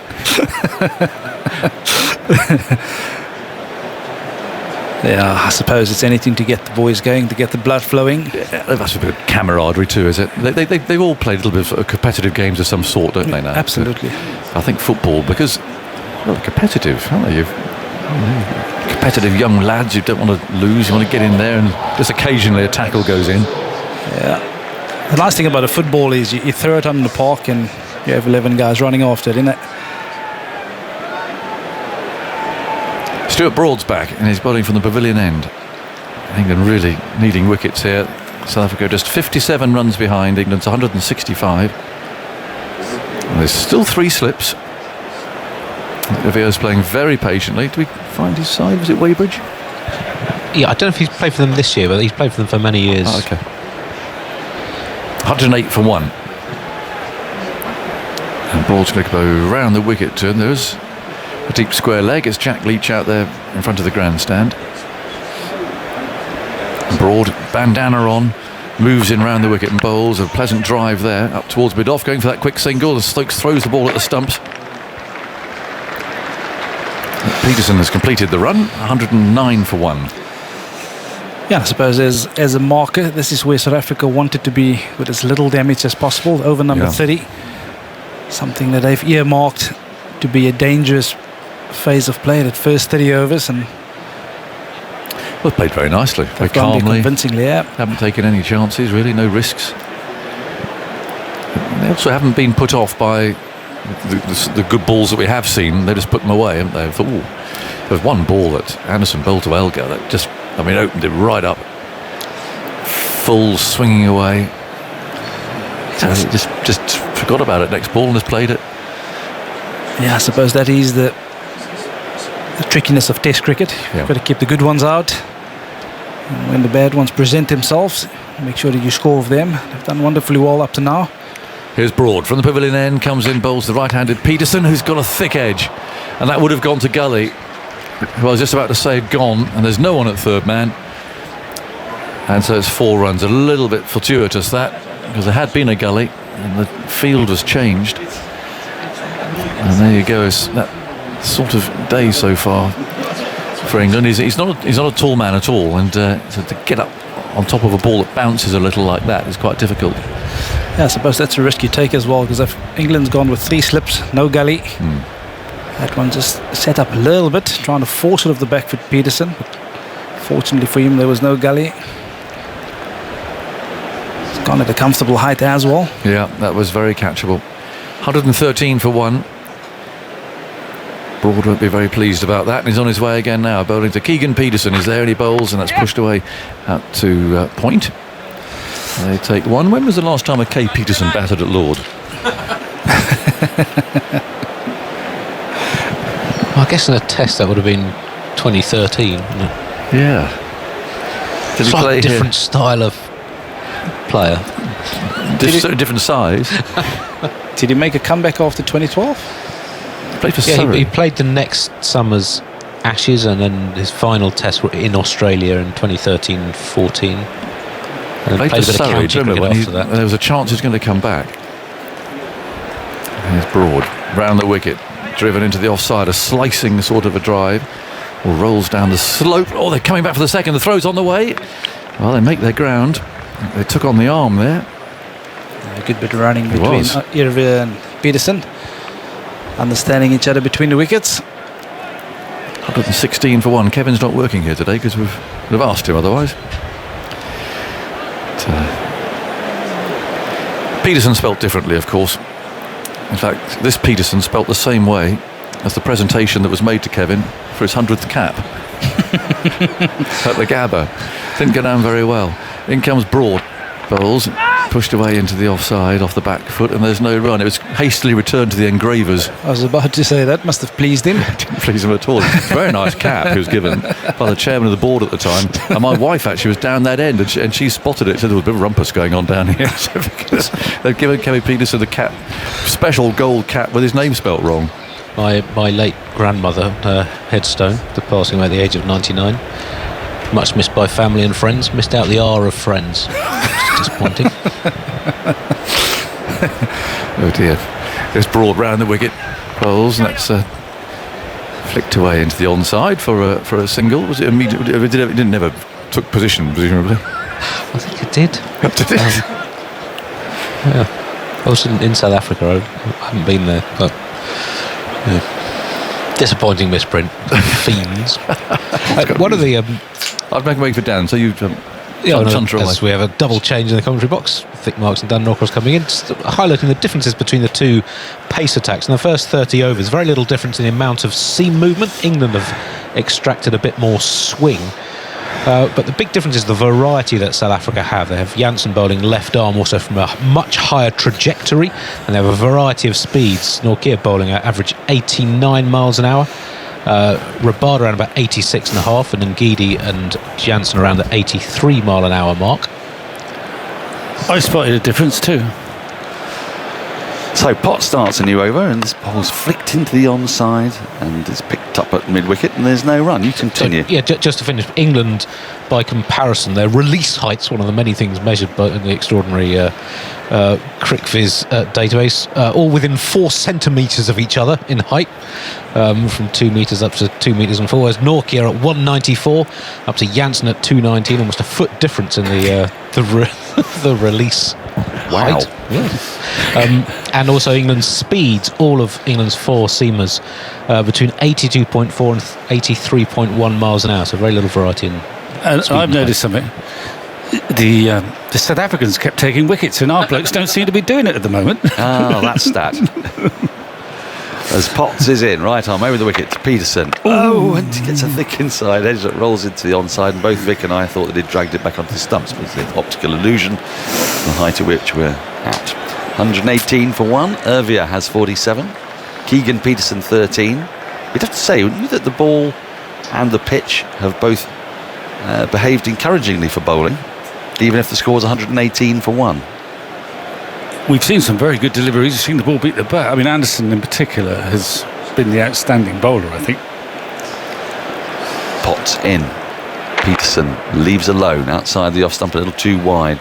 There's no run. Potts has not been quite on it yet, has he? You said that he'd played Andy a game towards the back end of July, but he came into his first test on a run of matches, and then obviously the way the season is constructed, he didn't play a great deal of red ball cricket. Then he would have got what, two or three games in July. Did he get two? Just one county match in Just between one. the India Test and this one. Played a couple of games in the 100, and that one Yes. day international and had to go off due to heat.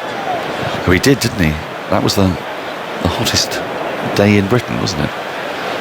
As Potts is in, and Peterson leaves alone again. A ball that just does shape ever so slightly down the slope into the gloves of folks. Still got 4 slips in place. Well, that's the thing I was going to comment on. You know, it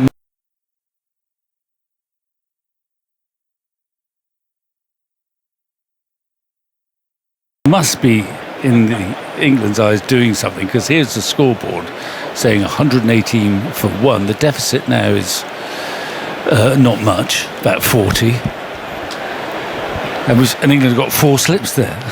Well, and I'm, you know, and some part of me is thinking, in a very non-modern fashion, we've made it too easy for them to pick up runs. Potts into Peterson, gets a thick edge, looking to work the ball into the onside. It squirts away through deep backward point, and they'll get another couple of runs, 120 for one. But you see, Victor, you yesterday at almost exactly this time, talked about in positing your theory, situations when you put on your Anne Elk hat and gave us your theory, and you said that when they find themselves in a situation and they're asked to make a decision, they got to take the bold course, which is what they're doing. I think you nailed it. Yeah. I do remember, I mean, this is not entirely new. I remember playing with Ian both at county level, and he'd go for 16 and over, and it was, we all suggested a field change might be a good idea. Potts in from the nursery end. Peterson pushes forward in solid defence back to the bowler.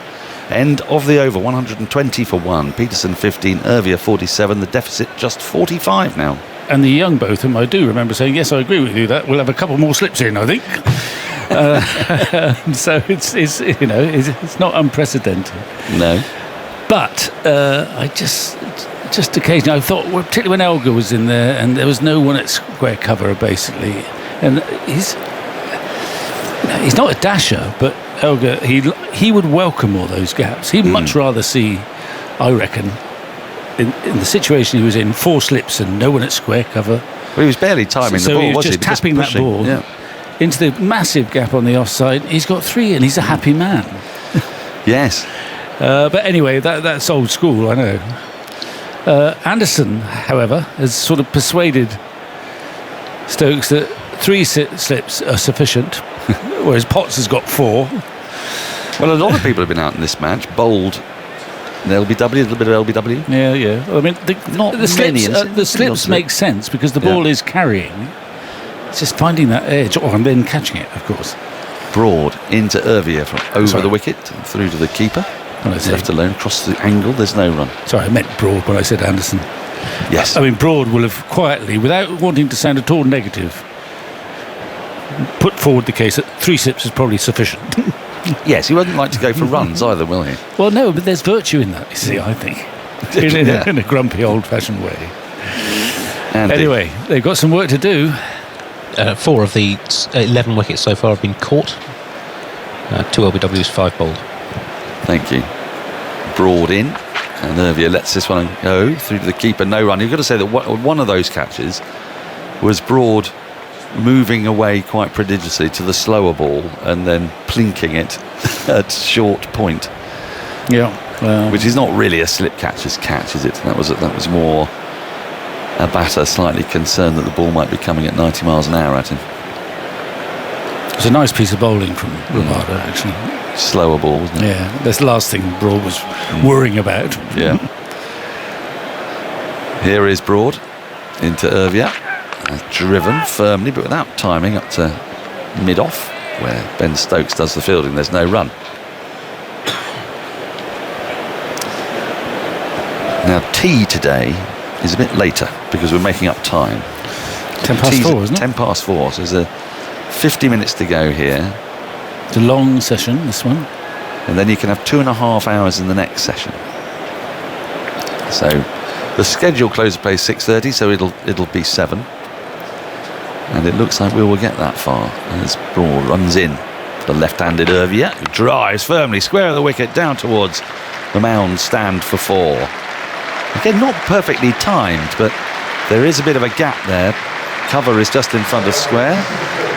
And with that 4, Sorrel Irvia picks up 50. Moves to 51 here at Lord's. It's been a pretty good knock, you'd have to say. He's ridden his luck a little bit. There have been some very fine balls that have beaten him, but for the most part, he's looked solid. He's done a good job as an opener. 89 balls, 6 4s. It didn't speed away, but he got enough bat on it. It goes down that hill very quickly. He beat the field. The outfield's felt a little bit slower. Well, only by Lord's standards. By Lord's standards, yeah. Broad into Irvia, who pushes into the offside, fielded by Pope in the covers. And there's no one, especially going up the hill. It was noticeable yesterday, before the rain happened. We saw a lot of those 3s going up the slope towards the grandstand. Yeah, still like a sort of massive bowling green, though, isn't it? The outfield here now. Here and the Oval are the only 2 spaces that are green in all of London at the moment. And they are very green indeed. They obviously weren't green at the Oval in 1976. No, they weren't. No. Broad in. Covers up in defence, gets a thick inside edge, it bounces off his pads, and goes out into the offside. And there's no run. England have got work to do here. They still need 9 wickets. South Africa are just 41 runs behind. Andy. Yeah, Owe's half century's second 50-plus score in just his 5th test. The other was 108 against New Zealand. A late bloomer, as we were discussing earlier on in first-class cricket. He's played over 100 games, averaging 39. But since January of 2020, averaging just over 50. He'd averaged 35 before that. Scored 6 of his 1100s in the last 2.5 years. A very long first-class career. So coming good. Who was your quintessential late bloomer in your generation? David Steele. Well, David Steele, you've plucked David Steele from there, and he was my first pick. He was over 30, 32, 33 probably. Averaging 31 for Northants, I think, at the time. Plucked out by Tony Gregg in 1975 and played heroically. And was very miffed not to get picked for the Indian tour after he'd waded against Lillian Thompson in the West Indies and averaged about 76-7, and then he was not renowned as a great player of spin. He wasn't that bad. Potts into Keegan. Peterson, that goes slightly away from him, but it's too wide of off stump to tempt the shot. Goes through the Folkes and there's no run. So he'd taken all the muck and bullets against the pacemen of Australia and West Indies. Didn't make the trip to India. David Smith of Surrey was like that. They used to pick him just against the West Indies. Yeah. It seemed that's not the sort of specialism you want to be known for. No, you'll be quite good against Patrick Patterson, I think. Yeah. Not so much against Bishan Bedi. I think I'd rather see. This Potts is in. It's defended to the offside, pushed to short extra cover. There's no run. You sort of rather fail against Bedi than succeed against Patterson. There must have been others. I'm just trying to think who they are. Well, in a way, someone like Mike Hussey. I mean, I don't know when he played his first test match. 28, was he? Something like that. But he then had a prodigious career. Adam Voges was relatively late as well. That's right. Yeah. Well, Aussies seem to be able to do that with batters. Well, they always used to be very young, the Aussies, but increasingly they got older and older. Yeah. Potts in. That's beautifully driven. Lovely, lovely shot. through the covers. There's a massive gap between backward point and short extra cover. It was a long half volley indeed, but Peterson has got a beautifully languid approach to the ball, and he just placed bat on ball, held the pose a little bit, and sent the ball pinging to the Mound stand boundary. 128 for one. I mean, I'm just observing that Stuart Broad, 100 and whatever it is test matches, 500 is bowling with 3 slips. Potts, raw novice from it, he's got 4 slips. Potts in, that's jabbed down on, back of the square on the onside, pursued by Folks. They get through for a single, 129 for one. Do you think... I think Broad's got the right feel. Yes. Well, it's starting to get a little bit baffling. I get the positive vibe, but a lot of these runs are runs that would be saved with an extra fielder in the covers, perhaps. Yeah. Frequently, the thing is, we can't have it both ways, because we do occasionally complain when we see the deep point goes out. Even for a new batter. But it's the way they're going to play. There's a deep forward square leg, almost deep mid-wicket for the left-handed Irvia as Potts is in, and he pushes forward in slightly hesitant defence and guides the ball to backward point. We've had that position pretty much throughout, where Ollie Pope is stationed at the moment. And yesterday there was a peculiar sight of Marco Jansen being just a little weirdly deeper. Yes, behind the slips. Deepest sort of gully, wasn't he? Yeah. I suppose for the flashing blade drive, I guess. I think Alistair Cook posited it's because he's 6'8". You can go a bit deeper. Potts in down the leg side. That's climbed and flown into the gloves of Folks, moving smartly to his right. 129 for one. 34 overs have been bowled. There's still life and juice in the pitch and the ball, but at the moment England's bowlers are not really disconcerting the South Africans. Irvia has 51. Keegan Peterson is starting to look nicely fluent on 20, and he's 102 in 22 overs since lunch, just the 1 wicket. Really? That's Bazball. In reverse, is it? Well, I don't know. I mean, it's 4.5 and over. I mean, but I think the point that Victor you're making is it's 4.5 and over because of the field. Well, in part because of the field, and in part I think England. I mean, it's very frustrating when we have seen movement out there. The ball last one zipped through. Been lovely to It's right very hander, frustrating when you're out there and you know the ball is doing something. Ergo, you keep these attacking fielders in, but you're not getting any wickets, and you get impatient and you start straining.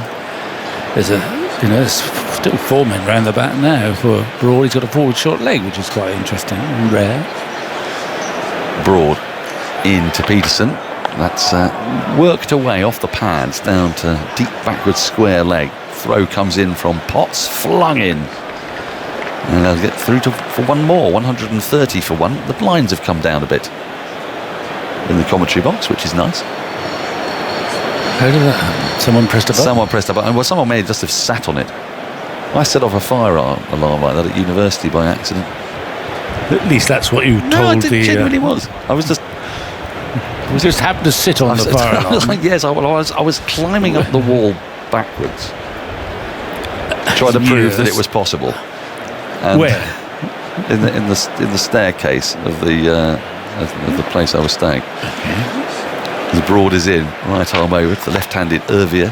No, the thing about a single, it's not there. Broad hit the stumps. He's missed the stumps, and it's going to go for 4. Well, I think it is going to go for 4. It's running up towards the pavilion boundary. It might just get there, it might not. But what happened was that no, it's not going to get there. They'll get through for 3. So the ball was tucked into the onside. There was no way there was a run there. Peterson came hurtling down. He was 2/3 of the way down. Broad had all 3 stumps to aim at, running through in his follow-through, turned, shied at the stumps, and he couldn't hit one of them.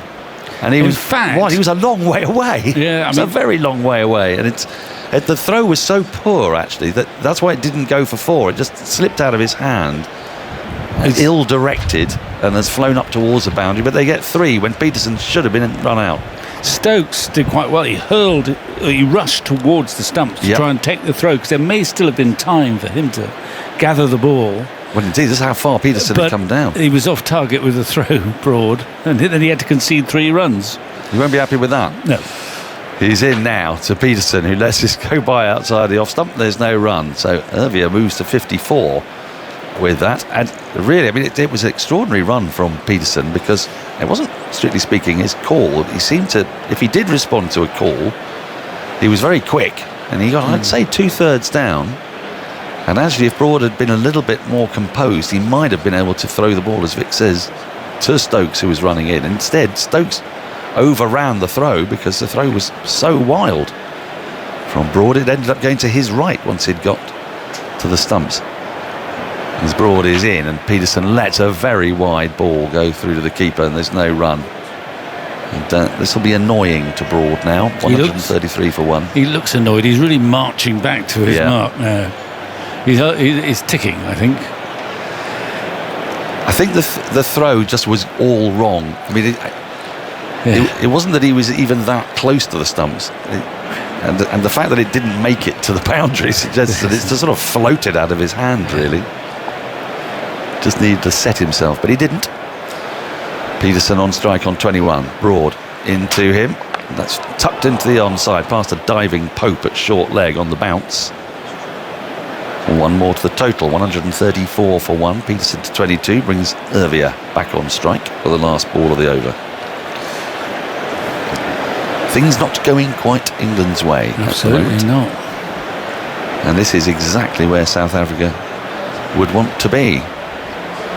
We put England in yesterday, picked up 4 wickets today. You can see those wickets in play clips and highlights on the BBC Sport website and app. And tonight, highlights on BBC 4 at 7 o'clock. As Broad is at the top of his mark. Great charades from my producer there. Thank you very much. Ervia faces and pushes at this outside the off stump. Look, perilously close to the edge. It misses it. That is symptomatic of Broad's day. Could have had 2 wickets in that over. Could have run out Peterson. Could have had Ervia there. But he doesn't. Ervia survives. And the score is 134 for one. It feels like a time for a change in the commentary box. Simon Mann's walking towards us. Victor, what do England need to do to change this around?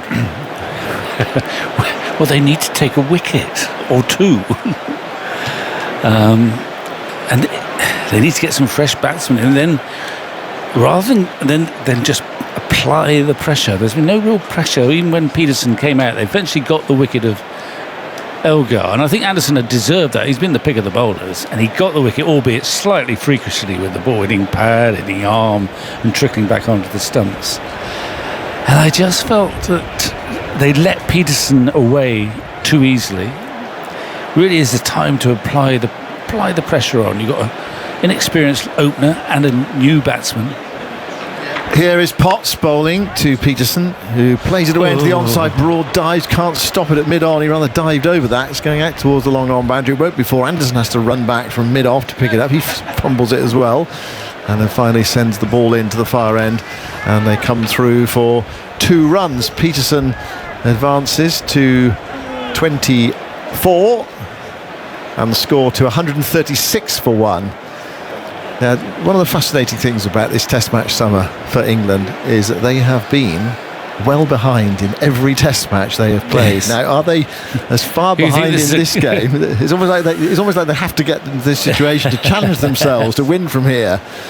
Potts bowls to Peterson outside the off stump. Peterson lets it go by. It's taken by Folkes. I'm just trying to think of some of the holes they have found themselves in this summer. My feeling is, although Andy will be able to give us chapter and verse, that they are in a bigger hole now than they've been in throughout the rest of the summer.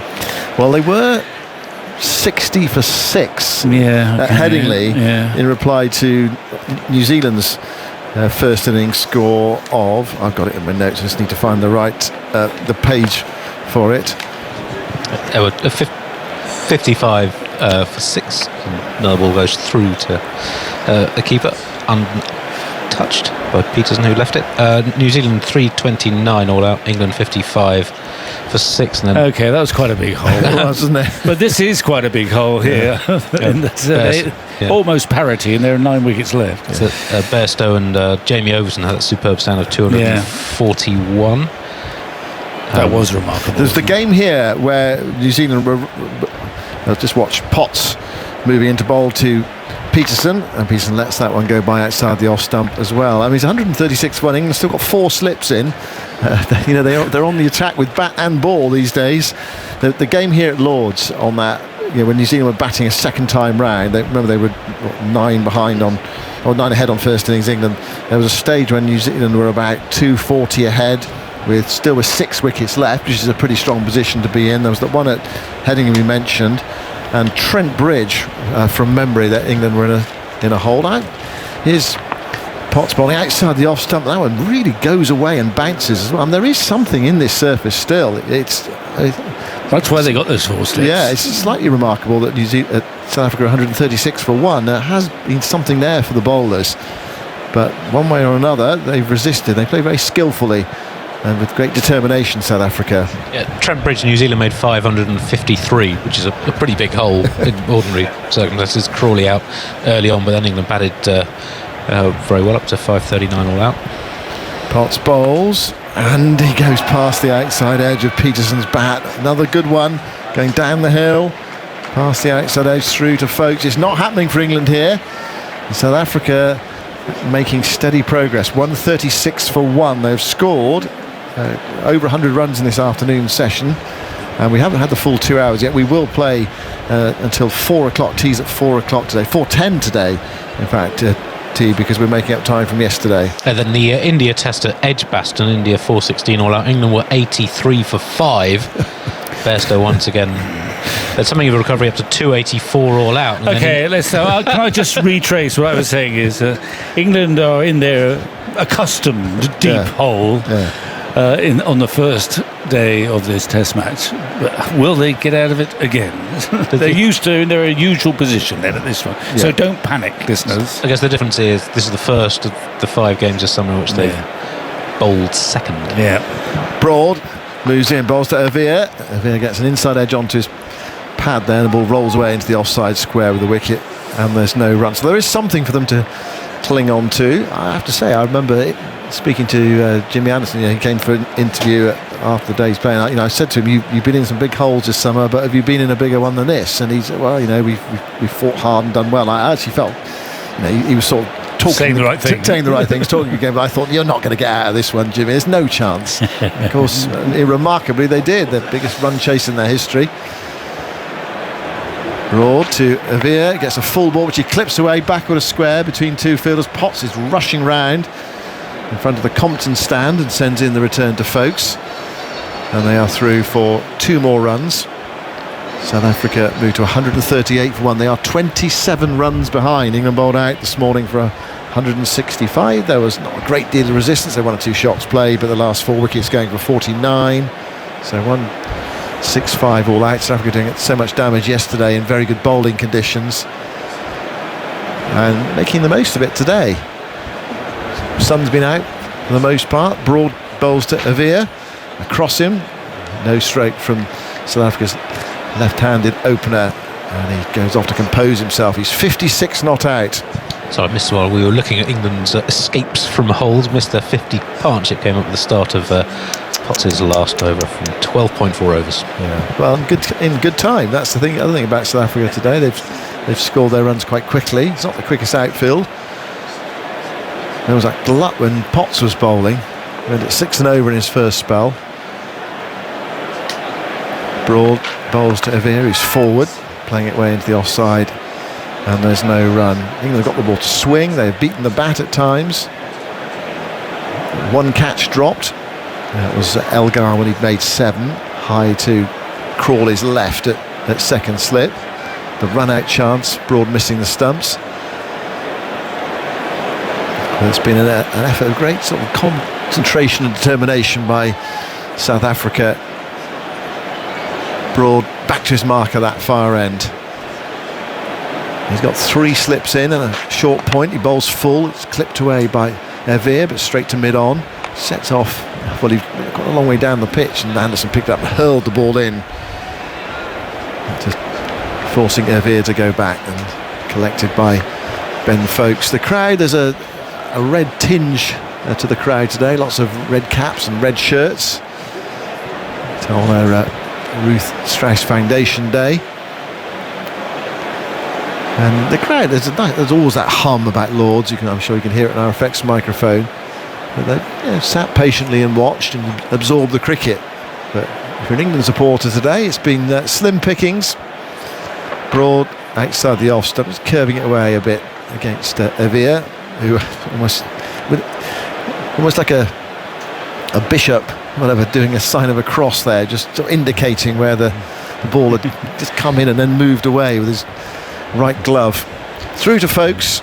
End of Broad's over. 12 overs, one made, no wicket for 47.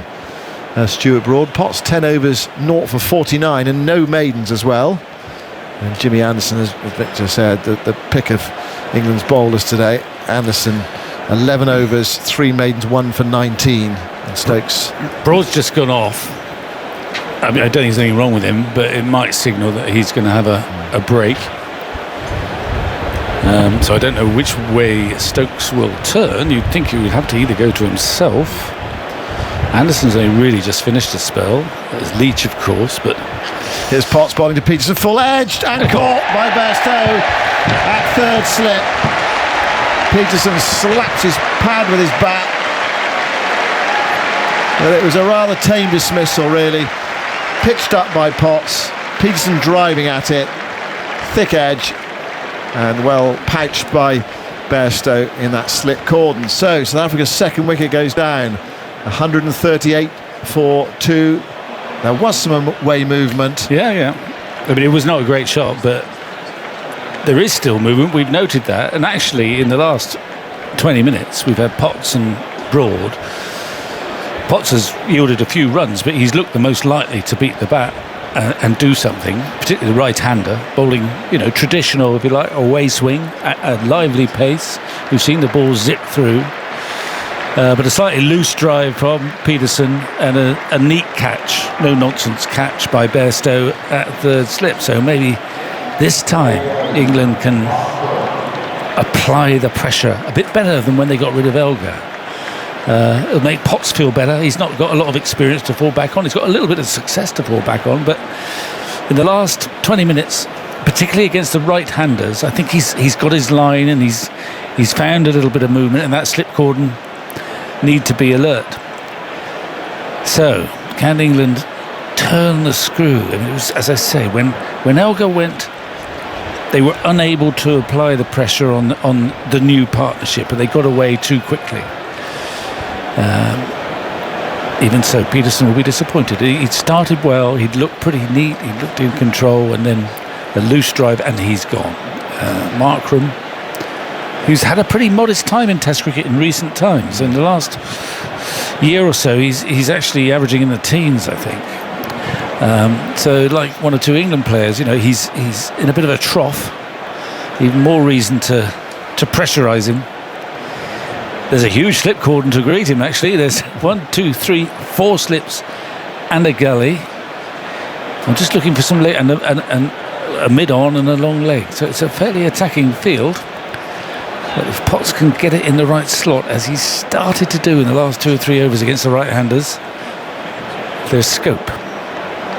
Yes, only Markram's second Test match against England. He played at Centurion when they won South Africa. That first match of the last series. He made 20 and 2. He's got 5 Test hundreds, but not great recently. Here's Potts to bowl to him outside the off stump. It's quite low, moving away from Markram and let it go by. He made a fine start to his Test career. He was in the South African touring party in 2017, but didn't play the Test, though he did drop Joe Root as a sub-fielder on the first day of the series here at Lords, and Root went on to make 190. In his first 10 tests in the 17-18 international season, he made 1,000 runs exactly at average 55 with 4 centuries, but in 21 matches since then. Here's Potts going into bowl to Markram. Markram is getting his first run here. Controlled edge along the ground to the right of gully, down towards deep third. Comes back for 2 runs, 140 for 2. And Markram off the mark with a 2. Yeah, in 21 matches before this one, since then, just 973 more runs at 25 with just 1 century. And he's in the last 18 months, he's played 7 7 tests, scored 213 runs at 16 and no other red ball cricket. Yeah, he has been playing here in the white ball matches. He did get runs in the Lions match as well. Potts bowls wide of off stump. Markram allows that to go by. I think he made 88 not out, didn't he, in a very poor effort in the second innings from the South Africans. He got a few, the rest didn't get very many. So this is the first time he's batted outside the top 3 in tests. He's played the vast majority of his international and domestic cricket as an opener.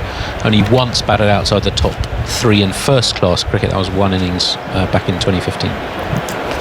Alistair Cook is here. 140 for 2. South Africa are 25 runs behind. England got a wicket.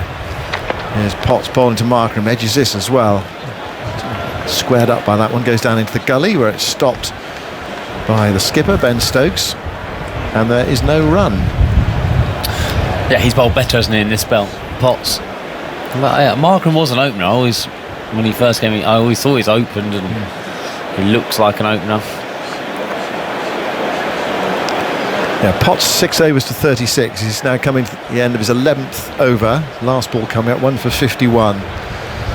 He's in bowls to Markram. That seems to sort of go in with the angle and leave him, then swing away. Successful over for Matthew Potts. Just in time for England. They needed that breakthrough. They need 2 or 3 more quite quickly, actually, to get themselves back in the game. South Africa still in a strong position and threatening to get a decent lead. 140 for 2 with 25 minutes to go until tea on this second day. Still 45 overs left in the day's play, in theory. Well, that wicket's kind of ruined Jack Leach's chance to bowl. I think he was just about to come on. Ben Stokes has turned back to James Anderson to bowl from the pavilion end. I think it's the right call. England desperately need this one wicket to bring 2 or 3, don't they, to get back into the game. So you bring your best bowler on. Let's see whether this next 25 minutes before tea can grab 2 more.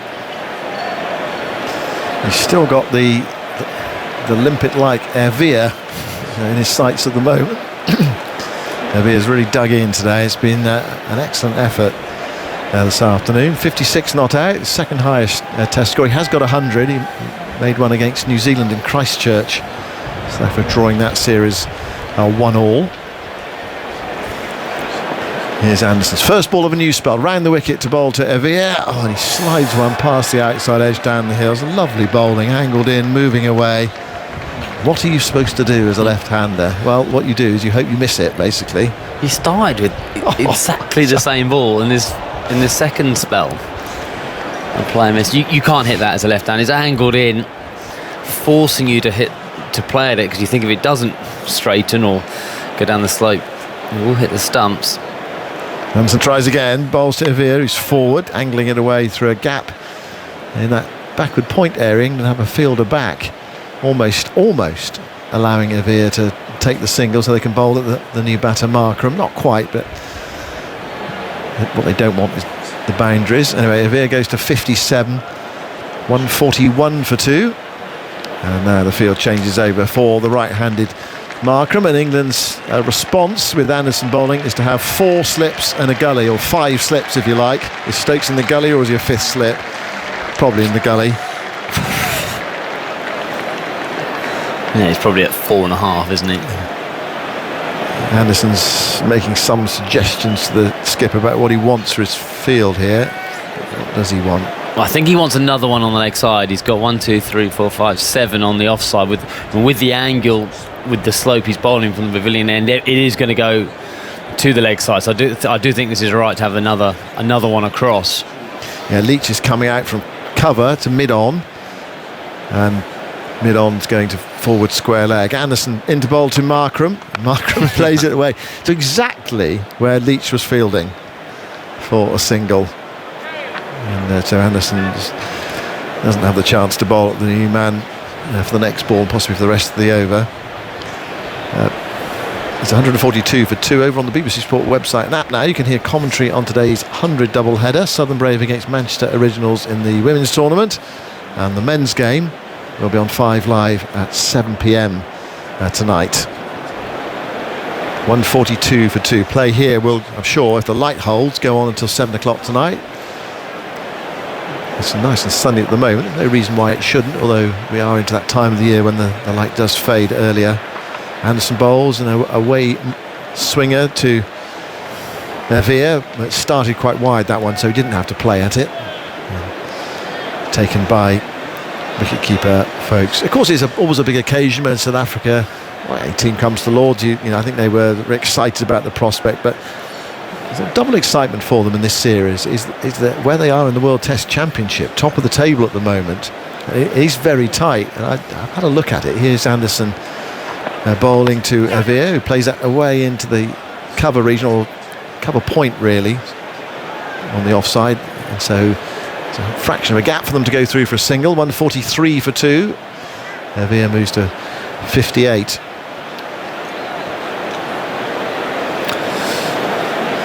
So in the Test Championship, then, is it every 2 years? Yeah, so we're in the cycle mode, but basically I was going to make that point, but I've booted off. I think I've got to go somewhere else. To TV highlights. Let me do this one ball. Here goes Anderson bowling to Markram, and Markram lets it go, and it's through to Ben Folkes. Anyway, more on the World Test Championship a bit later, another time. Here's Aggers coming in. Can't wait for that, Simon. I think we are on together later, unfortunately, so that you can talk me through it there at 6 o'clock. Yeah, there's a bit of confusion here, and this box. Aggers is pulling his weight, throwing his weight around as the team leader. Get out of my chair. I'm not guilty. It's well, everyone's double heading up with TV highlights, and Simon's needed on there. So there we go, 143 for 2, and we're heading towards tea-ish, and then we're going to be hearing all about the opening of the Rachel Hayhoe Flint Gate yesterday. So her son Ben has been here. Chat about that. In the meantime, where are England going to get another wicket from? Taken 2 so far, but still a way to go. 3 slips waiting as Potts moves in, bowls to Ovia, and that's clipped away out to mid-wicket. Grown in confidence, hasn't he?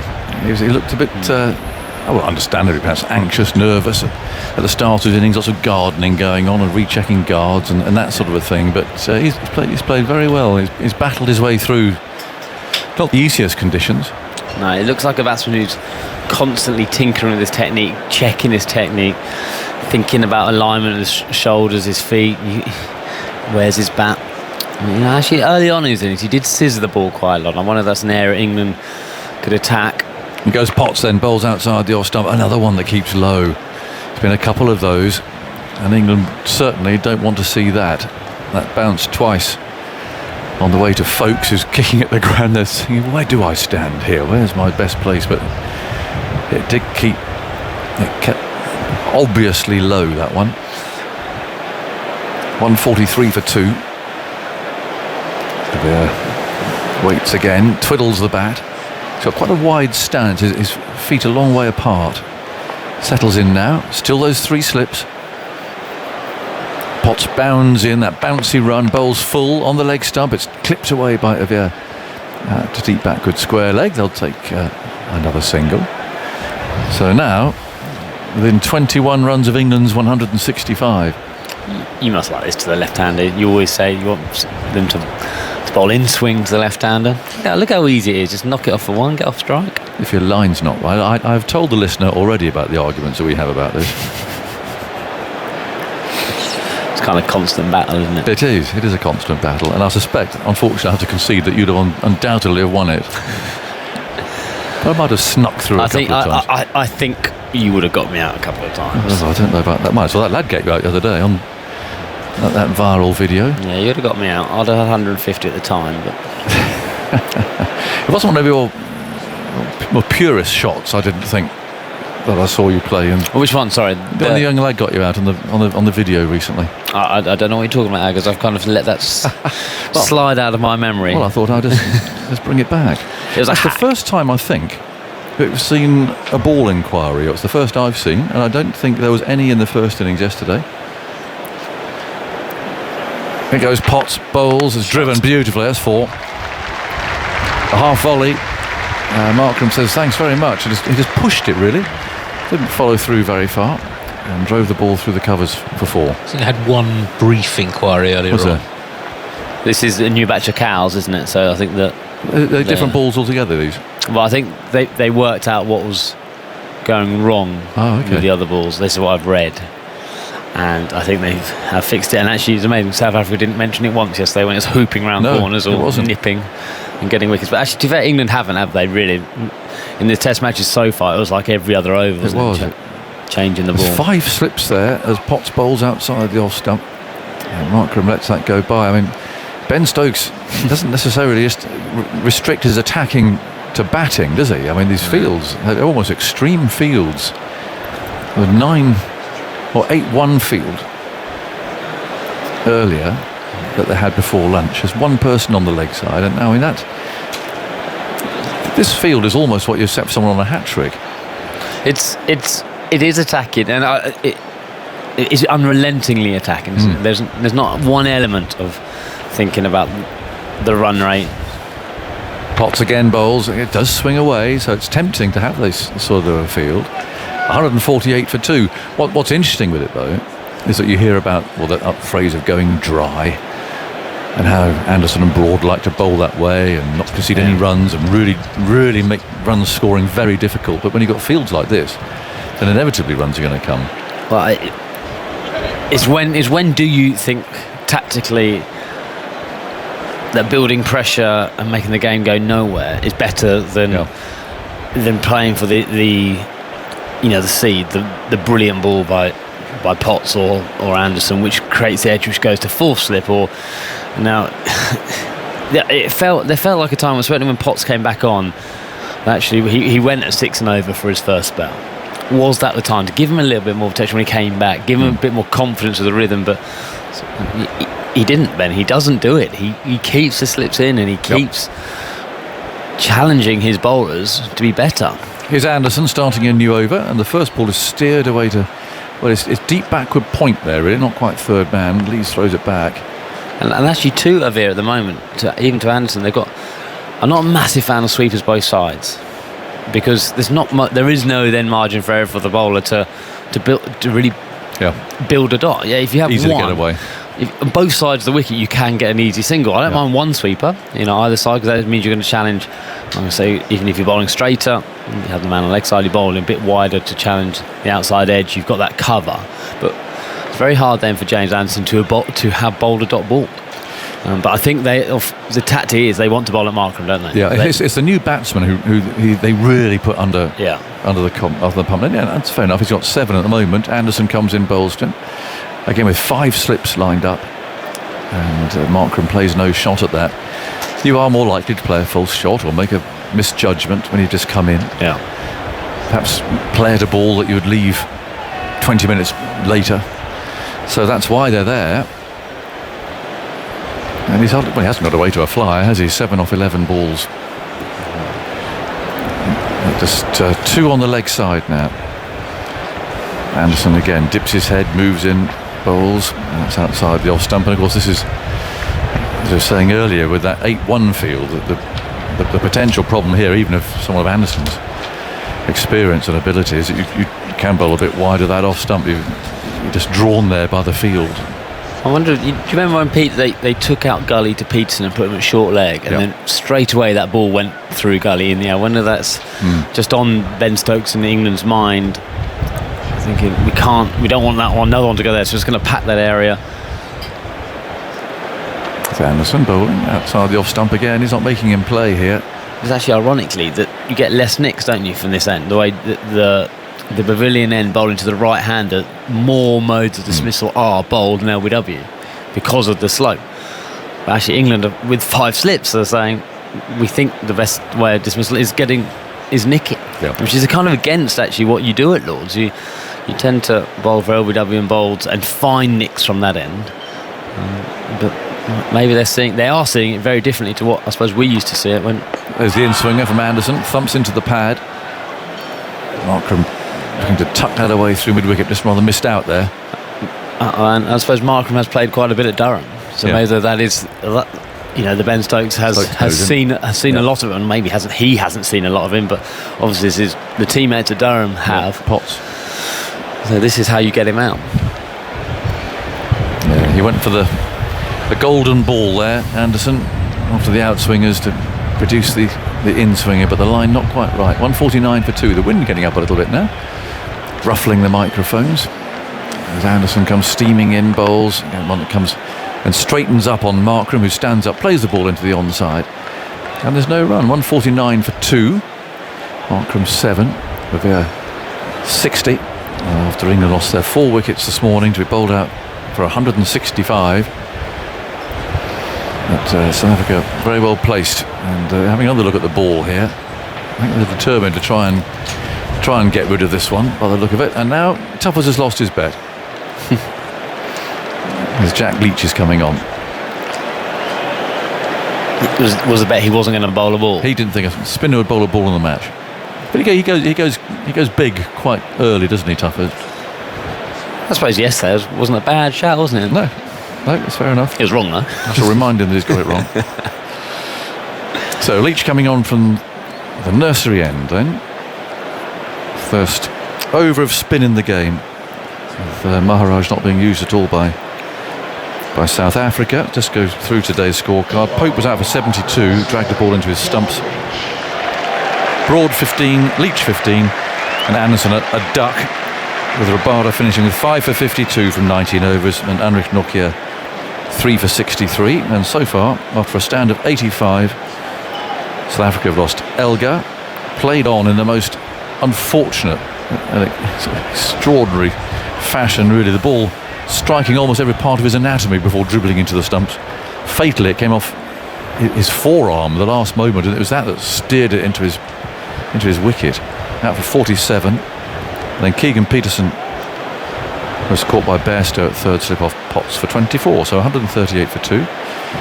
Now 149 for 2 as Jack Leach comes on to bowl his left arm spin with a slip and forward short leg. And he's bowling to the left-handed Ovia.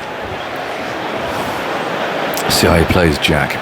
Any rough out there, I wonder. First ball's outside the off stump, and Ovia leans on it. And it's picked up there in the offside. So there's a deep square leg there for the sweep shot, and so Bairstow at short fine leg. There's a mid-wicket mid-on, and there's 3 in the offside plus a slip as Leach bowls. Oh, that might have straightened a little bit. It's a beautiful leg before wicket, but he's outside the line of the off stump. Well, that might have just landed in the rough. Given Navir something to think about. I wonder if that just clipped foot. Oh, it's turned big. It did. It's turned very big. Right, he landed it perfectly in the footmark. Leach again bowls, and he comes down the pitch now. Navir is unsettled and gets in a bit of a tangle trying to kick that away. Short legs waiting there. Pope. And now Bairstow comes up from short fine leg. They're catching the leg side as well. I'm not a big fan of that decision, actually, because I think this would encourage him to play the sweep, because it's a bit of a free shot without the 45, the top edge. Which bowls to him, and he just leans forward this time and plays that comfortably back to the bowler. And you want Jack Leach to keep bowling into that rough, don't you? You don't want him to have to fire it in straight. Keep bowling that ball he bowled, the second ball, that line. Leach again. Bowls, and so round about that foot mark. Let's play carefully out to cover. What are you thinking as left-hander then? You've had one spit out of the rough. What are you thinking? Well, if it's turning consistently, then you take the option of the sweep to left armour out the rough. There's Leach bowling, and straightened a little there, but an encouraging over for Leach, definitely, with some spin there out of the footholes. Nothing really off the pitch itself. 149 for 2, but that sweep shot there for, I mean, you're able to knock him off his line. Well, I think so if it's turning big out the rough and you think, well, it's a bit of you and me, I have to put a bit of pressure back onto the bowler. You can't just let him bowl into that rough without playing an attacking shot.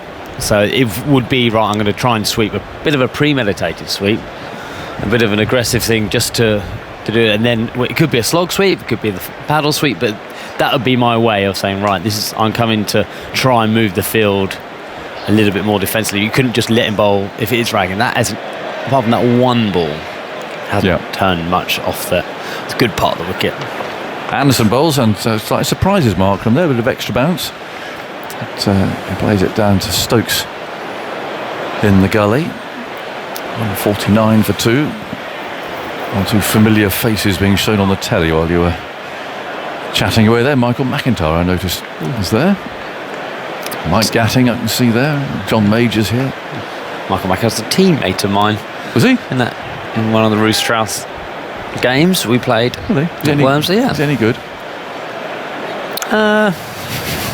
He was excellent. Was he? No. No. 149 for 2. 5 slips waiting. Anderson comes in, bowls. He's drilled him through cover for 4. He didn't just drive it, he drilled it. He really hit it hard with a lot of intent.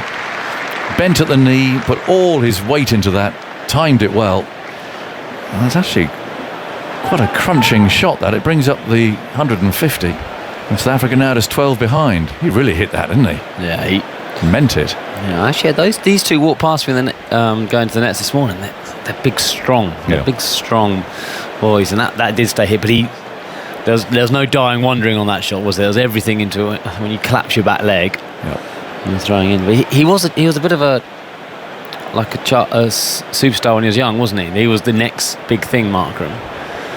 Hasn't quite, I suppose, yet delivered on that. Anderson bowls outside his off stump, and he lets it go this time.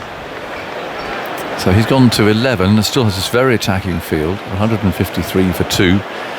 T less than 10 minutes away now. And Ben Stokes has dropped his trousers.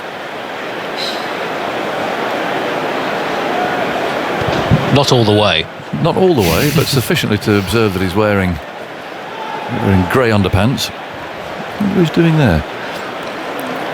Rearranging. Yeah. 153 for 2. In comes Anderson. Bowls. Oh, ball that swung. Anderson looks skywards and rather slumped shoulders. It was much fuller than the else's bowled, but that really swung. It went late and almost bowled Markram. What a ball that was! It absolutely squared him up. Been a little bit like this from England today, hasn't it? Some balls which have been absolutely unplayable, followed by some inconsistent bowling. Oh, what's happened there? Anderson was going to come in and bowl, and then aborted. The umpire Menon nipped in there and said no. So they're going to go back and try again. The sun fully out now. It's very bright. 153 for 2. Anderson moves in again, those arms pumping, he bowls, and that's exactly what you were saying. It was on the leg stump now and has turned away for an easy single. They haven't really put 2 balls in the same place, really. They've built some lovely deliveries, but they haven't been consistent today. And you made the point this morning that the lack of bowling that Anderson and Broad have had since the India Test. I mean, I know Broad's been on holiday, a summer break overseas. I mean, what else is he supposed to do? He's not involved in anything, so he had a break. I know it's hindsight whether they could have gone down and had a day and a half in that Lions game. Yeah. It wasn't a first-class game, so... Well, isn't this where the scheduling has to... It's things like that Andrew Strauss's scheduling has to look at, isn't it? That you can't have frontline, or shouldn't have frontline England players doing nothing. But they did have an opportunity to play. Yes, indeed. There's Anderson bowling on the off stump. That's played down to mid-off. And it ends the over at 154 for 2. Markram has 12, Avia has 60. Anderson pulls his cap on, but if there's something going, some form of cricket that has the best available against the best available at that time. Yeah, it doesn't make too much sense if you're playing a test match and there's 0 first-class cricket going on for the next 3.5 weeks. Yeah. In case of injury, form. But I thought that Lions game was when it was first announced. It was 11 aside and. Yeah. First-class status. Then you wouldn't want Broad, Anderson, Potts bowling, or whoever's going to be in this game, because you're playing in 3 back-to-back games, which we all know. Actually, that's when injuries do occur, when the bowlers go into the red zone, as they call it, when their workload spikes. But actually, South Africa played 14, didn't they? Yes, exactly. And actually, England, I think, might have missed a trick there. Well, they're trying to encourage Broad or Anderson to go to Canterbury for a couple of days to bowl. Yeah, I'm not sure that we've got down very well. Here's Leach bowling, a ball that just straightens a little. He's bowling to the right-handed Markram now. That was just outside the off stump. A little hint of turn from the left arm spinner, giving it a bit of a flick. It just straightened ever so slightly. Still a short leg. It's Leach again.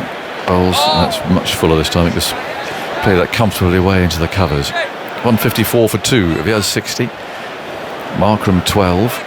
Crowd thinning out a bit there in the mound stand. I think they've gone off to go and have a cup of tea or something. There's Leach again round the wicket. Bowls short this time, cracked off the back foot, a chase for the fielders. Lee's out on the point boundary, can't get there, and that was nicely played actually, very well placed. The temptation might have been to hit that actually more cover, extra cover perhaps, but he actually waited a little bit and made sure that he beat Lee's there at point. Yeah, very good shot. I've just seen his stats against spin in his Test career, averaging 30 against pace or seam, and then 60, almost 60 against spin. So he's fairly comfortable in spin. He won't mind facing Jack Leach. There's Leach again bowls, and he lets that just go harmlessly by outside the off stump. There's quite a big discrepancy between his stats against left and right arm spin, however, so that overall average just under 60. Against right arm spin in his Test career, he scored 389 for 2. Against left arm spin, averages 20, been out 7 times. There's Leach bowling to him. Oh, that did spin. And there's some real excitement there because that spun past the face of the bat and was taken by folks who whipped the bails off, so the crowd getting involved in that. But more importantly, we're looking at a ball here that really turns. Straight off the pitch. Straight off the pitch. Beautiful shape on it from Jack Leach. That drift in. That's ragged. So I'll take that back what I said 30 seconds ago, that he won't mind facing Jack Leach. He doesn't like left arm spinners. He's ragging. Can you believe that we've seen that Anderson amazing delivery in the last over? He cleaned Marker up with the ball that swung. That one spun square, and they're trying to change the ball. Yeah, I don't understand that. Where's Ben Stokes fielding? Very short mid off. There's Leach bowls, and that's turned away to Anderson at mid wicket. And that's the end of that over. 158 for 2. And that looks as if it may well be tea. Richard Illingworth got the bails off, and away he goes. You'd think they wanted to keep that ball, wouldn't you? Well, I was just distracted. But Ben Stokes was standing at very short mid off. I thought could have been a man over his head, but maybe Stokes thought it was the last ball before tea. He ain't going to go and play an attacking shot. I didn't realise tea was coming quite so soon. But a great session for South Africa. Yeah. They've scored at 4 and over. They've lost 2 wickets in the 131 runs that they've scored in that time. That they are getting themselves in a very strong position. They're only 7 runs behind England. And as you said, I think it's fair to say that England have had their moments with the ball, haven't they? They've bowled some really, really good deliveries, beaten the bat, but they've just not been consistent enough, and they have given scoring opportunities. They have. I was trying to think whether it was the field placings by having those slips that South Africa have managed to rotate the strike quite easily, managed to keep the scoreboard ticking over a bit, but it hasn't really been the field plays. It's been, Matthew Potts was a great example, wasn't he? After lunch, his first 4 or 5 overs after lunch were poor. He would bowl a really good ball, follow up by some bad bowling, and they got punished. And so actually it wasn't the aggressive field edge, it was the bowlers missing their areas, which I think that will be the frustration in the England dressing room, certainly from the bowling camp, because they kind of pride themselves on the areas they hit. They're outstanding at doing it. And yes, I don't think it's doing quite as much as yesterday, but there's still enough in it for the bowlers, as we keep saying. There's the odd ball, not the odd balls, it seems 1 or 2 and over, which beats the outside, but England haven't managed to maintain that pressure, I think, which is what you need for high quality Test match bowling. The umpires are out in the middle. We just need some players now. That'd be quite useful. Maybe the umpires are out there a fraction early. Well, I can see 2 South African batsmen. Oh yeah, they are there as well, aren't they? Yeah, they are. They were just temporarily. They were obscured by a camera person, but here come the England team down the steps of the pavilion at the far end of the ground. There are still 39 overs left in the day's play. We can play until 7 o'clock tonight. And South Africa are 158 for 2 in reply to England's 165, and in a very strong position in the game. But Victor, you would have seen Jack Leach bowl a couple of overs before tea, and he got 4 of those balls to spin quite sharply. 2 past the outside edge of Markram's bat and 2 into the left-hander. I see him, he's going to bowl because I can watch him going through some warming up exercises just in front of the pavilion. I mean, you wouldn't identify the spinner as your prime asset, the way the ball's moved around, but look at the scoreboard. I don't think England seamers have been quite at their best, and Shane Moore used to say, if it seems, it'll probably spin. So here's something then. Do you think England would have been surprised? I mean, they brought him on 10 minutes before tea. It was not quite the sort of last resort. But do you think they would have been surprised to see the spin that he got? Yeah, I think they might be on the. Where are we now? On the second day. I think also, if we're honest, England would have felt that the ball was doing. Agus was saying they thought it was a bit of a minefield, this pitch. Well, look at the scoreboard, and it has done more than the scoreboard currently suggests. At 158 for 2, the ball has gone through. It's moved sideways. There have been a few plays and misses. There's been a few nicks. There's also been some 4 balls. There's also been, and this explains it a bit, a very attacking field. So there have been lots of gaps. We talk about Bazball, don't we? And it's and South Africa has disdained such a notion, but they without trying, they're going at 4.5 and over. And that's not because they're going after the bowling. It's because there's been some loose balls, and there's also been an array of slips and not many people saving runs. So that takes them to 158 for 2 off 44. So I think we're going to see Leach continue along with a seamer, and England's best seamer so far, which of course is Anderson. Potts actually got better in his second spell. It was a much better second spell than first spell. His first spell 6 overs, 0 for 36, and his figures now are 1 for 56 from 12. So second spell was 1 for 20 from 6. Yeah, much better second time round. He got rid of Peterson as well. A loose shot from Peterson, rather suckered in to a ball that was quite full outside the off stump, moved away, and he nicked it to third slip. Peterson out for 24. Elgar unluckily to Anderson. It's a really unusual dismissal. If you haven't seen it, go to the BBC Sport website and watch the highlights tonight on BBC 4 at 7 o'clock. Here's Anderson to bowl the first ball after tea to Evere. And Evere does exactly as he's been doing all day, really, playing square with the wicket on the offside with a push shot and picking up 2 runs. It feels as if I've seen that shot quite a few times, and it's another 2 to Evere. He's 62 not out. It's 160 for 2, and South Africa are close to taking the lead here, and they could be in a very strong position by the close of play tonight, with 2.5 hours cricket available to us and 39 overs. Anderson moves in now to bowl to Evere, the left-hander, and he's forward, playing it towards Broad mid-on. England got that man at short point on the offside. It feels as if Evere's played quite a few of his strokes. Yeah, I mean, it looks decorative, but I start to wonder, well, if I was bowling, I think I'd prefer him to. I mean, that last shot would have gone for no more than 1. It may not have been gone for any if you'd had that guy in the ring. But no, he's there in an aggressive position at short point. But is he really going to get caught there? He might do now, I've mentioned it. You wouldn't think so. Anderson bowls to him outside the off stump, swinging away a fraction in and then out down the hill, taken by Ben Folkes. Markram's come in, he's played 2 or 3 really nice shots. One crunching drive off Anderson before tea when he pitched up. He really hit it hard through extra cover. And then Anderson, next ball, bottom, absolute beauty. I mean, that's what it's been a bit like. There have been some good balls out there. Almost done too much, really. Anderson's bowling from the pavilion end into Evere, who's full and driven and very well stopped by a scampering Ben Stokes, the captain, away to his left-hand side. Stokes has only bowled 4 overs, Victor. Maybe, I mean, we haven't seen him bowl huge amounts this summer. There was one moment when he was in the outfield and he went to throw the ball and he just staggered on that knee, which he seemed to jar in that chase at Trent Bridge. when you saw it happen and he was limping for a bit, you thought, this is him out for the rest of the summer. He's done something, cartilage or something like that. But anyway, we saw that again from Stokes today. But he's only bowled the 4 overs. He might not have to bowl that much now, actually, if Leach can hold an end and actually spin it as he did before tea. Anderson to Evere, and Evere gets a thick inside edge on that shot on the back foot, trying to force it. Goes out to mid-wicket where it's picked up by Jack Leach, wearing his sun hat on this very pleasant afternoon. Sort of normal service resumed. Actually, this has been the typical London summer, the sun beating down.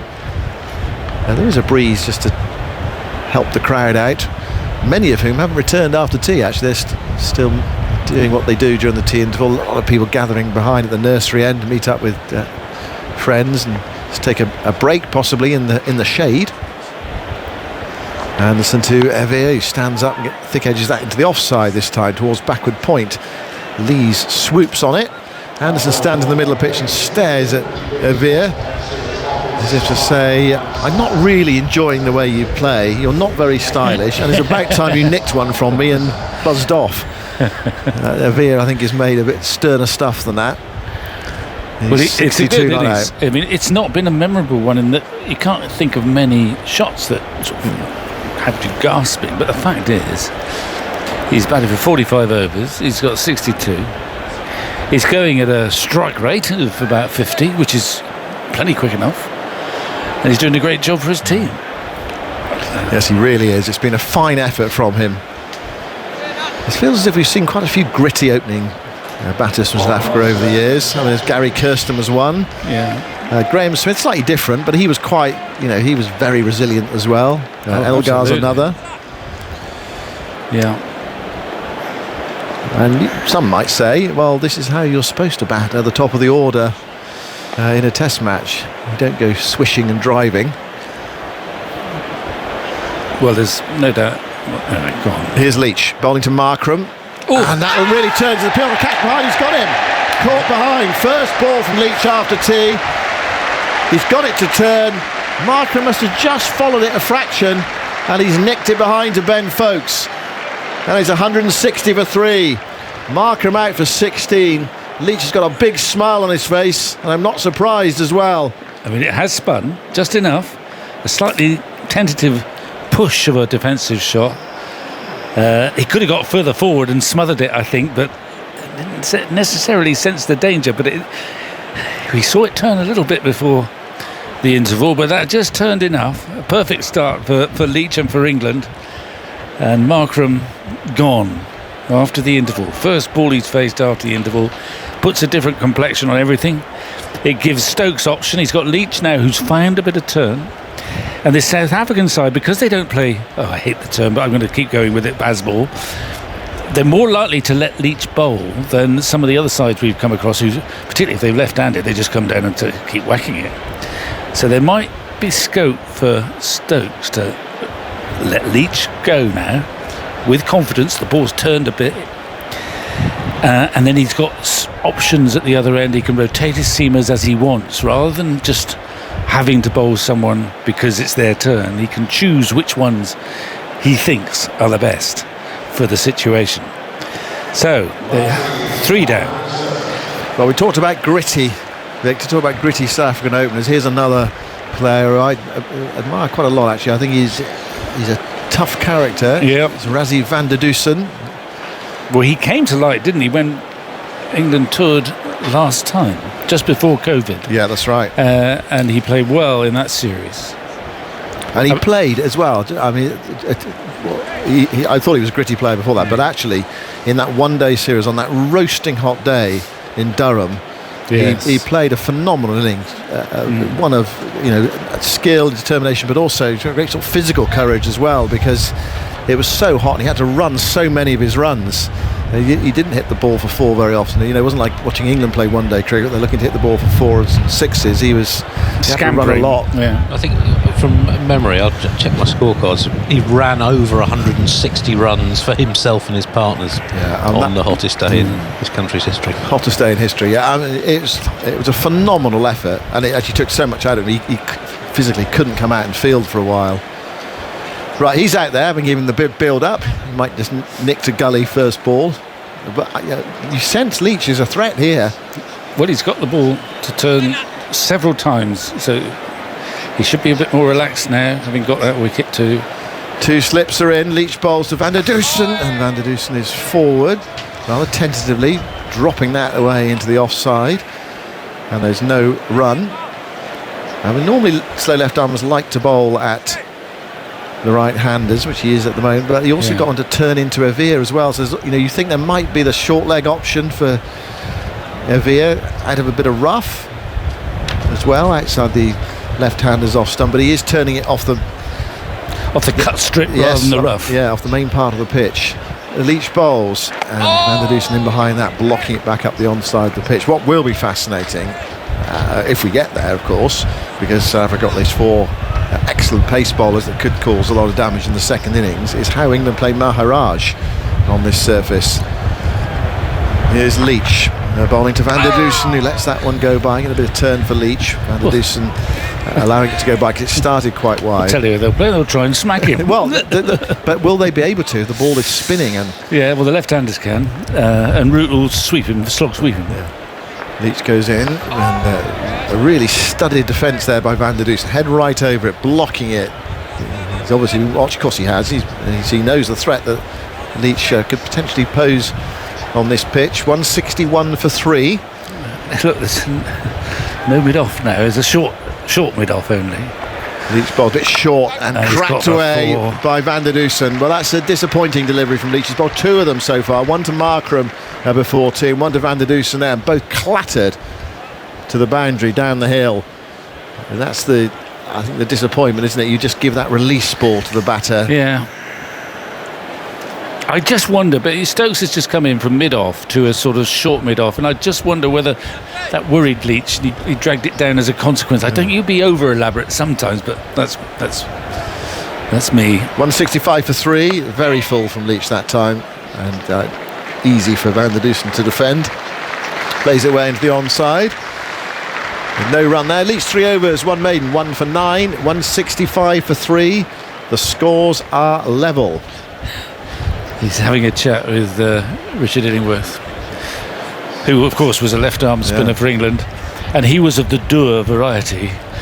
And I bet you Richard Illingworth in his pomp, who was a very fine county bowler who played for England, got a wicket famously with his first ball in Test cricket.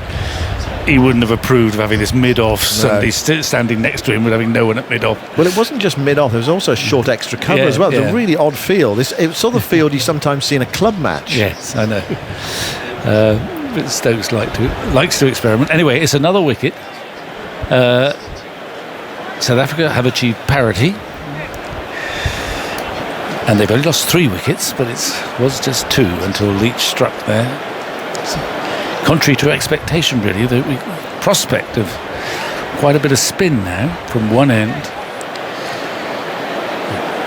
I reckon if England had known that there was that much spin there, Leach would have been introduced much earlier. Yeah. Well, there's always virtue, actually, on any surface of just having a couple experimental looks just to check. But they waited. Anderson, he went into bowl to Evere and for some reason pulled out. So Leach came on after 41 overs with the score 139 for 2, and he got one to turn straight away. He's turned about 6 so far in his 3 overs. Ones that really spun. Anderson bowls, and Veer plays a wide one there and misses it, and it's through to Ben Foakes. England got a man back. You've got a wide third man now, but they're persisting with that's an old. Sometimes we call it old-fashioned point. I don't know why it's old-fashioned, but there's a man in a sort of catching position, dead square on the offside, about 10 yards from the batsman. 3 slips and a 7-2 field. Yep, 7-2 offside field. Here's Anderson. Runs in now and bowls to Evere, who stands up and tries to force that, but can't do anything with it really, but too close to his body, back down the pitch. And Anderson follows through and picks up, and there's no run. And a bit of cloud cover has built up over Lords. I don't think England will mind that happening in this final session. There's quite a stiff breeze as well. You can probably hear it in our effects microphone. We've got the window open here, high up in the media centre. Nice breeze. Yeah, isn't it? it's keeping us cool on a warm afternoon. Not sweltering, not the sort of heatwave temperatures we've been experiencing this summer, but definitely very warm. Anderson bowls and Avia leaves a ball outside the off stump. Anderson's into his 16th over, 1 for 30. He hasn't quite had the support from the other pace bowlers. Broad's had a bit of a lean time of it this summer. Mentioning earlier, coming into this Test series, taking his wickets at 38 this summer, and he's yet to take one. Bairstow back in his position at third slip. He went away for it for just a moment for some reason. Here's Anderson. Bowls to Avia, stretches for a full ball outside the off stump, completely miscues it, and it runs up to Broad. He's fielding it mid-on, and there is no run. 3 wickets to go. Elgar bowled Anderson for 47. Great deal of fortune in that. He went forward onto his arm and then went back onto his stumps. He saw the danger and tried to knock it away from his stumps, but it rolled onto the base of the stumps and knocked the bails off. We've seen a few balls hit the stumps and not knock the bails off, but this one did. Anderson bowls to Avia, down the leg side, flicked away. There's no fine leg at home with this 7-2 offside field, so the chase is long and successful ultimately for... Is that Harry Brook on the field, number 88? It is, sub-fielder. Keenness of youth, rushing after that one, and they've come back for 3 runs. And South Africa are ahead in the 47th over. So actually, in terms of run rate, England were bowled out in 45 overs for 165. South Africa 46.5, and they've just nudged ahead, but they've got 7 wickets in hand. Although England might look at their lower order and say, well, if we can get a wicket or 2 here, we might be able to get into them. And you feel that's got to happen for England to get back in this Test match. A lead of 150 on first innings. I think good luck with that. Anderson bowls. Van der Dusen plays at a ball that he might have left, but because it's Lords and because there's a slope, he was a bit worried about the ball coming back, hitting his stumps, and he played away from his body down into the slip cordon, along the ground, safely ultimately. And that is the end of Anderson's 16th over. 16 overs, 3 maidens, 1 for 33. South Africa 168 for 3, 3 runs ahead. Yes. Oh, hang on. Oh, Digger, I just had something on spin at Lords, but... Oh, right. Go on, you go then. It's not been a great ground for spin in recent tests, but I think it's one of these things where you need to look a little bit beyond the stats. Since South Africa were last year in 2017, in 8 tests, just 16 wickets by spinners. Visiting spinners have taken just 6 wickets in those 8 tests, 3 of them by Nathan Lyon in 2019. But in that game with South Africa in 2017, Moeen Ali took 10 for 112 in the match. Liam Dawson took 4 wickets. For England, Maharaj took 4 in the second innings after taking a bit of a hammering in the first innings. So 18 wickets by spin in that match, just 16 and 8 tests since then. Well, I mean, I quite like this wicket actually, in that there is life and spice in it, but it offers a bit to everyone. Yeah, definitely. Right, here's Leach, hoping it'll offer something to him against the left-hander. 3 close catches, including a leg slip. Leach bowls, reverse sweep, comes into play. It's over Root's head. It's a miscue, but it's going down towards the boundary. Broad chases it up towards the pavilion and will pick it up inside the rope. And they come back for 3 runs. It was interesting from Avia. First ball the over, taking on the reverse and not making a precise contact, but he got enough on it. I mean, it could well be that at tea time they decided, look, they saw the spinner with it. De Vere, he's left-handed, and they said to him, look, don't let him bowl at you, take him on. It's the first ball he's faced from him after tea. Quite an elaborate reverse sweep, could have gone anywhere. He's on to 68, 171 for 3. Van der Dusen on strike now. Short leg's quite deep, there are 2 slips in. And here is Leach to bowl to Van der Dusen, gets a ball outside the off stump. He's right back in his crease and allowing it to go by. And he comes down the pitch to do some gardening. There's been a lot of gardening actually from the South Africa batters today. Looking down suspiciously at this surface.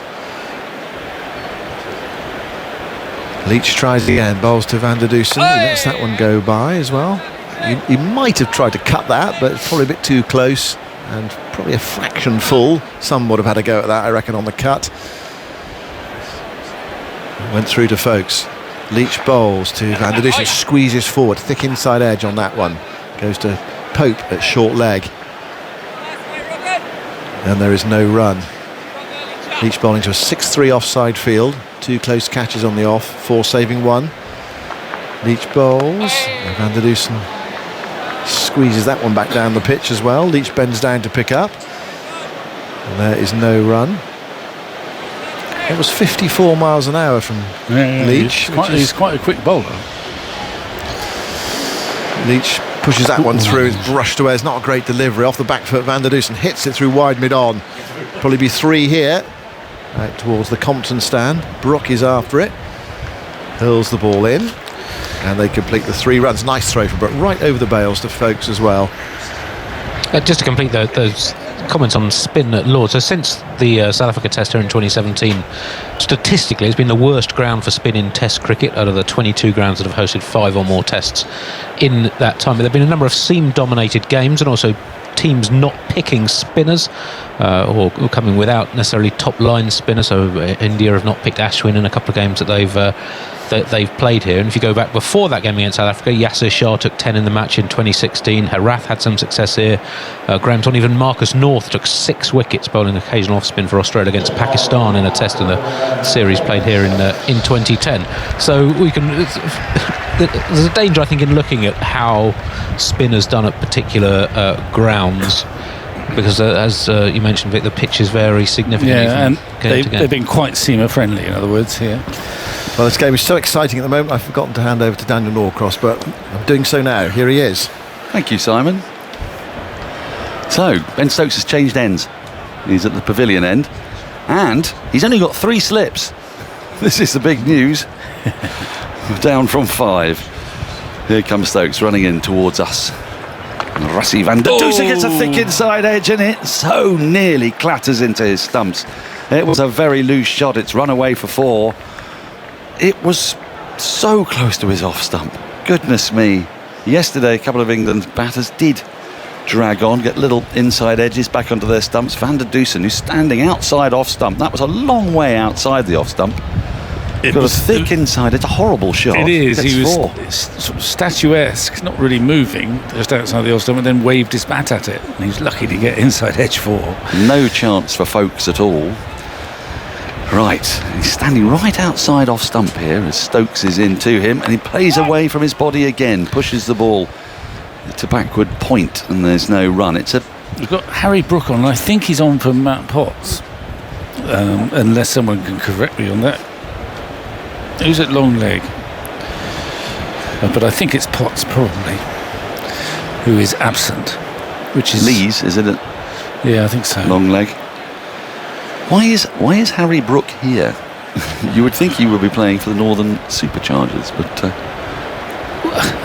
as Stokes is in, and the Dusen drives away from his body again. This is a really intriguing 3 balls Van der Dusen has faced here, because he's standing quite deliberately outside the off stump. When Ollie Pope did exactly this in Australia, it was exasperating to people watching, because you thought he's standing out on off stump or just outside so he can leave the ball in the channel, but Van der Dusen is sort of reaching for these balls that are getting wider and wider. Well, early on in innings, especially, some batsmen, they like to feel bat on ball, but it's not necessarily a good policy. Here comes Stokes again. Van der Dusen's a shorter ball, which he tucks into the onside. There's no run. We've established, eagle-eyed Andy Zaltzman has looked around the field and established that it's James Anderson who's not on the field at the moment. Right. Yes. He's just finished a spell of bowling, so quite often they go off for a change of rub boot down, or doesn't something. If he can find any bowling boots. I do want people to ask you about this, that the lack of bowling boots in the country is causing a national scandal. Really? Are you aware of this? No. Chris Wokes has apparently bought all the remaining pairs. I don't know if that's true. Stokes is in, and this is again back of a length, shortish, and jabbed into the onside, picked up just in front of square. There's no run, but quite seriously, Tim R. Mills was talking about this on air with us the other day, that his manufacturer no longer make bowling boots, that finding bowling boots is really tricky, and I think some bowlers did get wind of this at the start of the season and perfectly hoarding. sensibly, hoarding this perfectly sensibly, looking after their own feet. It was like loo rolls at the start of COVID. Very similar, very similar. Yeah. There's a whole Curb Your Enthusiasm episode about that. I don't think they've done one on bowling boots. As Stokes is in, Van der Dusen comes forward in better defence this time. Bat and pad closer together, pushed up to Broad at mid-off. End of the over, one that Van der Dusen has survived, not without alarm. 178 for 3, he has 11. Ervia has 68. But I think it's extraordinary because, I mean, you as an off-spinner, would you have bowling boots? No. You just had boots? Just normal boots. But a quick bowler would have bowling boots. Most did, but not all, curiously. In my time, someone like Malcolm Marshall just had a pair of shoes, boots. We called them boots, but they were down at the ankle. Hardly made an impression on the pitch, Malcolm Marshall. He skipped through. John Lever from Essex, I'm pretty sure, terrific county bowler, never got injured. He used to bowl in not the great big halumphing bowling boots, but little ones. Leach starts a new over and Ervia comes down the wicket. There's an appeal for LBW from leg slip, who may not be best placed to decide, Johnny Bairstow, but can see why, because Ervia came down the wicket at him and then got sort of wrapped on the pad in front of middle stump. Actually, looking at the replay, it's a little closer than you might think. Sweep and again hits the pad, maybe a little bit of bat perhaps, and Folkes tries to gather and doesn't. He's playing I think Leach very Ervia weirdly. is determined to try and be positive against the left-arm spinner. Maybe he's been told, it's spinning, it's seaming, go for it. But he hasn't convinced so far. There's a slip in place. The slip, I have to say, is very fine. As this ball's pushed into the onside, no run. And earlier this season, I think we saw Root miss a couple of catches at slip because if you know where his right foot is directly behind Folkes' left foot. Another sweep, and he connects this time, and a good pouncing stop like a leopard on a mouse. That was from Potts. And there is no run as he fields up at square leg. Leach in again, forward short leg slip and a slip. England attacking as they have done all day. Just picked up the 3 wickets, but it's looking tricky at the moment as Ervia comes forward in defence, half forward really, goes off the inside after the bat, fielded at short leg. Has a leopard ever pounced on a mouse? Yes, happens a lot. Is it? Yeah, it's a staple diet of the leopard. You have a lot of mice today in the jungle. Well, I imagine, maybe the African antler shrew, perhaps. Yes, Leach is in. He's tucked into the onside square of the wicket. And there is no run. End of the over. A good over from Leach.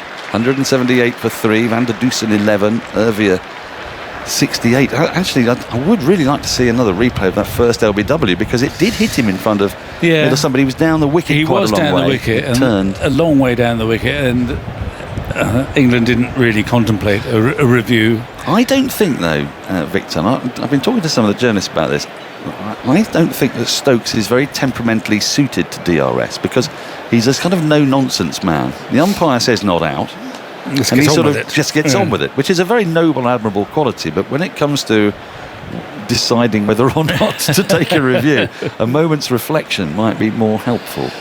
Yeah, I think he's probably still learning this process, and he sometimes looks quizzically at the rest. And I don't think Ben Folkes is used to it either, actually. He's still kind of learning that process. So 3 slips stay in place. Start of a new Stokes over. Backward point cover, mid-off, mid-on, mid-wicket and a long leg. Stokes into Van der Dusen, who lets a shortish wide ball pass by outside the off stump through to Folkes at around about knee height. So what you don't seem to get is that I don't think Stokes can be bamboozled into having a review. So, if Broad, for example, is gesticulating wildly, he will tend to just look away. But I don't know what the stats are on England's reviews under Stokes. They feel like there haven't been maybe as many. I mean, that said, they've been out in the field quite a long time this summer. Here's Stokes. And Van der Dusen defends crabbily a ball that jags back into him off the inside half of the bat. Leach picks up at square leg. He's about 3 or 4 yards, 5 yards. He's going even further in front of square the more I speak. He's basically mid-wicket by now. But he picked up the ball at square leg. It's getting a bit darker, not such that it will threaten the game and its continuation, but the light is not that piercing blue wondrous light we've had through much of the day. And Stokes runs in to Van Dusen, comes wide of the crease, and that's wide outside the off stump. There's no run. In the 100, Southern Brave women were restricted to 136 for 5 in their game against Manchester Originals. Couple of wickets for England's Sophie Eccleston. You can follow commentary on the Manchester Reply on the BBC Sport website and app now. And the men's game is on 5 Live from 7 p.m. with Stephen Finn and Carlos Brathwaite, part of our team. Stephen Finn, I was talking to about this bowling boot problem the other day, and he confirmed it. There's a paucity, a scarcity, a lack. Stokes in tighter to the crease, is driven into the covers, and there is no run. It goes straight to Ollie Pope at extra cover. He's moved away from his customary position at sort of fourth slip or sometimes backward point. 178 for 3. The lead 13. South Africa in a very strong position, but all day, Victor, it's felt like wickets could fall. As I heard you saying earlier, there's something in the wicket, there's a bit of spice there. Yeah. I like it. Stokes in. Van Dusen gets a very wide ball, and the umpire Menon is seriously contemplating giving a wide. His arms flickered slightly, but have stayed by his side. No run. It's 11 balls at least without a run now. 16 we're up to. So the last runs with the inside edge by Van Dusen from the first ball of Stokes' spell. Yes. Here comes Stokes hurtling in from the pavilion end. It's wide of the off stump. Comes back in down the slope a touch, but not enough to threaten the stumps. End of the over. A maiden over, 178 for 3. Victor Marks is leaving us. And Phil Tufnell's going to join us as the clouds gather. There's quite a stiff breeze out there, Andy. That's the first time England have put together back-to-back maidens in this innings. Thank you. It's felt like that. 17 balls without a run. What's this? Phil Tufnell. There's a bowling boot shortage. There's a bowling boot shortage. I've got about... It's a scandal. I've got about 100 pairs in my loft still. They could be... They're like gold dust tuffers. They're probably worth $1,000 each. I stashed a load. Well done. Yeah, it's like tomato soup, just in case there's tins of things. Yes, I know. Yes. I managed to squirrel a few away. Right, well, do you know... Just form of prepping I've ever heard of. I'll tell you what, apocalypse comes. I'm very happy to be your fence, if you like. Yeah, well, there you go. It could be a big black market for it. Well, I'll have a word with some of my lads on the circuit, see if any of them would like a pair of bowling boots. Oh, okay. They're shooting up then. They are. Yeah, I've ported well. Yes, I can't remember quite what the theory is. I think essentially there are fewer bowlers. There are fewer fast bowlers who really need bowling boots. Well, the one thing you can't do when you bowl is you've got to have boots. Leach is in, starting a new over. There's been swiped across the line. That almost was a hoik out towards deep mid-wicket. Good piece of fielding on the boundary. Prevents the 4. It's Alex Lees out there, diving to his right, just in front of the mound stand. It was a pretty ugly shot from Ervia, who's trying to get on top of Leach, but in so doing, he's just playing a few risky shots here. Could be the end of the game as we know it. No. Well, do you think it's going to have nothing to do with leagues sprouting up everywhere? It's going to be the sudden loss of bowling boots, like the dinosaurs. No one can bowl. Well, I've never heard anything like it. Leach in, now short, the inside edge nearly clatters back onto the stumps. That wasn't a great shot from Ervia. It's happening for Leach. He's just got into a good rhythm. There's spin, there's turn. The odd one to the left-hander's keeping low, like that one did as well. Just got to keep that pressure on. Leg slip forward, short leg, and the slip. Leach in. Ervia defends across his front pad. A bit too full to threaten. And it works into the onside. Picked up mid-wicket, no run. But nice for a spin bowler, coming towards the end of day 2 to see some turn. You don't usually see that for the spin bowler. It's been very dry, obviously, but encouraging signs for the spinner. Maharaj, obviously, for South Africa.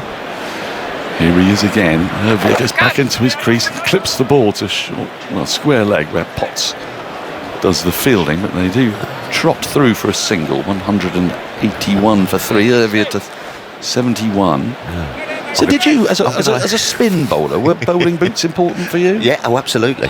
Yeah, absolutely. So imagine what it's like for the big fast bowler. Yeah, they were a bit like batsmen's bats. Forward. Yes, comes Van der Dusen.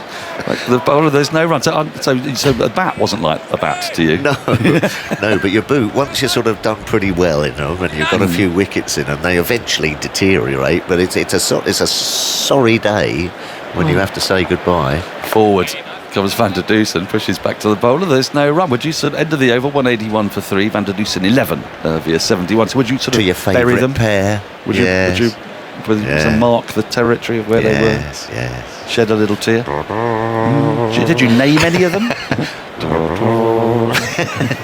Yeah, no, I didn't have names for them. No. Oh, left and right.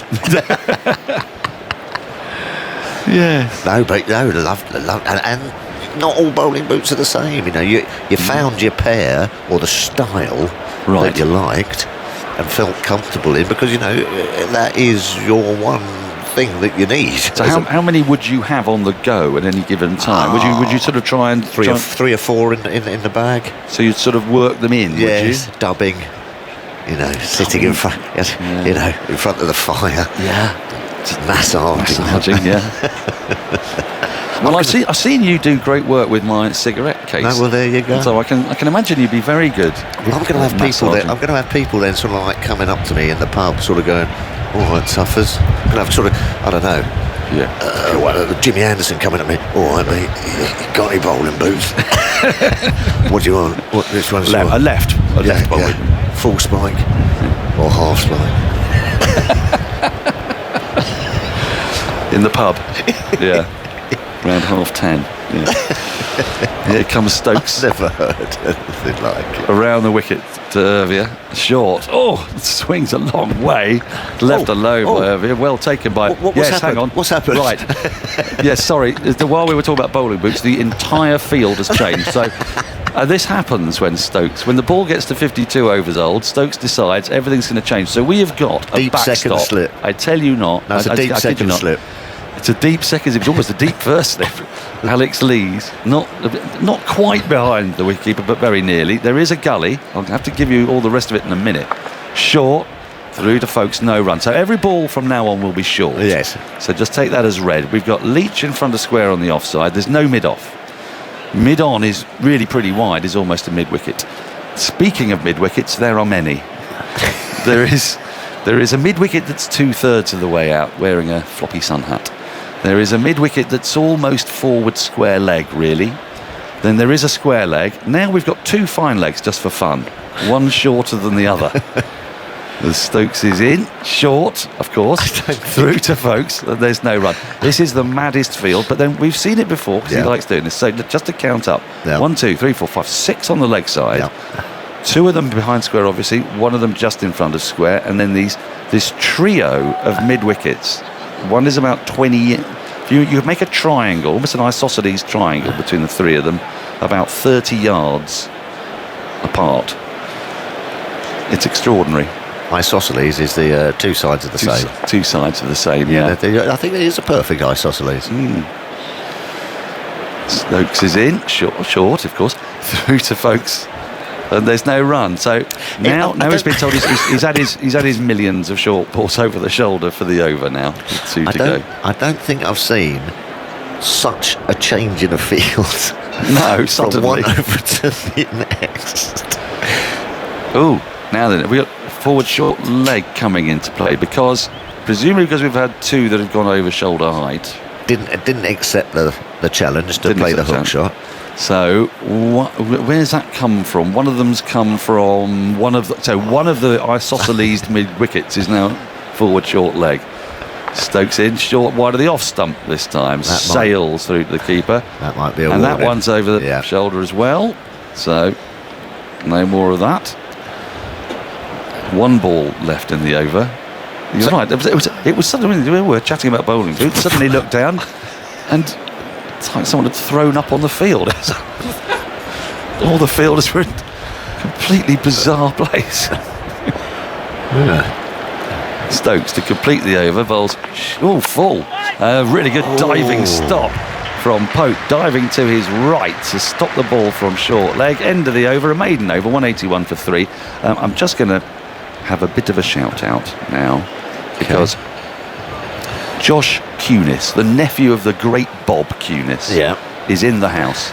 He's celebrating his birthday in the Edrich stand with a posse from Beaconsfield or Beaconsfield. Is it Beaconsfield? CC? And yes, a posse. The posse from Beaconsfield are in with all their shades. Bob Cunis, of course, the great New Zealand all-rounder who was responsible possibly for one of the great pieces of commentary that's ever taken place on TMS. Yeah. As Jack Leach is at the top of his mark. 2 slips. 2 slips, and he can't quite bowl just yet. John Arlott was responsible for it. About half an hour after lunch. As Leach waits to come in. 2 slips, forward, short leg. Forward comes Van der Dusen, pushes back at the wicket. I've just noticed the ones that are slightly loopier. He's bowling at a nice pace, Jack, about 54, 55, but the ones that he just tosses up a bit are the ones that actually spin and bounce. Okay. 55 miles an hour, that one. Oh, was it? Yes. So just pull that back a little bit. It just bit of flight, and it seems to dig in. So that's what spin bowling's all about, finding the right pace. Here's Leach again, poking forward. He's Van der Dusen back with a square, and he's just got him dragging him forward. Wish you could see Tuffers here. He's living every ball at the moment. Well, I love it. That's what it's about. This is why I like Test cricket. I like watching spin bowling. Yes, me too. Here's Leach. Again, forward comes Van der Dusen, back to the bowler, no run. Because if you're wondering what Arlott did say. Cunis. Funny name, Cunis. Neither one thing nor the other. As Leach is in, and that's just defended from the crease into the onside. Picked up at short leg. 181 for 3. All-rounder, was he? I think so, yeah. Or a bowler. Or a bowler, but he batted a bit. Anyway, his nephew's here. Lovely. Downstairs, the Edrich stand. Happy birthday. Yep. Leach in, and there's a big swing at that. He's got it away, out through deep backward square leg. For 4. A shot of some authority from Van der Dusen. He's been flopping around, not looking entirely comfortable against Leach, but he's got hold of that with the sweep. Yeah, no men on the sweep. I don't mind that. I mean, he's played that very, very nicely. But you know, nowadays with DRS, if you miss that, you're going to be in, especially as it's holding and turning, you're going to be in business. So it's a bit of a gamble, but don't mind leaving that shot open. If he keeps hitting them, perhaps put one back. So Leach is brought in deep cover. Van der Dusen comes forward, defends on the front foot, pushes it back to the bowler. End of the over.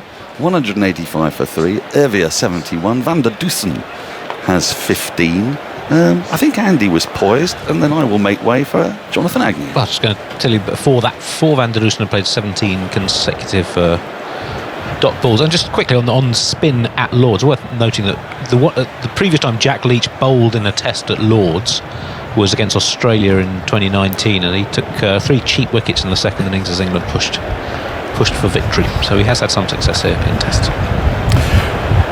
Hello, Tuffers. You're like a contortionist sitting over there. I just like seeing it turn. I know. It is turning it just enough, isn't it? Yeah, it is.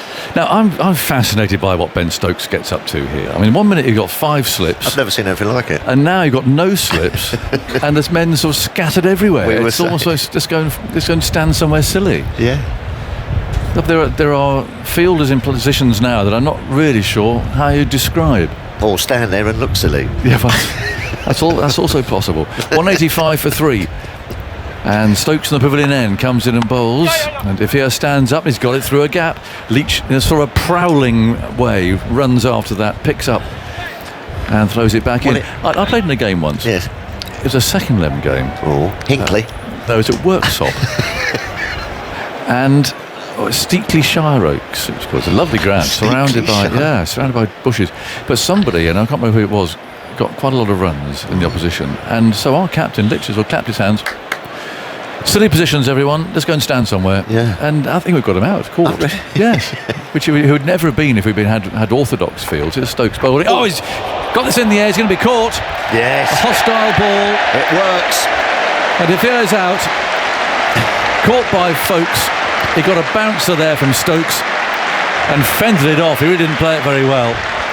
And whether he was confused by these very strange field placements, I don't know, but the fact is that Stokes has bent his back, he's bowled a good short ball, and he's fended it off to the keeper. Well, he's obviously been listening to your chat from workshop because it's worked. Yes. Silly position fields has worked, but it was a cracking short ball, angled in at the left hander, got himself in that sort of like can't sway, can't duck, and didn't drop his hands, and it went straight up in the air. It worked against New Zealand, didn't it, a couple of times when things had gone a bit flat, and it's worked here for England. Well played, Affair, though. Yeah. Very inexperienced, but he's made a very good 73. From 146 balls, he's getting a warm hand there as he departs Lords. And he's taken South Africa into the lead by 22, but there are now 4 wickets down. Yeah. And like England's, they're flaky. They're middle, lower order. Yeah, they've got a longish tail. Yeah. So England have a chance here, but that was a good hostile delivery. Just met one of my favourite musicians. Oh, not the saxophone player? No, he is my favourite musician. Oh, right, okay. Go on. Big cricket enthusiast, loves the game. Go on, what instrument does he play? I don't know. Oh. He sings, I think. Oh, right, okay, he's a singer. Yeah. Right, well... Of course, chilly in here. Chris Old? No. Oh, it's cold in here, Tuffers. Iced tea? Iced tea's in the house. Just pops in. Coldplay? Yeah. Yes. Chris Martin. Chris Martin likes his cricket. He does love his cricket. Yeah. Have you played cricket with him? I'm not sure how much he actually plays. He just says he listens a lot. Listens to Test match special. Yeah. He did. He did that wonderful thing on the piano, didn't he? In the pub or something for 2 people who were getting married. Was that right? I saw on social media. Might be completely wrong there. He might be right. Yeah. I don't know. But anyway, he's in the building, which is nice. Lovely. Very exciting. Absolutely. Yeah. Have you seen it? Seen it live? Oh, yeah. Oh, no, not live. No. I haven't seen many live concerts. I've seen Rod Stewart once. That was good. Yeah. Robbie Williams. Yeah. Oh, right. Okay. What about Pet Shop Boys? Ozzy Osbourne? Did you? No, I haven't seen Ozzy. Elton John. Burley House. Hell of a traffic jam, and everyone's stuck and getting angry, and suddenly there's and a helicopter takes off, and away goes Elton, and everyone's stuck in Burley Park trying to get out. That was quite fun. We've got Janssen in ahead of Philander. Oh, okay. Bats right-handed, is immensely tall, of course. I've seen him play all right, actually. Strange field again. Look at this. Where's the slip? Here's Stokes on his way, and he bowls a bouncer, and Janssen's underneath it. It's collected by the wicketkeeper. Now, this is odd because we have a new batsman, and there's no slips. No. And he had 5 not so long ago. I know. No, new batter, starting on naught. You'd think pitch up and try and get the outside edge. Yeah. We're calling that a deep second slip. The fine third man. Oh, okay. That's okay. A fine third man. Stokes again, running in for the far end bowls, and that's steered away. We're down to orthodox third man. So the fielder's got a little bit of trotting round to his right there. It's Leach who throws the ball back. So just to run through this field then, because it's the same for Janssen who's just come in as it is for Van der Dussen who hasn't. So there's no mid-off essentially. There's a man at extra cover and point. Leach is down at fine third man. There's a fine leg. There's a shortish long leg. There's a short leg. So you've got a short leg, a shortish long leg, and a fine leg. You've got the whole set, and a square leg. In comes Stokes and bowls. That's pulled for 4. Fine shot. And with this field, really, Stokes has to bowl quite short at it because there is no one on the drive there. There is a mid-on. It's a very strange field indeed. But Van der Dussen knows that it's got to bowl short really to this, and so he was in position there very early. So now short leg has abandoned ship, and he's in an unorthodox position there as well. He's short square leg. Yeah. And now Crawley's going to backwards square leg. I'm getting confused myself. Yes, there's a lot of shorts and squares and longs. Goodness knows what the batsmen are thinking. Stokes again comes in, bowls another bouncer, and he's hurt himself there. He jiggered his knee early on out in the field, and I don't think it's been quite right all day, but he's still running in, he's still bending his back, and he's got a wicket in that over. It's 192 for 4, so South Africa lead by 27. Now, the ploys worked, and it did work a couple of times against New Zealand as well, but Ben Stokes is a fine bowler. And when some chap comes in at middle order, you know, one of the bowlers who can bat a little bit, why don't you just go, hold on a minute, I'll get this bloke swinging, I'll get this bloke nicking off, let's have a couple of slips. I think sometimes... Do you think it should be up to one of the other senior players? Yeah, just to go, say, come on, hold on. Skipper, do you think this is actually the right thing to do? No, but you're better than this, you know. You're batsman. Yeah, you're better than this, Skip. You know what I mean? You can get him out legitimately, so to speak. It's not that he's got it in and things have gone a bit flat and you need something a bit funky. No. He's still holding that knee, though, here at mid-off. Tall players not very good against spin, you know. Really? Yeah. Let's see. They're not much taller than Janssen.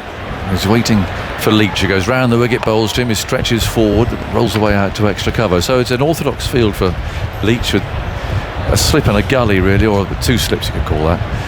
And a fielder under the helmet at short leg.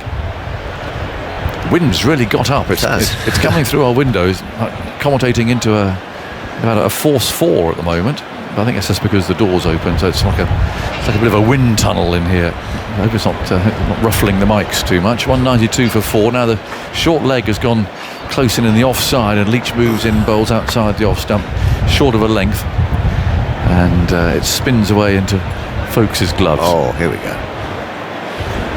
It's always a sad moment when you close the window, the only opening window in the building, but it's lowering in front of us. And goes Leach, bowls, that turned, bounce a little, took the top of the bat. Yeah, he's played that quite nicely, actually. Just rocked forward. What, do you see that as a bit of a sort of a bit of a sign? So nice to have the fresh air, isn't it? And the sound. Summer coming to the end, do you think? So we're semi-open at the moment. Here's Leach again, bowls, and that's pushed away firmly. Fielded at cover. As long as you can still hear the Lord's noise. Absolutely. They're quite rowdy today. Are they? Well, that's quite noisy. Yeah. I wonder if these new stands they've got more people in, haven't they? Whether we hear. Of course, yes. We hear that a bit more. 192 for 4. In goes Leach, bowls around the wicket again on the leg stump this time. Just turned carefully to Anderson, who's fielding at mid-on. That's 192 for 4, so South Africa lead by 27. 6 wickets left.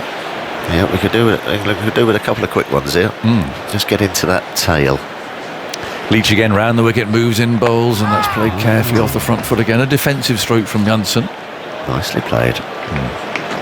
Picked up just in the offside there. 192 for 4, so the lead is 27.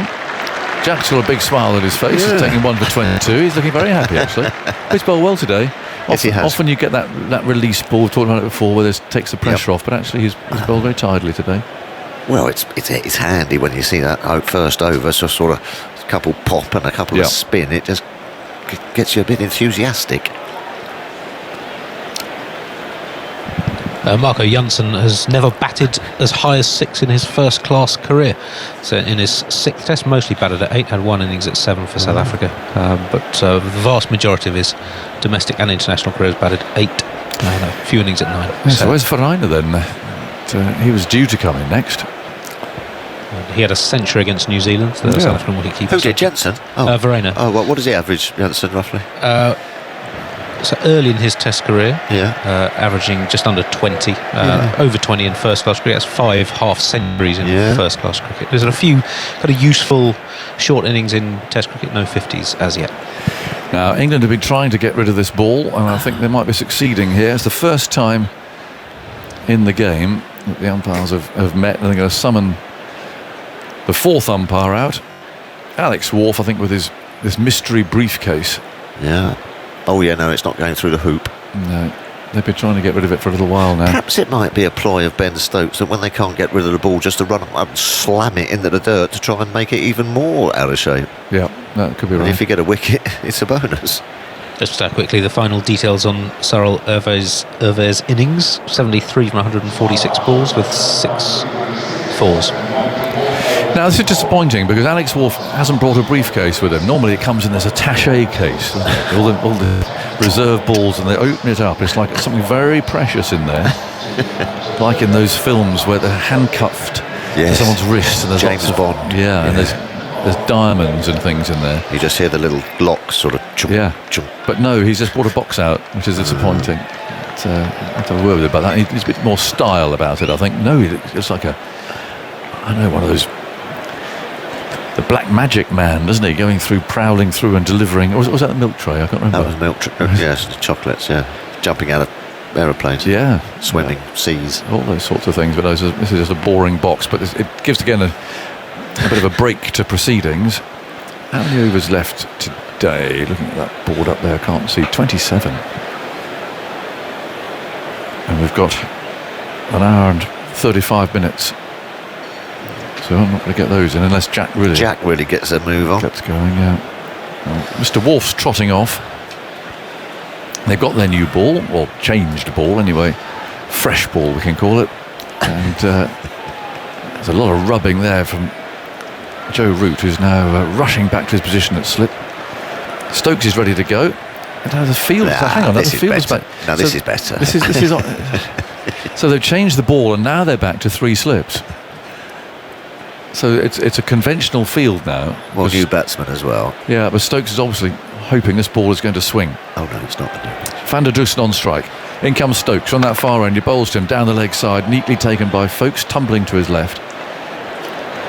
Must be awkward with that, as you say, dodgy knee that Ben Stokes. Oh, yeah. You know, every time you bowl, you must sort of worry about it. You know what I mean? It's just slamming down. It locks, but at Trent Bridge when he did it, he just shrugged it off. Said, "No, it happens every now and then, and it'll be all right." Because when he injured it, when he appeared to injure himself, he thought, "Wow, he's going to be out for ages." Yeah. 192 for 4. Van der Dussen, right-handed, waits. Stokes again comes bouncing in from pavilion end. Is there, and he bowls, and he hits him on the pad. Appeal for leg before wicket is given out. Stokes has taken another wicket.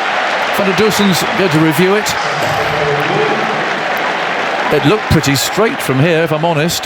But we're way up, obviously, in the gods up here. Director third umpire, player review for LBW. It wasn't. Original decision is out. Check the front foot speed delivery, just front time when available. An immediate review, like I've hit that review. No. I want to see where leg stump is, probably. It's a wobble seam ball. Running through. Cuts back. Hits up on the knee roll. Can we check that with Doctor ready? Top of leg stump, perhaps, umpire's call. It looks that sort of area, doesn't it? Crowd are excited. Flat line through the pad, please. Well, there we go. There's nothing on. No bat. Nothing on ultra edge. So available. Technology. Let's see. We can see Stokes coming in. We can see a red, and a red hitting top of leg stump. We'll be back on screen when we start with the original session of out. I like this umpire, Nitin Menon. I think he's good. Yeah. I think he's stood up in India. He's an Indian home umpire. He stood up to Virat Kohli when he was messing around a bit on that series there against England, and he gets a lot right. I think he's a good umpire. Yeah. And that's a good decision. Top of leg stump. Stokes knew it. Huge appeal, a bellowing appeal there, almost blowing the umpire off his feet. Yeah, that was a big appeal. Really, he makes things happen. Well, he does, and I think that's why when Jansen came in early on, I think just that weird, funky field for short pitch bowling. He's a better bowler than that. I mean, that one really nipped down the hill, lovely, didn't it? Thudded into Van Dussen's pad. He makes things happen. You're right. And England again are they like getting themselves in a hole and then being able to get themselves out of it, don't they? Yep. A very dejected Van der Dussen walking through a deserted long room, actually. There's not many members in there, but he's holding his bat in a way that shows that he's not happy, sort of halfway along. And you normally hold it by the handle, don't you, when you're sprightly, you're going out the bat, but if you grab it like that and just walk off with it, you're not very happy. 3 wickets for 34 in 12.2 overs since tea. Well, they needed something, England, and they've got it.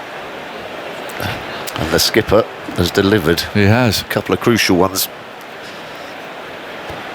Kyle Foreigner then, the wicket keeper. Look at the size difference. He's walked past Janssen. That is like Harry Pilling and Clive Lloyd back in the day, isn't it? That is immense. It is. Philander is small, and Janssen's is just enormous. It's a remarkable contrast. And difficult for the bowlers, mind you. I mean, they're completely different lengths to go to bowl here. Top of off stump. Yeah. 192 for 5.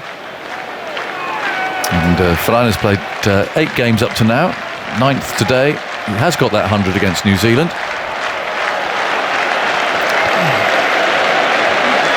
Crowd ready for this. Really behind Stokes. Philander's taking his time. They're bringing in another slip.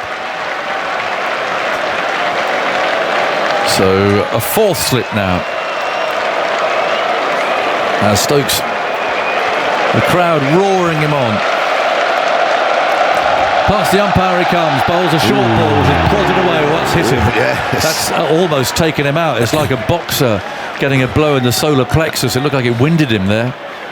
They've woken up here at Lord's. They have. Good little passage of play here. Inspired by Ben Stokes. This one jammed in, comes back down the hill. Oh, yes, no, that will in the old toast rack. Nasty one. Yeah, that'll win you. Little medal there in the morning. 192 for 5. Stokes again with a shadow. Moves in now, bowls to Philander, just on the leg stump, tickled away for a single down to fine leg. And the wicket-keeper's away. It's taken him about 30 strides to get to the far end, and Janssen about 3 to get to his. Such is the contrast.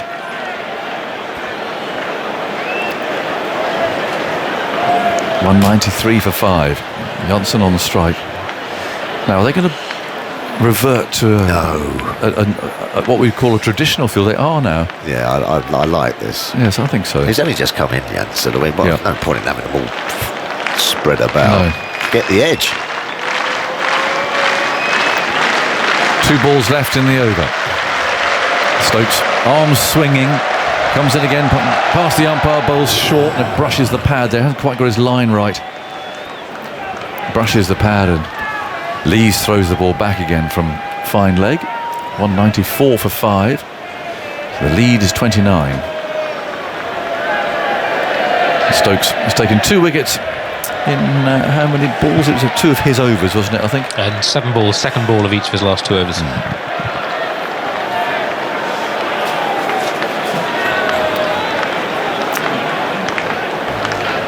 Stokes waits for a moment. Philander's over his bat again. Slips are ready. Up he comes, past the umpire, running towards us. He bowls outside the off stump. Anticlimactic because Philander allows that to go through to Folkes, but tremendous round of applause there for Ben Stokes, who is clearly in discomfort from this knee, but still he's carrying on. He's bending his back. He's giving it everything.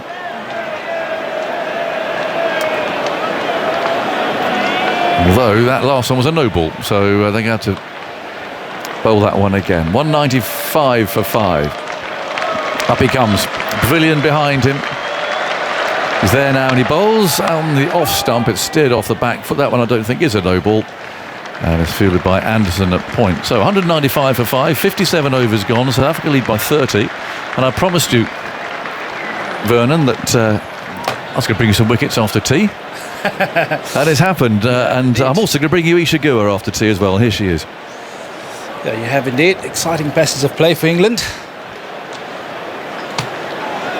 Many ways crawl themselves back into the contest. 195 for 5.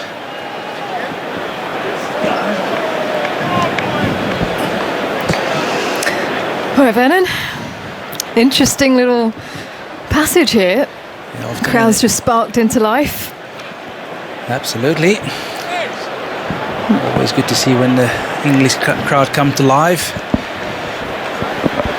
Silly point, 2 slips in play for Leach, who bowls to Janssen, who's forwards and coming through for a single as he just works it to the leg side. James Anderson positioned at a wide-ish mid-on. There's a mid-off, extra cover, deep cover, backward point. And Stuart Broad at a wideish short fine as Leach spins himself a catch. Yeah, England in many ways needed to make a play in the form of the captain, leading from the front. The talisman makes things happen, and he's got a couple of quick wickets. Another couple here in England, right back in this. 196 for 5. South Africa. Leach through to Verreynne, who cuts and cuts well for 4. Gets the length to rock back and throws it through the gap. Well, that is a favourite shot for Carl Verreynne. He loves it square of the wicket. Just a little bit drag short from Leach, and he's onto it in the flat. Where boundary, it also brings up the 200 for South Africa. Verreynne to 5 and a lead of 35 here. I think what you'll see is Verreynne will be a lot more proactive against the spinner. He won't let him settle. He loves to play square of the wicket. South Africa needs a bit of a partnership. And that breeze getting up as Leach is through to Verreynne on the back foot and just dabbing at the ball outside the line of off. Didn't look too settled in terms of forwards or back on that occasion. Leach continues past the stumps to Verreynne's forwards with conviction and covering the ball, playing it to extra cover, no run. Yeah, I think we've seen a bit of turn early on from Leach, so that will really excite him. Verreynne, been watching from on top in the changing room. Onto the back foot again and punching into silly point, into the shin pads. He'll be aware of the turn on offer. You can see it's just been rocking back the whole time against Leach. Loves playing spinners off the back foot. Ollie Pope position there as Leach is through again to Verreynne, this time coming forwards, slightly more on the line, a middle stump on that occasion as he plays that back to the bowler. No run at the end of the over then. 200 for 5. South Africa lead of 35, Verreynne 5. Janssen on 3. Is he going to keep going here? No, it looks like a change of bowling from the pavilion end. Time for Stuart Broad. Yeah, you'd have actually expected him to keep going. In the middle of a red hot spell, the England captain has taken himself off.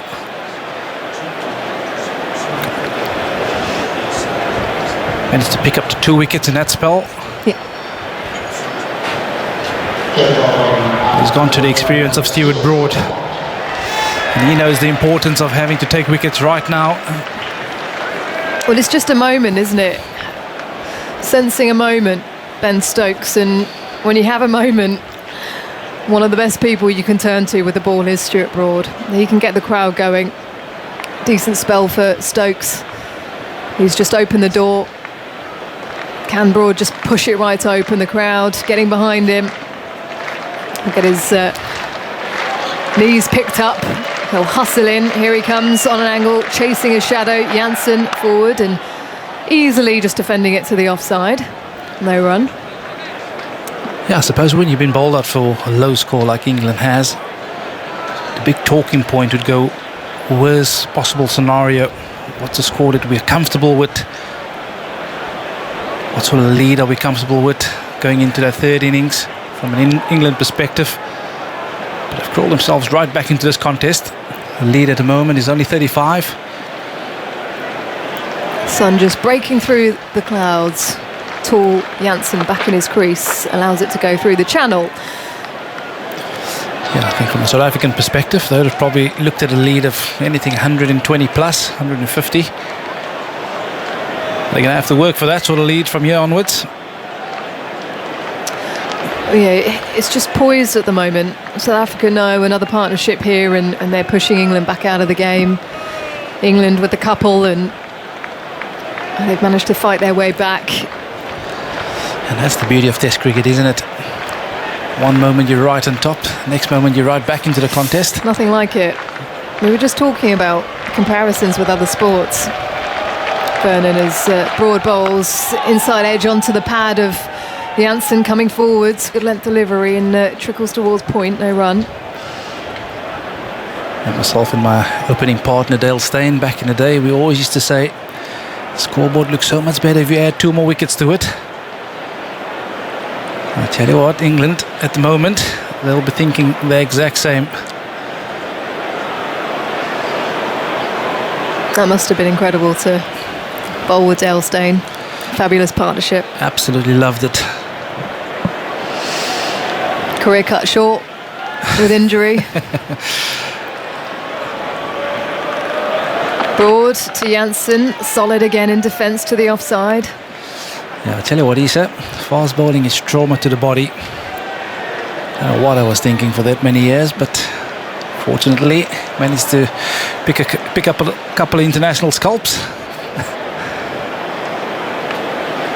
Won't say no to that, as we just see Squiller going back onto the fence. Might be seeing 1 or 2 short balls from Broad. It's a way of life, isn't it? Quick bowling. Is Broad pushes forwards. Lovely sunshine here at Lord's as that beats the edge of Janssen, back of a length delivery, looking to play the line and then just brings the bat inside. Yeah, it's amazing what a change of field can do. He's very uncertain whether he should be going forward or back. This one just back of a length.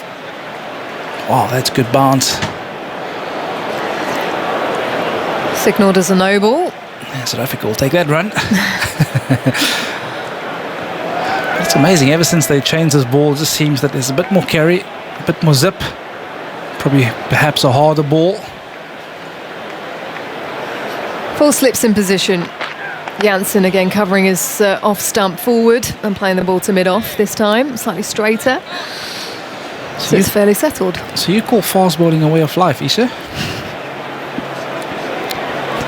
That's hard work, eh? It is. Speaking to Shoaib Akhtar, to bowl that fast, you need to be mad. Yeah, and especially watching him run probably very close to the boundary rope as well. Long run up.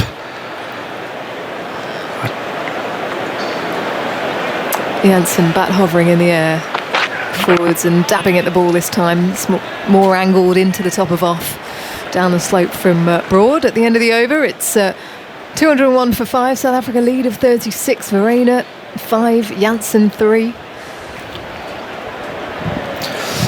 I just feel that this is a big partnership for South Africa. Janssen, Verreynne, probably the last of the recognised batsmen.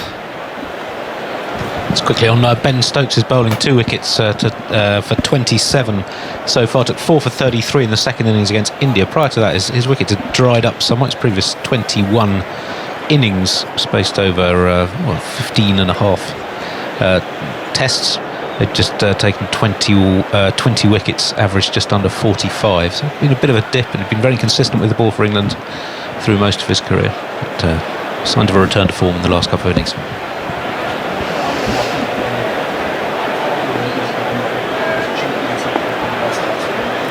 Brought himself on at the right times, I think, earlier on in the summer as well. It's hard to know as a captain when to bowl. As Leach is bowling to Verreynne, who's on the back foot, and excellent work at extra cover. He was setting off for a single, and it's Crawley to his left, getting on top of the ball.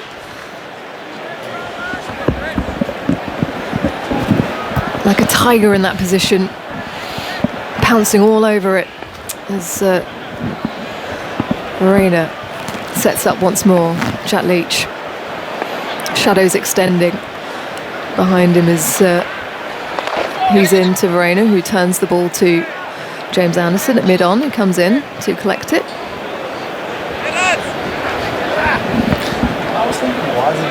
Two slips in position still. Very diminutive in stature, Verreynne, as he's forward pressing and driving to mid-off, no run.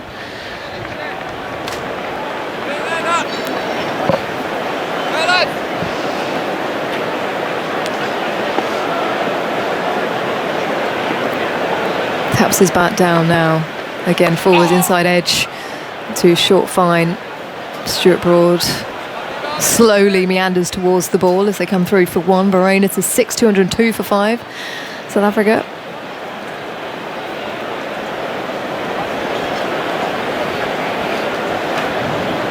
As Janssen is just surveying the field. Now delicately placing his bat down, crouching in position, forwards driving to mid-on, no run. I must say, I have noted ever since they changed the ball, there's a lot less turn on offer for Jack Leach. You probably want to hold the ball back. Yeah.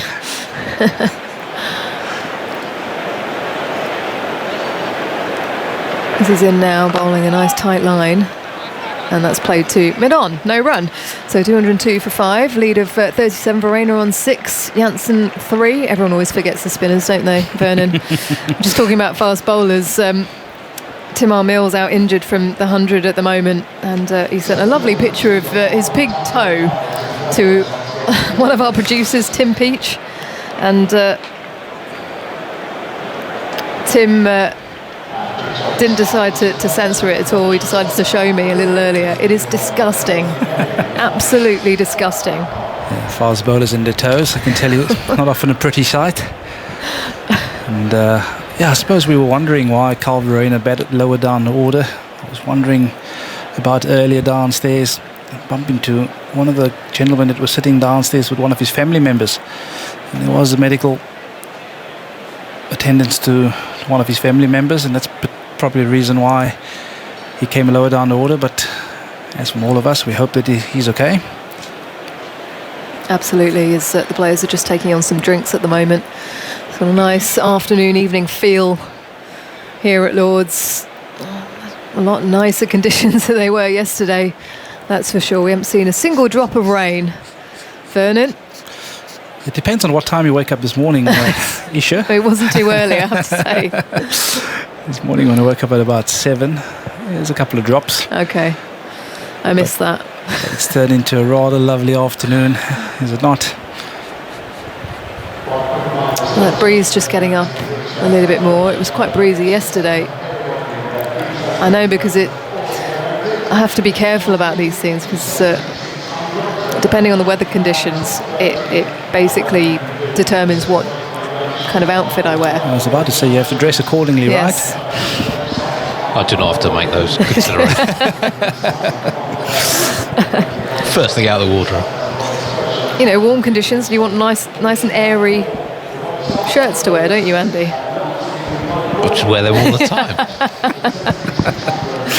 Well, I wore a dress, and I had nearly a couple of moments where I had to tape the dress to my legs. So, and I have to say, you look fabulous. That's very kind of you, Vernon. You've got a 14th of February outfit on today, sir. Red and white.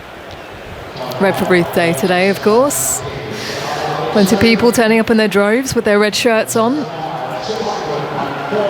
And we're now up to 232,765 pounds supporting the Ruth Strauss Foundation. That is just incredible. So amazing to everyone who has supported. They're doing some incredible work. Great to see Sir Andrew Strauss a little earlier, and we spoke to him at the break. That'll be on tonight on the highlights at 7 o'clock, BBC 4. A few people have turned up today as well from outside the world of cricket. Being updated on the latest 100 game. Manchester Originals women need 39 runs to win from 27 balls against Southern Brave. Commentary is live now on the BBC Sport website and app. Yeah, I've seen a fair few different faces over in the EC booth box today. Michael McIntyre's here, Gary Lineker. I think there was a chat with Gary and Aggers at the lunchtime interval, which is available on the podcast, the BBC podcast.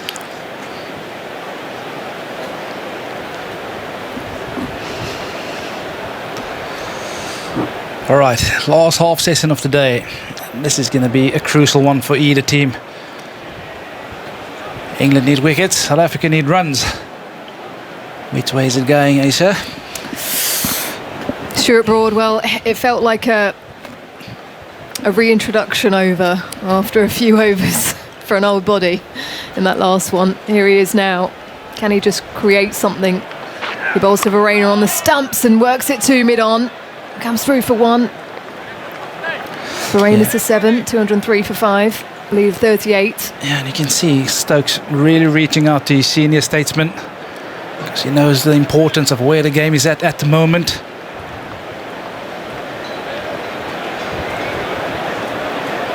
Workload of these seamers today. Bowled plenty up to now. Broad is into his 14th over. Shadows fall across the ground as the clouds come through and cover the sun. 4 slips now in play for Broad. Janssen crouching down as he's backing across and working the ball to the offside. Slightly fuller length delivery.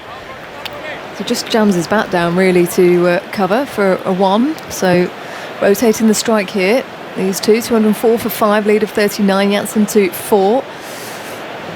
Just finding his length a little bit more here. Stuart Broad happy to take that risk of pitching it up. Yeah, perhaps a length that they missed with the new ball at the start of play. A little bit conservative, hitting that safe sort of zone, back of length, but with all the ball they've gone a touch fuller. Broad bowls, this time turned by Verena to mid-wicket. He'll sprint through for 1 and get there comfortably. Verena's so strong in that area. Anything on the legs, he'll just tuck into the leg side. And pretty quick between wickets as well. His partner Janssen understand where he's looking for at 1. So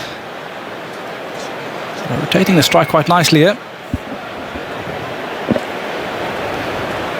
And I tell you what, there's nothing more irritating for a bowler. These little quick singles. Were you one that used to go back to the top of your mark and just get on with it, or did you used to stare as Janssen ducks underneath a short one from Broad? I'd made my fielders. You made it known. I'd made myself aware. Yeah, it's really frustrating and irritating, especially when you try and set a batter up and you've got to bowl 4 balls to a new batter.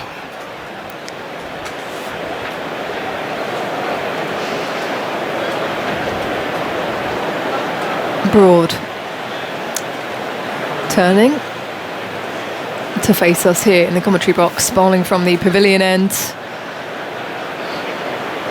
Arms are pumping. Here he goes to Janssen, who's defending in front of him, to mid-off, no run. Yeah, I always had a strategy, my own strategy, where my magic ball used to be ball number 4. So if I'd set up a batter, I'd try and go 3 away from him. Every time? Every time. Number 4 used to be the ball. And nothing used to irritate me more if they used to get a single, maybe ball number 3. Jeez, I've got to start this process again. Square leg goes out to the boundary. Here comes Broad for his final ball. 4 slips in a gully in position to Janssen, who drives back to the bowl and misses it. Broad with left hand, and they will come through for 1. So a lead of 41, 206 for 5, Verena 8, Janssen 5. So no one picked up on this across the course of your career. Well, I'll let you just explain that. And then it will be Simon Mann coming in. Clearly not too many batters around the world. But yeah, it's something that worked for me for a long time. Just a little one, Kyle Verena, one of 6 of South Africa's top 7 who's never played a test in this country before. Only Dean Elgar's previously done so. He's got a fine first-class record, averaging over 50 in first-class cricket. This is his 9th test. Made a superb century against New Zealand earlier this year in February in Christchurch. Right, here's Leach. Back to bowl to Janssen, who's 5 not out. And he's forward there, just threatening to play a big shot, check the shot and actually hit it wide of straight mid-on. And they're through for a single. Janssen goes to 6 and South Africa to 207 for 5, 42 runs ahead. We had 136 not out in the second innings, with the game delicately poised against New Zealand attack, including Southey, Henry, Jameson, Wagner and de Grandhomme. That set up a South African series equalling victory. They've won 9 of their last 13 test matches, South Africa. A very good victory against India. Come from behind victory. Leach bowls. Verena plays away into the offside. Good stop by Stokes. Away to his left, and that short mid-off position, and there's no run. Leach bowling with a man on the deep cover boundary, 3 close catches, a short extra and a short mid-off. An unorthodox field. Goes in now and bowls to Verena, who hits that straight to the short extra cover fielder, Zach Crawley. And there's no run. Moving towards the last hour of this second day. Still an hour and 5 minutes cricket left if the light holds. 22 overs left. Leach is in his 11th over, 1 for 29. Got rid of Markram. He has spun the ball, but not much actually. It's funny, he spun the ball early on in this spell, but not much of late. Goes in now and bowls to Verena, who's right back in his crease, and plays that back up the pitch. And there's no run. There's an agonising cry, I think, from Ben Folkes, who thought Leach had got through there, either onto the pad or onto the stumps. Just jabbing the bat down in time. Kyle Verena.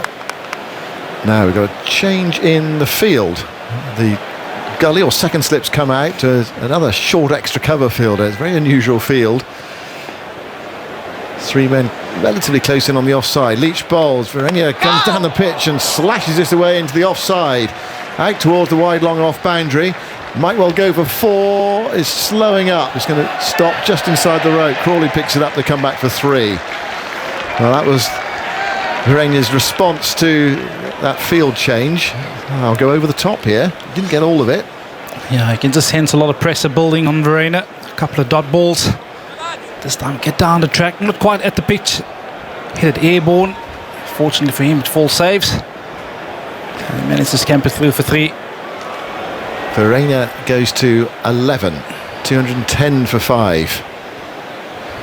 Tense moment in this game. South Africa looking to build a lead of 100 plus if they can. Here's Leach bowling, and forward goes Janssen. Thickish outside edge there. Ball rolls away square with the wicket on the offside. There's no run. It's the end of Jack Leach's over. It's 210 for 5. Commentary continues on 5 Live Sports Extra via the BBC Sport website and BBC Sounds app. Radio 4 long wave listeners off briefly for all the shipping forecast. We continue for everybody else. Yeah, just a little bit on Verena. He started out playing under me at the Western Province. I tell you what, he's a gutsy little player. Likes to play the ball square of the wicket.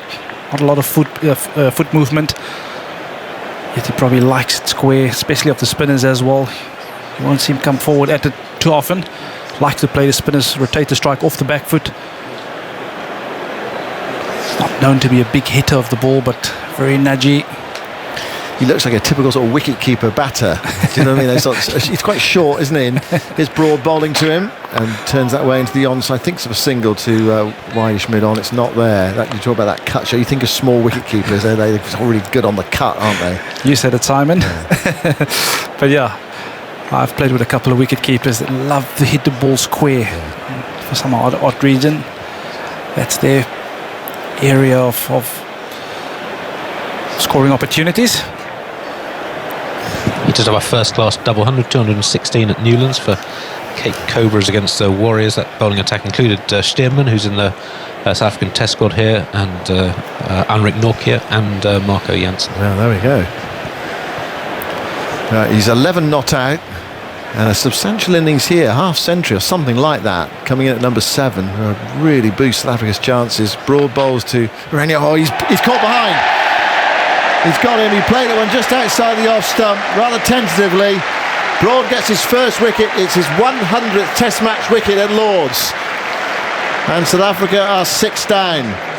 210 for 6, 45 runs ahead. Yeah, that's a phenomenal record for Stuart Broad. 100 wickets at Lords. Congratulations all round from his teammates. Just back of the length.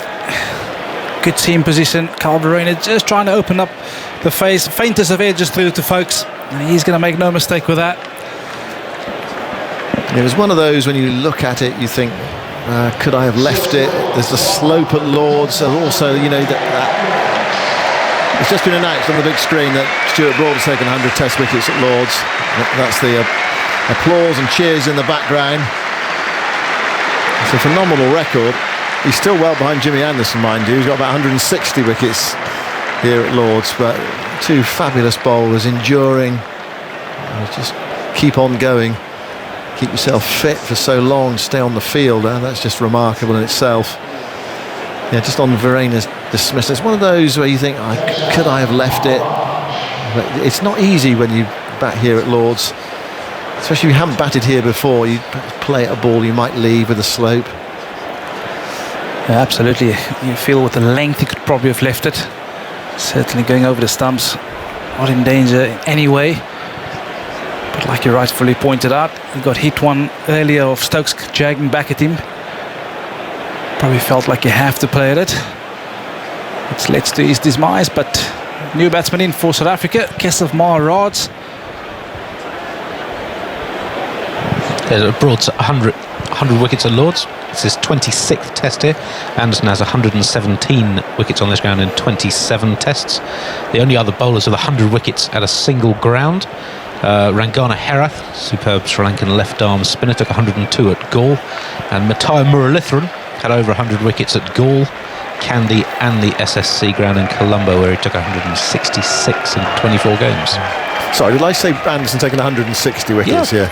We live in the age of exaggeration. We do. Well, that's what he's going to take. He's going to take 160 wickets at Lord's. 117. It's 210 for 6. Maharaj is about to face his first ball. And England have fought back in this test match. At one stage, South Africa 138 for 1. They were 160 for 2. It's now 210 for 6. Broad goes in to bowl to Maharaj. He's with him now. Maharaj gets a short ball and he ducks underneath it. You can hear the crowd involvement. Quite quiet for most of the test match. They didn't have a great deal to cheer actually from an England perspective yesterday and today. They've come to life towards the back end of the day. And just talk about play going on to 7 o'clock. The sun's on full beam again now. The cloud cover's gone. So there's a decent hope that we'll get through to 7 o'clock. 210 for 6 is the score. Vernon Philander is about to be replaced by Sir Alistair Cook, and here is Broad going in to bowl to Maharaj. Another snarling bouncer down the leg side. Not actually that good a delivery from Broad, it was poorly directed. And Maharaj ducked underneath it. Maharaj, how is he going to play? Well, we did see him take on England in that test match in Port Elizabeth in a completely hopeless cause, where they were well beaten. Joe Root was trying to get his fifer, and Maharaj smashed 71. I can't remember how many balls it was off, but it didn't feel like very many on England's last tour. Test match which Ollie Pope made 100 in PE. Broad bowls another short ball, and Maharaj ducks underneath that as well. Interesting. So 3 short balls right at the start of his innings to Maharaj. 210 for 6. He's a dangerous player. Scores very square of the wicket, got a good eye, kind of slashes the ball through. But I think England have decided not to give him anything in his own half of the first little bit, make as uncomfortable as they can. He doesn't quite fancy, but this is an opportunity for England. They didn't bowl their best to start with, but they've dragged themselves back in the game. Can they continue building on this momentum? Broad round the wicket now with some leg theory. Bowls to Maharaj, another short ball which he ducks underneath. Wasn't that more short balls in the over than you're allowed? Seemed to me there were 4 bounces in a row. But I think it depends how high they are. Yeah. Obviously the square leg umpire calls them if they weren't too high, if they weren't over shoulder height or over head height. I can't remember the exact regulation. I think it must be over shoulder height, isn't it? Between shoulder and the top of the head, isn't it? So it's quite a narrow band, isn't it? It's quite a big lot of guesswork, isn't it? Ball going at 85 mile an hour and you're standing at square leg and you've got to decide whether it's shoulder height or head height from square leg. Well, umpire Menon actually having a chat with Stuart Broad and just gives him the thumbs up there. They're obviously just discussing something. Right, so it's going to be Matthew Potts to bowl. Jack Leach is off after spinning quite a few early on, and they're not really spinning very many recently. I mean, he gave England some control. He also allowed them, I suppose, just to rest the pace bowlers and rotate them a bit. But this is where you want the pace bowlers to nip in now and try to finish it off if you possibly can, in the way that South Africa did this morning. Absolutely, these runs, if South Africa, a lead of 100, you'll see on this kind of surface in these conditions, would be invaluable. But if England can restrict that lead to, what do you say, less than 70, Yeah. Still a useful lead. Very useful, but that means there's no way that you'd say that England would be out of the game. Yeah. Right, here is Potts bowling to Janssen. Short. And that's edged through a vacant second slip area. He's up on his toes. Okay, he knows there's no orthodox slip fielders. The field again is for leg theory, with a fine leg, deep square leg, backwards square leg, deepish mid wicket, mid on. No slip at home. Well, there's no slip. It's sort of like a gully fielder, and there's also that fly third as well. That's a fine deep third. It's below the England dressing room there, and it's the same field for new batter Maharaj. You'd think in these conditions, there is enough there for the pace bowlers to bowl in orthodox fashion. The one thing's for certain, when Ben Stokes captains, when he's in on something, he's all in all the time, isn't he? There's no half measures. Here's Potts bowling to Maharaj. It's short down the leg side. Not great delivery, that wild down the leg side. Well taken by Folkes, diving away to his left hand side. They have got a slip in now though for Maharaj. There was more of a gully for Janssen, and he hit it between the wicketkeeper and the gully down towards deep third. So Root's in there. He's not really first up, he's more second. 211 for 6. South Africa are 46 runs ahead. England bowled out for 165 this morning, and it feels like the game's back on here, but South Africa might back themselves to get a lead of 100. Potts bowls another wild delivery down the leg side. Maharaj, he's just been peppered with short balls so far. He's just ducked underneath every single one. He's played them no trouble at all. That innings you're talking about, Maharaj in St George's Park, he'd reached 22 off 81, and it's game England won by an innings, so as you said, of batting in a hopeless situation. He then hit 4-4-4-6-6 off the first 5 balls of a Joe Root over. The 6th ball went for 4 byes, so it was a 28 run over. So that seems fairly low key by the standards of some of the things we've seen this summer. Maharaj hit 49 runs off 17 balls at one point in that innings.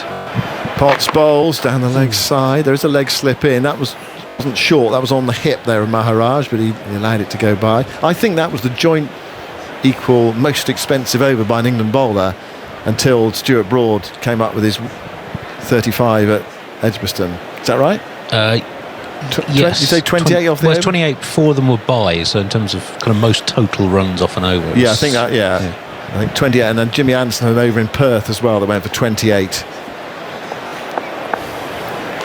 Here's Potts bowling to Maharaj. Maharaj in behind that after a fashion. They're on the back foot, managing to stab it away into the offside. And Potts picks up, and there's no run. Now, I mean, it's a remarkable field, this, because there is no one in front of square on the offside. No one. There's no mid-off or cover or extra cover, anything like that. It's a 6-3 leg side field, and the 3 are on the offside are all behind square. Backward point, slip, and fine third on the boundary.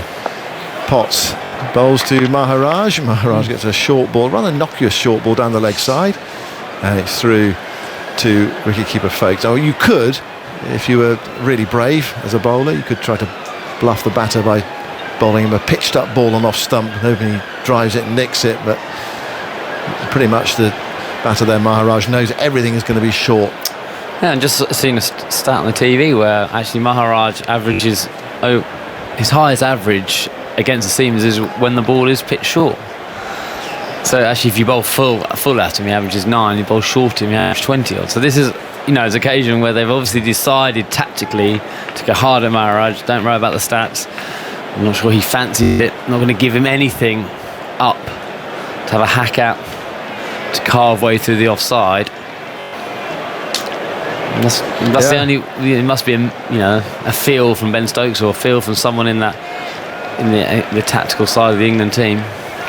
Broad's going to bowl a new over to Janssen, who's 7 from 26 balls, came in at number 6, and he's basically blocked it so far and just tried to dig in. The tall left arm seamer batting ahead of Verena, and here's Broad setting off in the evening sunshine to bowl to Janssen. It's nicked that through, second slip for 4.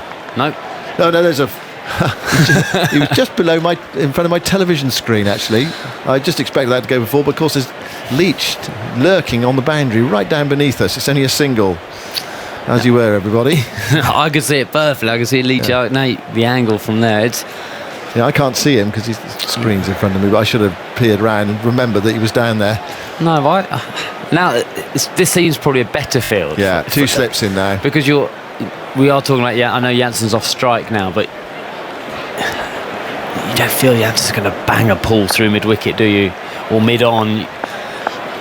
Broad goes into bowl to Maharaj, who's forward, pushing that into that vacant extra cover area. They might go for two. No, they decide against trying for the second. Just the single. Stokes goes after it, one more to the total, and Maharaj is off the mark from his 10th ball, and I think it's about the first ball they pitched up to him. Every run you feel vital here for South Africa. 213 for 6. Broad back to his mark at the pavilion end. Bowls to Jansen with two slips in now, short ball. Normal service resumed. Jansen ducks underneath it. So it's still a 6-3 leg side. No, sorry, 5-4 leg side field. Again, I have to move to see Leach down beneath us. So it's two slips, backward point, deep third. Again, no one in front of square on the offside. And then there's a deepish leg gully, deep square, fine leg, and a mid-on. So the tactics have evolved here. And another tactical change. Broad is going to come around the wicket to bowl to Jansen. Broad's sorting out where he wants his deepest leg gully, Ben Stokes. Right now, Broad bowls. It's turned away past short leg towards deep square for a single. And South Africa moved to 214 for 6. The lead to 49. So out today, Elgar for 47. Fear for 73. Peterson for 24. Markram for 16. Van der Dusen for 19. And Verena for 11. So all the South African batters into double figures. 2 for Stokes, 1 for Anderson, 1 for Potts, 1 for Leach, 1 for Broad. So they've all contributed. Just about dragging themselves back into the game. Maharaj waits. Broad goes into bowl to him. Another short ball. Ducks underneath it. Through to Ben Folkes. Stokes was the one that got England going again, wasn't it, really? Those 2 quick wickets. Bounced out of here with an excellent delivery. I mean, with the field back, in this sort of situation, actually, with the field back, and he got one into sort of that throat area and he gloved it. I think for all pace bowlers must love a dismissal like that. 214 for 6. Broad turns to complete the over. To bowl to Maharaj. And Maharaj gets the bat down just in time there. Thickish inside edge. The ball goes away into the onside through mid-wicket. And they're through for a single. Maharaj keeps the bowling. 215 for 6. The lead is 50. Maharaj has 2. Jansen has 9. More from you, Alistair, and then it will be Daniel Norcross. Some slightly weary legs, I feel, out there from the England side. They just got to keep going for the next 45 minutes. With the extended sessions, because of the rain yesterday, these are long days, aren't they? 98 days. I'm sure there's loads of people shouting at the radio saying, well, in my day we used to bowl 120 in a day. But it's not that day anymore, is it? It isn't that day. But it is hard. That 2.5 hour sessions by 2.5 hour sessions, it is long. But England, these runs are crucial. If South Africa build another little partnership now for the next 45 minutes, it feels as if that lead will be very handy. I just wonder about taking Leach off at this stage. It would be quite interesting to see what Maharaj would do to Leach. Yeah. Left arm spinner, a bit of that. 215 for 6. Maharaj on strike. Potts comes in with 2 slips and a forward short leg. That's full, pushed back to the bowler. There's no run. So we've got a kind of leg gully, a bit deeper than that really. It's like a backward square leg, not really a leg gully. It's a forward short leg, a deep square leg, and a fine leg, which suggests a short pitch tactic. It does seem that leg, deepish leg gully does seem a Brendan McCullum Philbs in. Who did he get out in the news? Was it Blundell?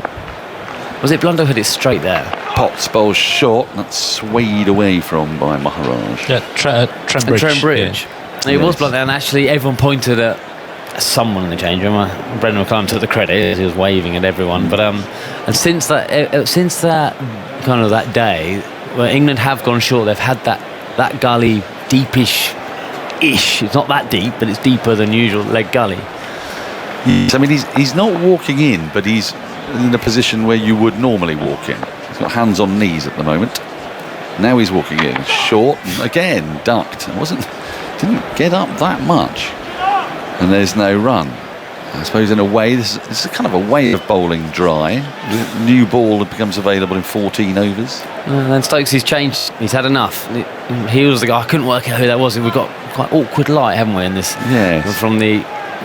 Obviously from the sun, but the shadows, and he was in the shadow. I couldn't see it, Stokes, and Maharaj has ducked everything. He hasn't been tempted at all to play that, so he's decided to change of tactics. It's not working. 3 slips are kind of normal, like a sort of fly slip, really. But now that fly slip is just saying, no, do you want me to come in, move around a bit, go slightly wider. Potts into Maharaj, 3 slips.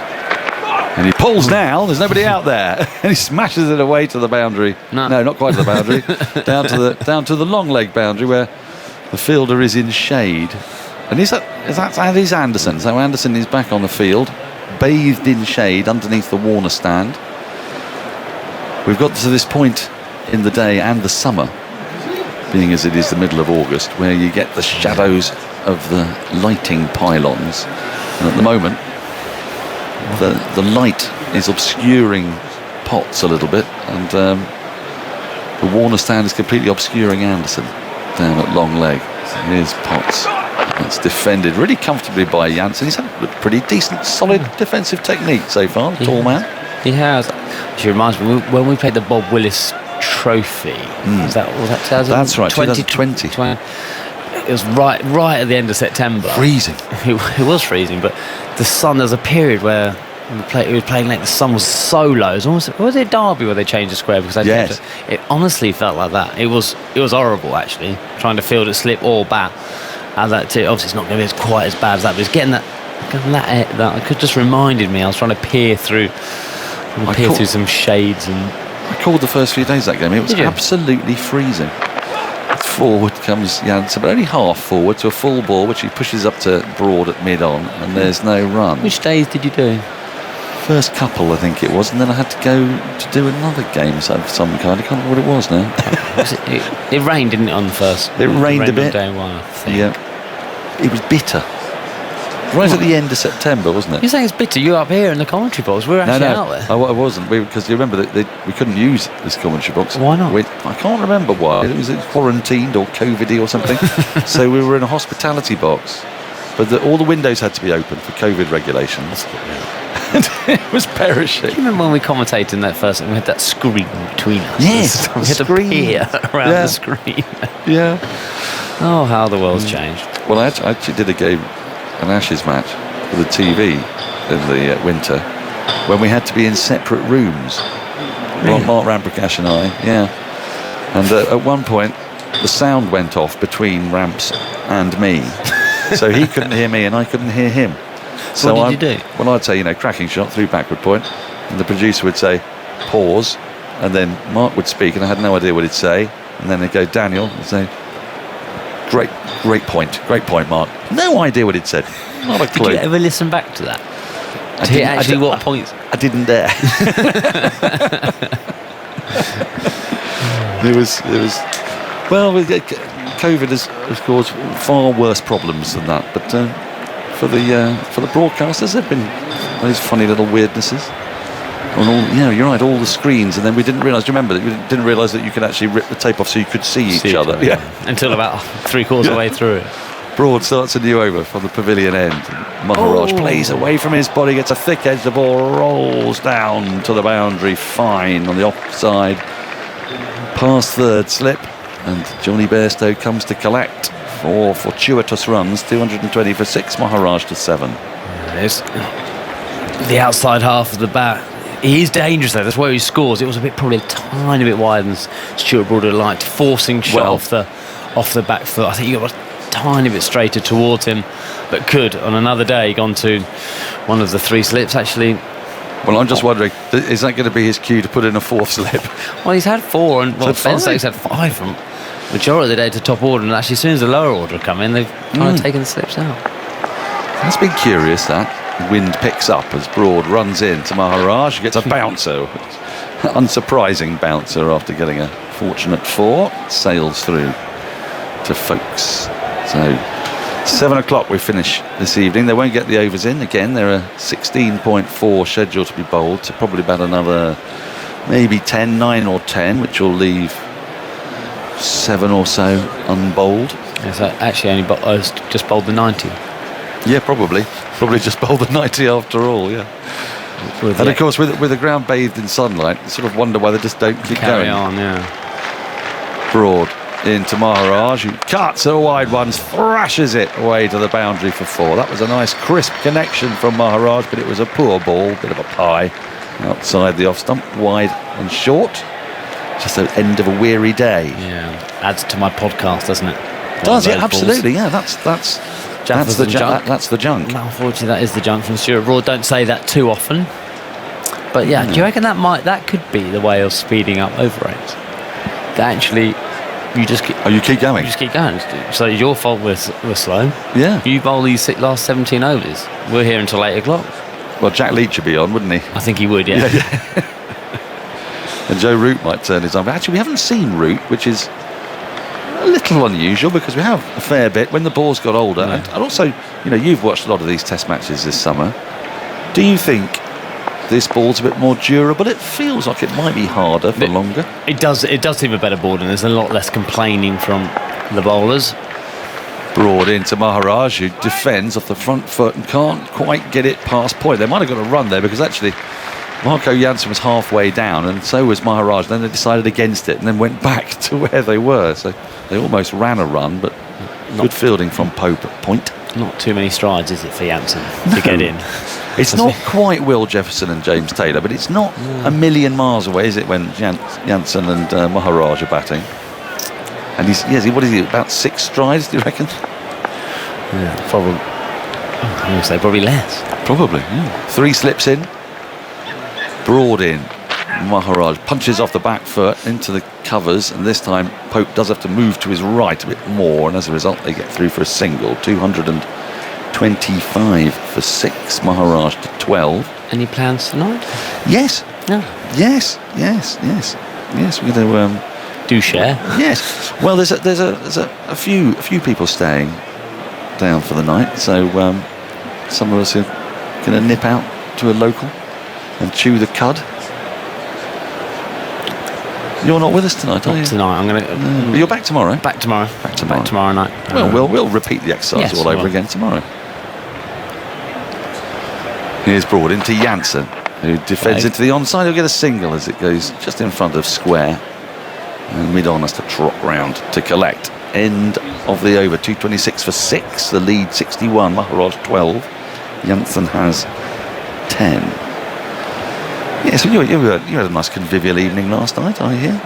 Yeah, it's always enjoyable having a free feed, isn't it, of Aggers, courtesy of Aggers? Oh, yes, he's been moaning about it all day. I'm surprised I had Chris Martin, he turned up in the box. I'm surprised Aggers didn't tell him the story about having to pay. Chris Martin did he? He came in and said hello.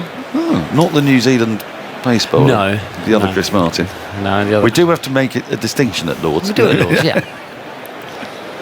Andy, you just raised your hand. It's a little niche stat for you, Dan. Oh, we do love a niche stat. Needs to be off this ball. Pots in, 4 slips. And they're beaten outside the off stump. Jansen, that was a limp push at the ball. Goes through to the keeper. What's your niche stat? South Africa's top 8 have now all made double figures. Oh. And that's only the second time they've done that in this country. The other was in 1935 at Old Trafford. Was Dudley Norse playing? Something like that. Let's see. Let's get the score. He made 29. Potts into Jansen, who drives quite elegantly but without timing and placement. Goes straight to Stokes at extra cover. There's no run. It's quite hard to see where the ball's going, isn't it? I'm finding it difficult. I'm glad you're finding it difficult. So that pull shot I actually saw when you said it crashed the boundary away. It limped. And then I was looking down the boundary at cover and you called it perfectly. And Well, I'm missing certain bits, though, I've got to say. I'm trying to go glasses on, glasses off. It's that kind of weird light, isn't it? Where you're not. It's bright, but sometimes sunglasses make it harder. Potts into Janssen, who defends square of the wicket in the offside, straight to point. Jack Leach, who does the fielding. There's no run. Yes, it's a piercing light, I've got to say. As crowds mostly stayed here. Yeah, I just thought that there's been a good attendance the last lesson of the day. Well, things start to get tricky now, don't they? Because there are various rail strikes and tube strikes and whatnot. So if you're thinking of coming tomorrow, you'll need to check out all that information and work out ways to get here. Potts into Janssen. It's a short ball, which he ducks. He sort of flexes the knee, really. Keeps an eye on it. Goes through to Folkes. There's no run. Do you think I need to leave earlier then tomorrow? Oh, yeah. Actually, good point. If you're going back to... I'm half hoping that people think it was a Friday. So you think they'll just take a long weekend? Well, there's all the troubles, the tubes and the trains. They just won't bother. So actually the roads will be empty. Is that a risky strategy? I think it's very risky trying to work out like mass behaviour. Yes. Potts in, driving, but straight to Stokes again. I was momentarily looking at the boundary. It wasn't there. What do you reckon, Zolt? Because we'll be coming in the car tomorrow because we don't have any other option. Do you think... Alistair seems to think that the entire country may just stay at home. Are you coming in from... I'm coming down the M1 coming from Bedfordshire. I'm thinking as people are going to be sensible and not bother until it'll be empty. Someone's warned me. Potts in. Janssen defends a very full delivery. Just digs it out, pushes it back to Stokes. No run. Was that a maiden? Felt like one. It was. 226 for 6 at the end of the over. Maharaj 12, Janssen 10. Potts' first maiden, his 15th over. As a knight of the realm, can you not just commandeer any horse? Yeah. Oh, yes, good point. It's quite a long way for the horse. A series of horses. That's a very good... I've often wondered about this. Do they not have much in the way of stamina then? Because I was always wondered what they did in medieval times. If you're going to get from London to York, how many horses would you use, or would you just break off a lot? You're asking totally the wrong person to know. I imagine that... Doesn't Alice have a horse? Yeah, the kids have got a couple of ponies, but we don't tend to go to York on them. It did depend if they were... Prefer the train for that. If they were petrol or diesel or electric horses. I've often wondered what is a sort of like how long a horse is willing to keep going for. I think quite a while if they get fit. I mean, if they haven't done much and then you say we're going to go for a long one, they might get a bit sore. Anyway, can we have a few bits of advice, please, from the listeners today? I know that screen we've been sat in front of us now says no signal, but can the listeners tell me whether I should leave earlier at the same time or later? I think that's very wise. Yes, let's put that out there. Yeah, and see what we get. Well, I suppose we must have a precedent for it because there've been a couple of these strikes already. On a Friday? On a Friday. It's a very tempting day to do nothing, isn't it? You find that every day, Dan. Yes, I'm strongly tempted, yes. Indolence does call to me.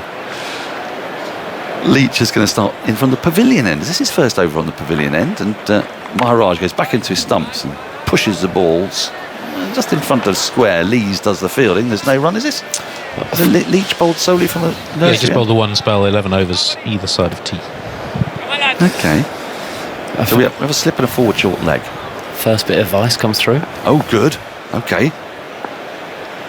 Leach in. Maharaj comes forward, pushes quite confidently into the covers. There's no run. Frankel Phillip, who does the journey quite a lot from around Bedfordshire. Right.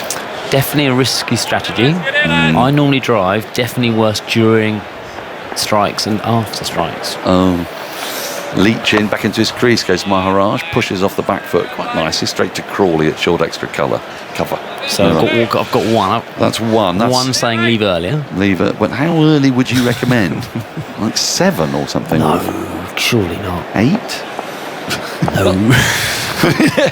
Leach pushes into the onside. There's no run. We didn't get into cricket to be leaving the house at 8 in the morning. That's not the idea. I think what I'm also doing is sowing my seed, so I can, if I am a bit late, I could say to Mountie, "Sorry, I'm late. The traffic was really bad." Do you think he'll buy that? Have a quick look. See what he's saying. Driven firmly into the onside, out towards deep mid-wicket. There'll be just the one. Maharaj was not interested in a second. Jansen was briefly. He didn't really time it. Went along the ground at 227 for 6. He's not listening. He's deep in conversation. We could say anything. Anything. Yeah, if I look, there's more than enough people here. Okay. And just say something, just make something up. Is that what you do? Yeah. You know, maybe there was sort of water ingress in your kitchen. Do you know what I mean?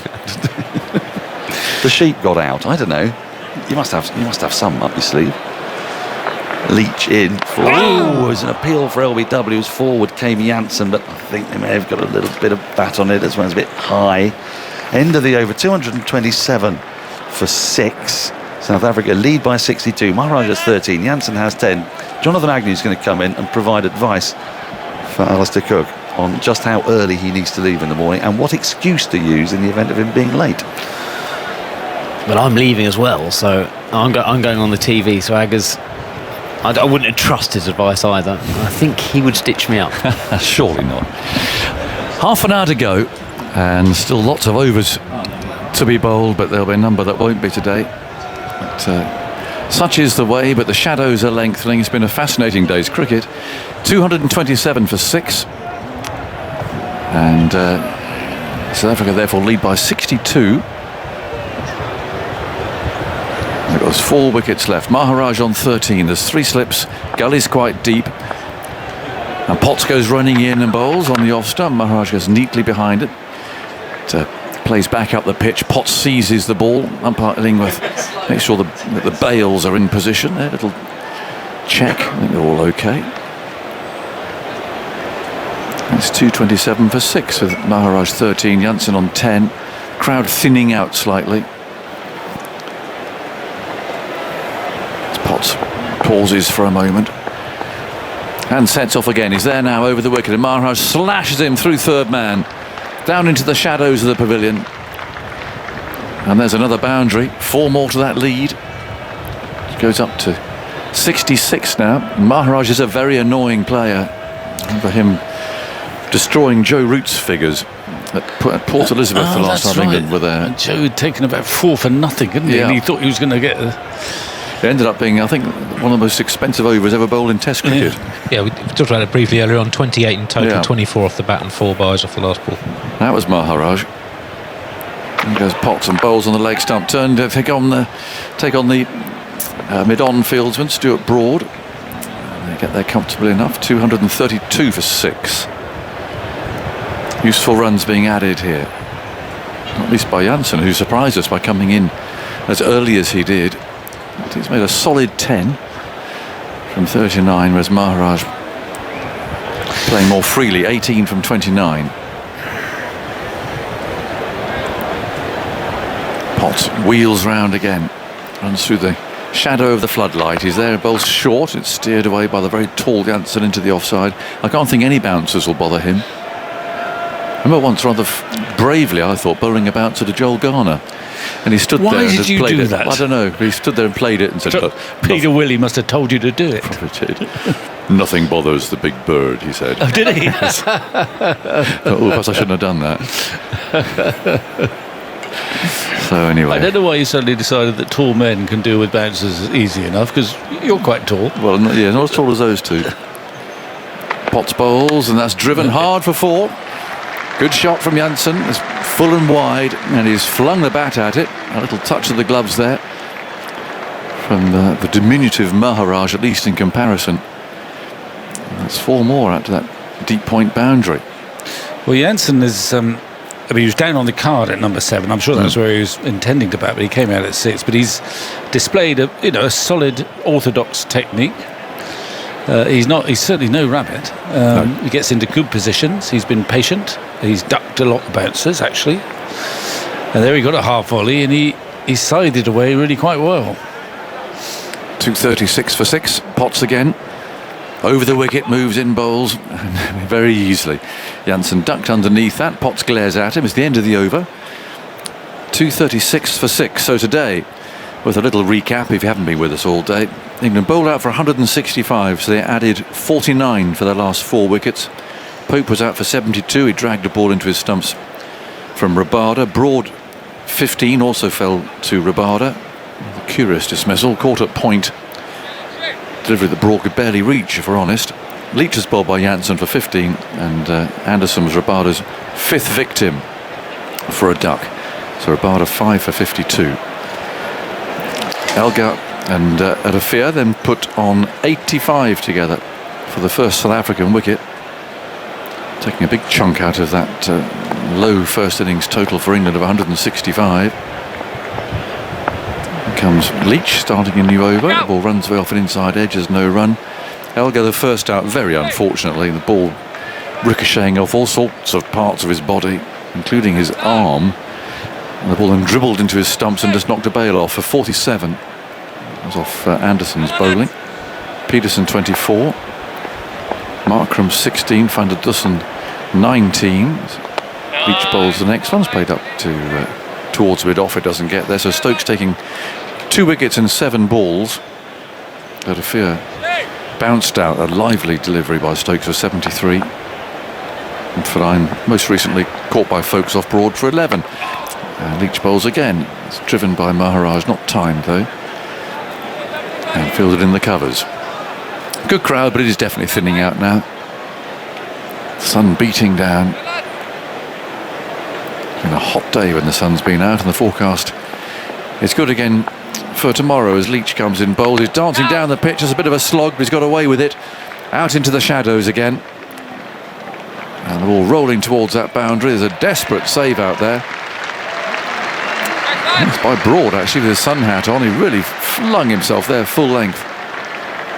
Good piece of fielding. And they take 3. Quite get to the pitch of that. Something telling me that's not Broad, but he's got a sun hat on. It's not Broad. No, he's got a sun hat. He's got a Broad sun hat. I think it's Potts. I think it's Potts. Broad's down here. Yeah. 2:39 for 6. Leach again spins himself a catch. There's a slip. Moves in bowls. Janssen defends it. Ball rolls away for Leach to pick up. Hope tomorrow people can get here. There's a rail strike and a tube strike, I think, tomorrow. So it's going to be a challenge, but I do hope you manage to get here okay.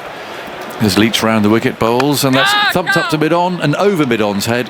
And that will go for 4 this time. Nothing Potts can do about it. Apart from trot off to the boundary and go and find the ball. So 2:43 for 6. There's a new ball due in 9 overs time. That's tomorrow though. Yeah, and the lead 78. And I think England are starting to creak out there. I don't think Leach is creaking, but they're taking him on there. And the last shot was actually quite a good one from Janssen in the air over mid-on. And the ball doesn't seem to be turning for him anymore. It did to start with Swell, but not anymore. Potts has had his moments, and he's having a rest now. And now they've turned to the 40-year-old. Yes. Anderson is back. This is a just test the last Anderson. 20 minutes. It's all looked rather easy for the 2 batsmen here. The ball doesn't seem to be doing much. And England are looking a little bit weary. I mean, they really haven't played much cricket, of course, this lot, since the last amazing Test match win. It's 40-odd days ago, I think. 6 weeks about approximately, isn't it? Yeah. And they might be feeling that at the moment. Bear in mind, too, they didn't start bowling until, well over an hour into the day's play. But I sense they're just sort of hanging on for the end at the moment, England. Anderson starts a new spell then from a new end. His first ball's hit hard into the offside, but fielded at cover. And the score remains 2:43 for 6. So there's 27 runs in the last 5 overs.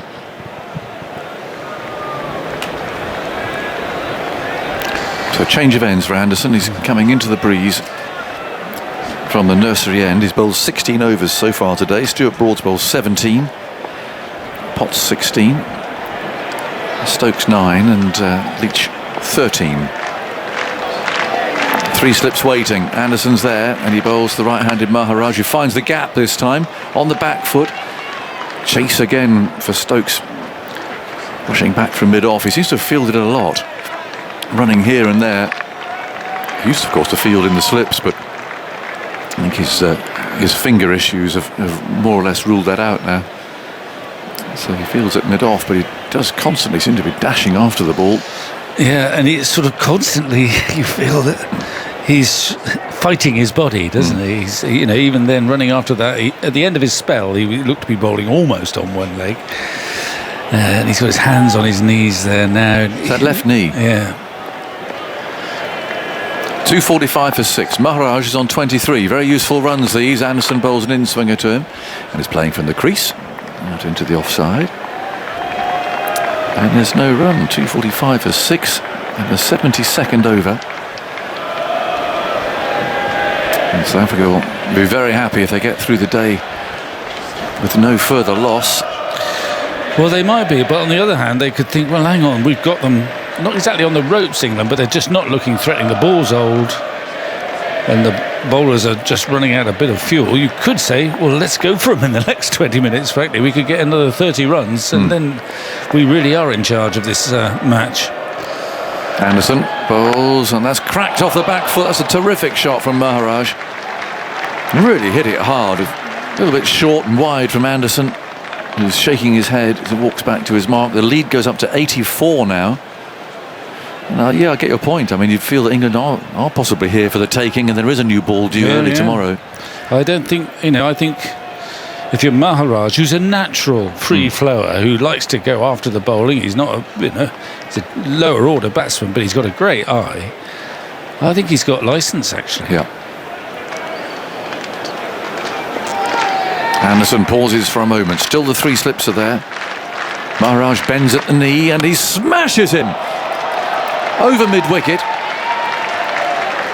And down to the boundary to our right-hand side. Again, that's pretty dismissive, to be honest, of the Premier bowler.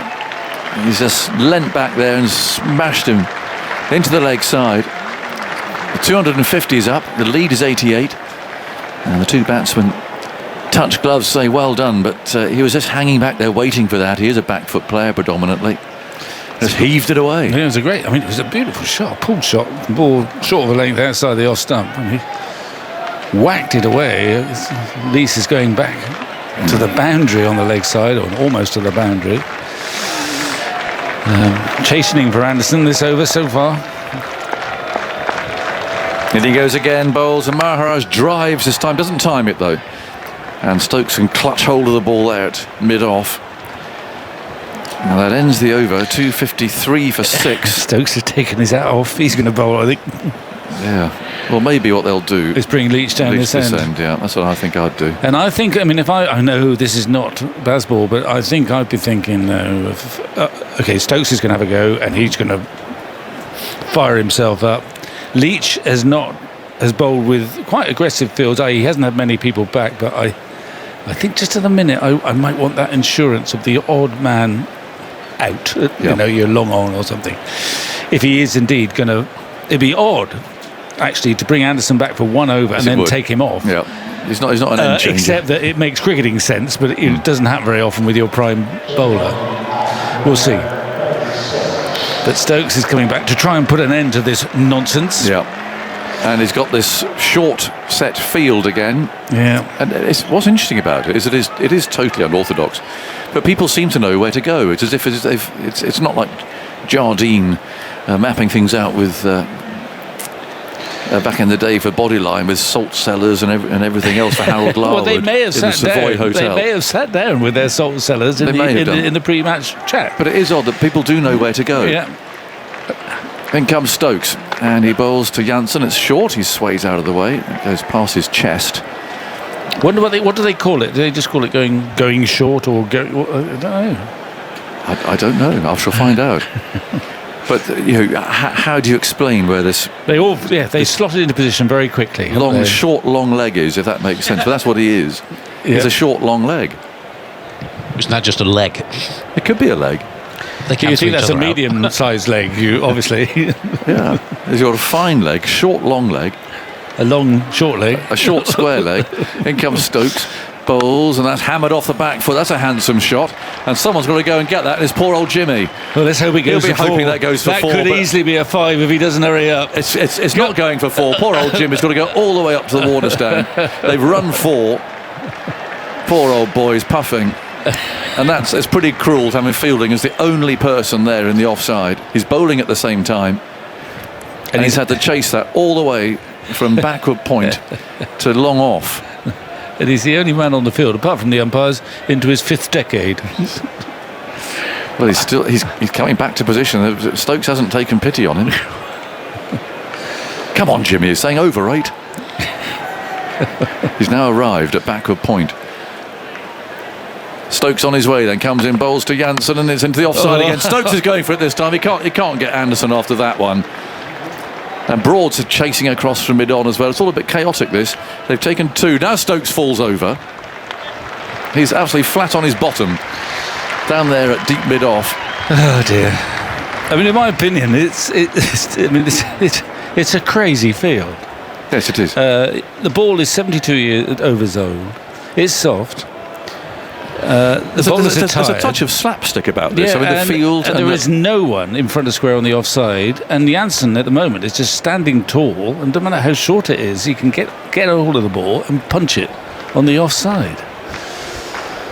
Stokes again, wearily comes in from the far end, bowls a bouncer.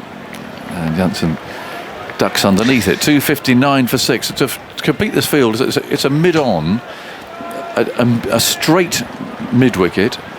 There's a deep square leg, there's a short square leg, there's a short long leg, and a deep fine leg. That's the leg side field. But they all know where to go, and they are unusual settings. And then on the offside, there's just a slip, a very fine third man, and Jimmy at backward point doing the rest. Stokes again comes in, bowls. It's short. He's gone for it. Everyone's looking. It's come down to fine leg, and it's gone over fine leg for 6. Good shot. And he knows the ball really has to be short. Well, that's what I don't like about it, is that the batsman, I mean, he's not a mug, Janssen. He knows that there is going to be no full-length deliveries around about off stump.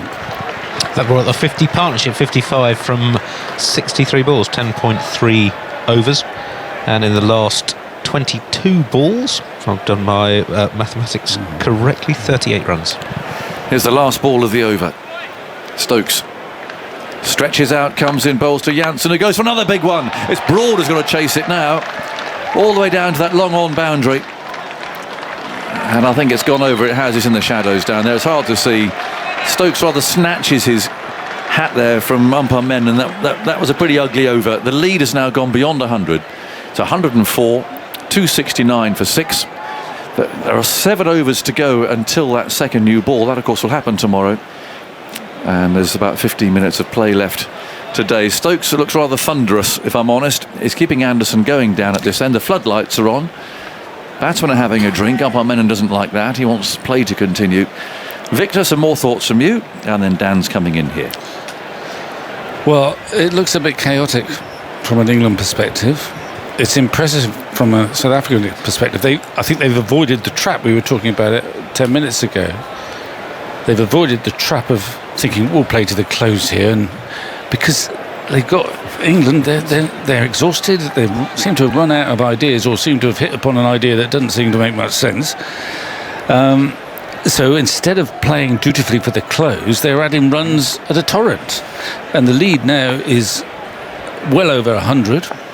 Anderson starts a new over with 3 slips in place. He's going to alter the more conventional field. Forward comes Maharaj, surely, and pushes the ball into the offside, and there's no run. I was just looking at the scoreboard. They had Janssen. I thought Janssen's suddenly lost a foot in height, perhaps. But yes, I wouldn't say they've run out of ideas. I think your qualification is more right.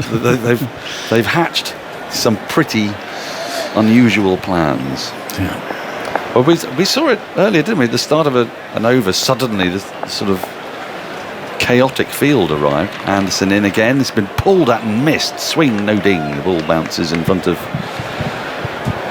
folks. I thought when they took Leach off after 1 over or 2 overs from the far end, they were going to bring him back down this end, give him a few scouts, but still have men round in sort of an in-out field if they're going to play aggressively, and see what happens there.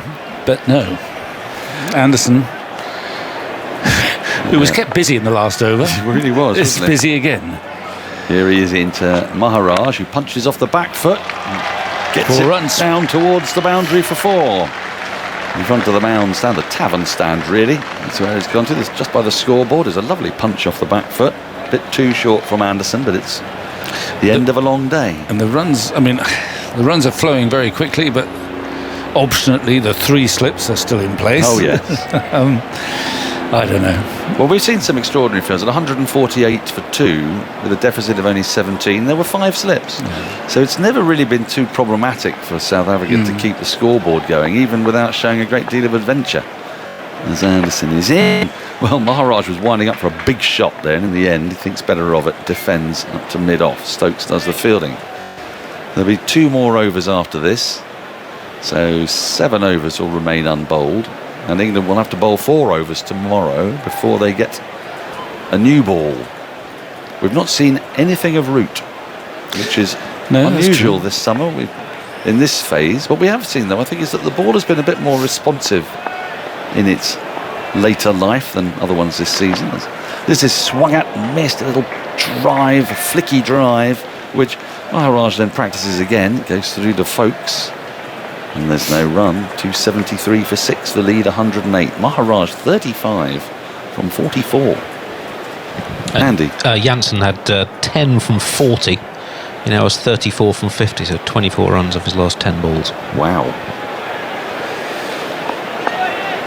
Anderson's at the top of his mark and runs away from us from the nursery end.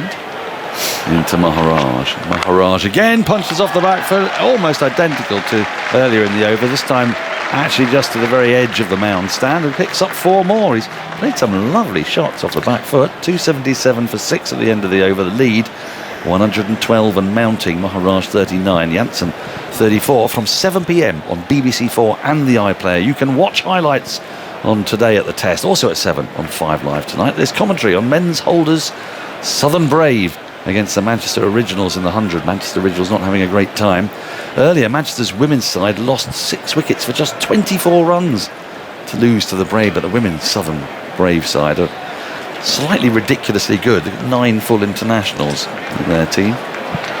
50 runs now in the last 5 overs. Wow. 6 and 9 fours. 8. Stokes in, and that's going to be probably, well, it could be 5 more. It's Anderson again. It's a mirror image of the last over. Anderson has been made to go all the way from point up to deep extra cover. Actually, the batters can't be bothered, and they've settled for 3.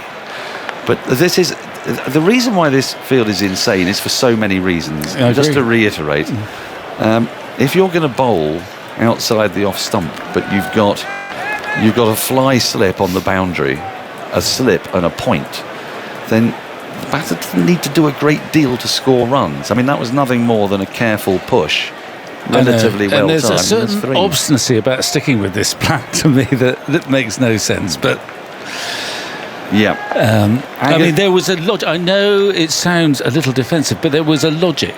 Well, I'll tell you after this ball. Stokes comes in, should be short, into Maharaj. It is short. He swiped this high in the air up towards long on. It's going to be chased by Stuart Broad. It won't make it to the boundary.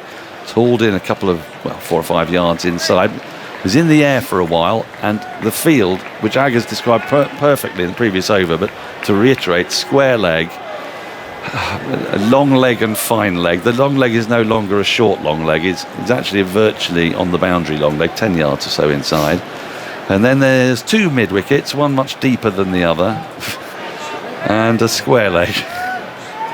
It's unusual. It takes longer to describe than normal. Stokes in, short, vicious at the head. Maharaj ducks through to the keeper, no run. I mean, one option might have been that you keep it tight with a few scouts out for Leach, perhaps, in the knowledge that tomorrow morning you've got fresher bowlers and a new ball, and the scoreboard saying something like 220, 230. It says 280 already. Yep. Stokes into Maharaj, short down the leg side, a long way down the leg side. It's very effortful for no reward. Yes. Which doesn't appeal to me at all. No. Yeah, I mean, you said 50 off the last 5 overs. I mean, with a conventional field, even if you had a sort of ring field, a slip and a ring field, and maybe one man out the boundary at each side, you might expect to go at no more than 4 and over. There'd be 30 runs fewer just there. Stokes in. Short again. This has been pulled in the air and caught. So it's Caught a mid-wicket. Maharaj goes. Stokes picks up his third wicket.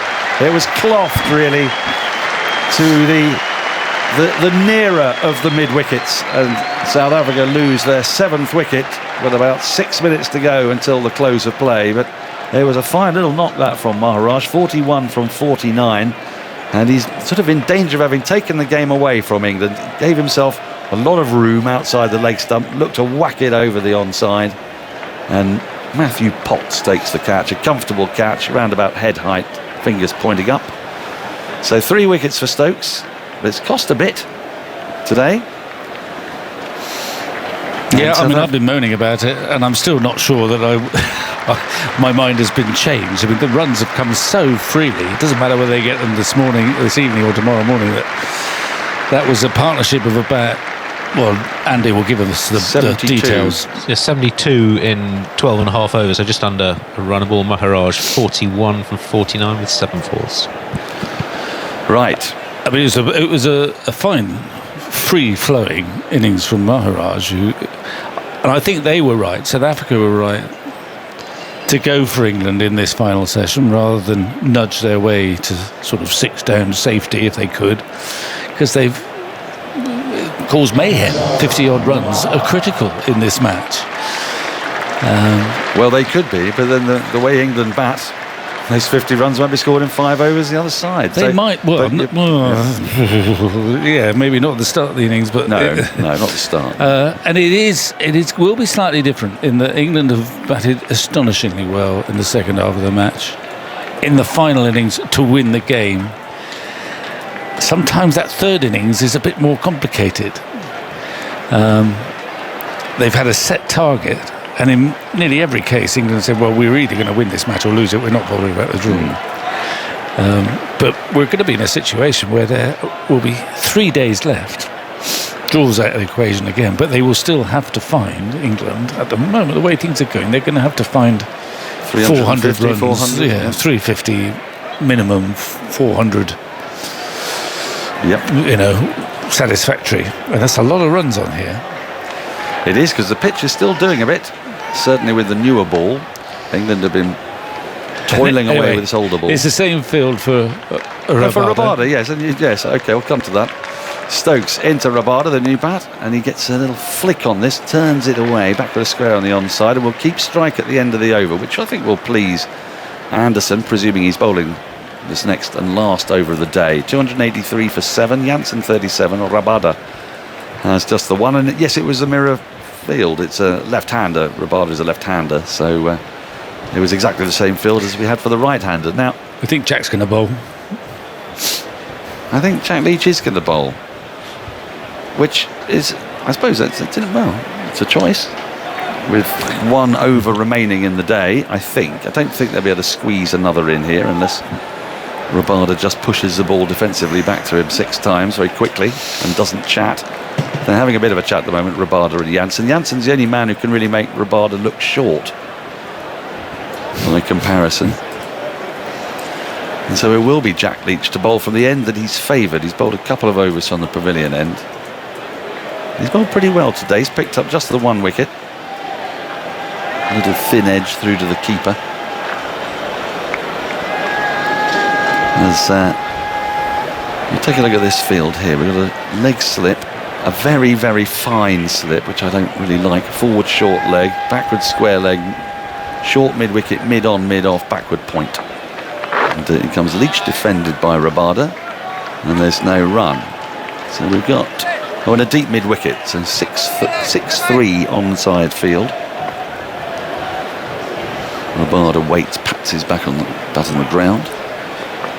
Leach pulls a wider ball, which comes forward in solid defence. He wants to be there tomorrow. Jansen's very happy to see Rabada playing like this. With 2 minutes to go, 4 balls remain. Up comes the field. Come on, look, they're all coming in. There's no mid on. Stokes cannot stand it, can he? He can't stand the possibility of too many of these dot balls. Yeah. In you come. But it's tempting him to hit it over mid on, because there's no mid on. There's a short mid on, that's all. And a short extra cover. Leach in, and that spins slightly back into Rabada as he pushes defensively off the back foot into the onside. It's picked up at mid-wicket. Yeah, so Stokes has just sort of, it's almost like he just wants to be part of the action. He's just walked in a bit closer, really, from mid-on.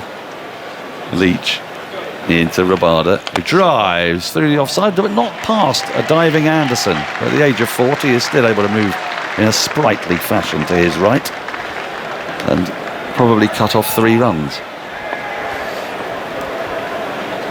2 balls remain in the day.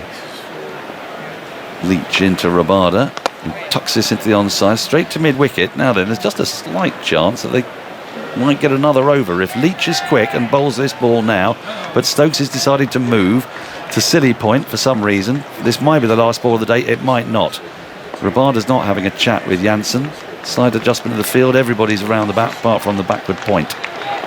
Leach in, Rabada is edging past slip down to boundary, and Broad is going to have to go. The sun hat's off after 7 paces as usual. He collects the ball, throws it back, and they get back for 2. 285 for 7. They're at 16 seconds left in the day's play. Umpires moving towards the stumps. Is he going to get there? 9 seconds left. And I think we're going to get another over. Where's your He's clock? arrived just in time. Where's with your 1 clock? second to go. Oh, it's the one just there. It's the one just here, yeah. Is that the one the umpires are obviously using then? I think so. So, well, Leach has bowled that over so rapidly that they're going to squeeze in another over, the 77th of the innings, and we have this crazy field again. The 2 mid-wickets or a wide, long on, etc. Come back to them shortly. Stokes into Jansen. Short, through to the keeper, there's no run. We've got the fine leg, the long leg, the square leg. A man sort of catching just in front of square on the onside, but Pope about 3 pitch widths away. Potts where he caught Maharaj on the edge of the square. Broad back at a wideish deep mid-on. Stokes into Jansen. Up in his toes he goes and pushes the ball back to Stokes. There's no run. For England, this is handy getting this extra over in, because it means there's only 3 to go tomorrow until they can get a new ball. Today at the Test, by the way, is on air now on BBC 4, or if you go to the iPlayer, you can rewind to the start of the programme to see when we finish up here. Then they'll know what's happened. Then they'll know what's happened. It's hard. So many options, isn't there? So many. Stokes in, short, down the leg side. Folks moves to his left to field. And there's no run. He's had a good day, Jansen, hasn't he? With the bat. Yeah. Very handy innings, this. Changing tempo. Andy. It's tied his highest score in Tests so far. 37 not out from 54. And you say he had 10 off 40. So there's still acres of space on the offside if he can access it. Oh, leg slips come in. Stokes in. Up at his toes again goes Jansen. He's a very tall man. He's able to ride that bouncer and push it into the onside. Very straight. Pope does the fielding. 2 balls left in the day. This is definitely the last over. The day which has seen England lose their last 4 wickets for 49 runs in 13 overs. Pope eventually going, top scoring for 73. And wickets spread around for England. All 5 bowlers have taken wickets. Stokes with 3. And all the others with 1. Stokes round the wicket. And has been pulled out towards the deep square leg boundary. And has it made it there? It has. A sprawling diving attempt by Bairstow on the square leg boundary. Couldn't quite cut it off. It was short. And Jansen, even in the last over of the day, with the penultimate ball, he's happy to go after it. He moves into the 40s for the first time in his Test career. Well, it's a fine shot. It was sort of in his slot, and he middled it. Not much chance for Bairstow diving away to his left. Here we go, last ball of the day. Leg slip in place. Stokes round the wicket to Jansen. And Jansen ducks underneath the bouncer to complete a day that has belonged to South Africa. They finish on 289 for 7. A very healthy lead of 124. Jansen 41, Rabada 3. 3 wickets for Stokes, a wicket apiece for all the other bowlers that England have used. Leach, Anderson, Potts and Broad. It's a very fine start from the openers, Elgar and Ervia, and England have toiled today. You cannot doubt their invention. You may question their tactics, but you question them at your peril, because England always seem to find an answer this summer. Will they continue to do so? I wonder.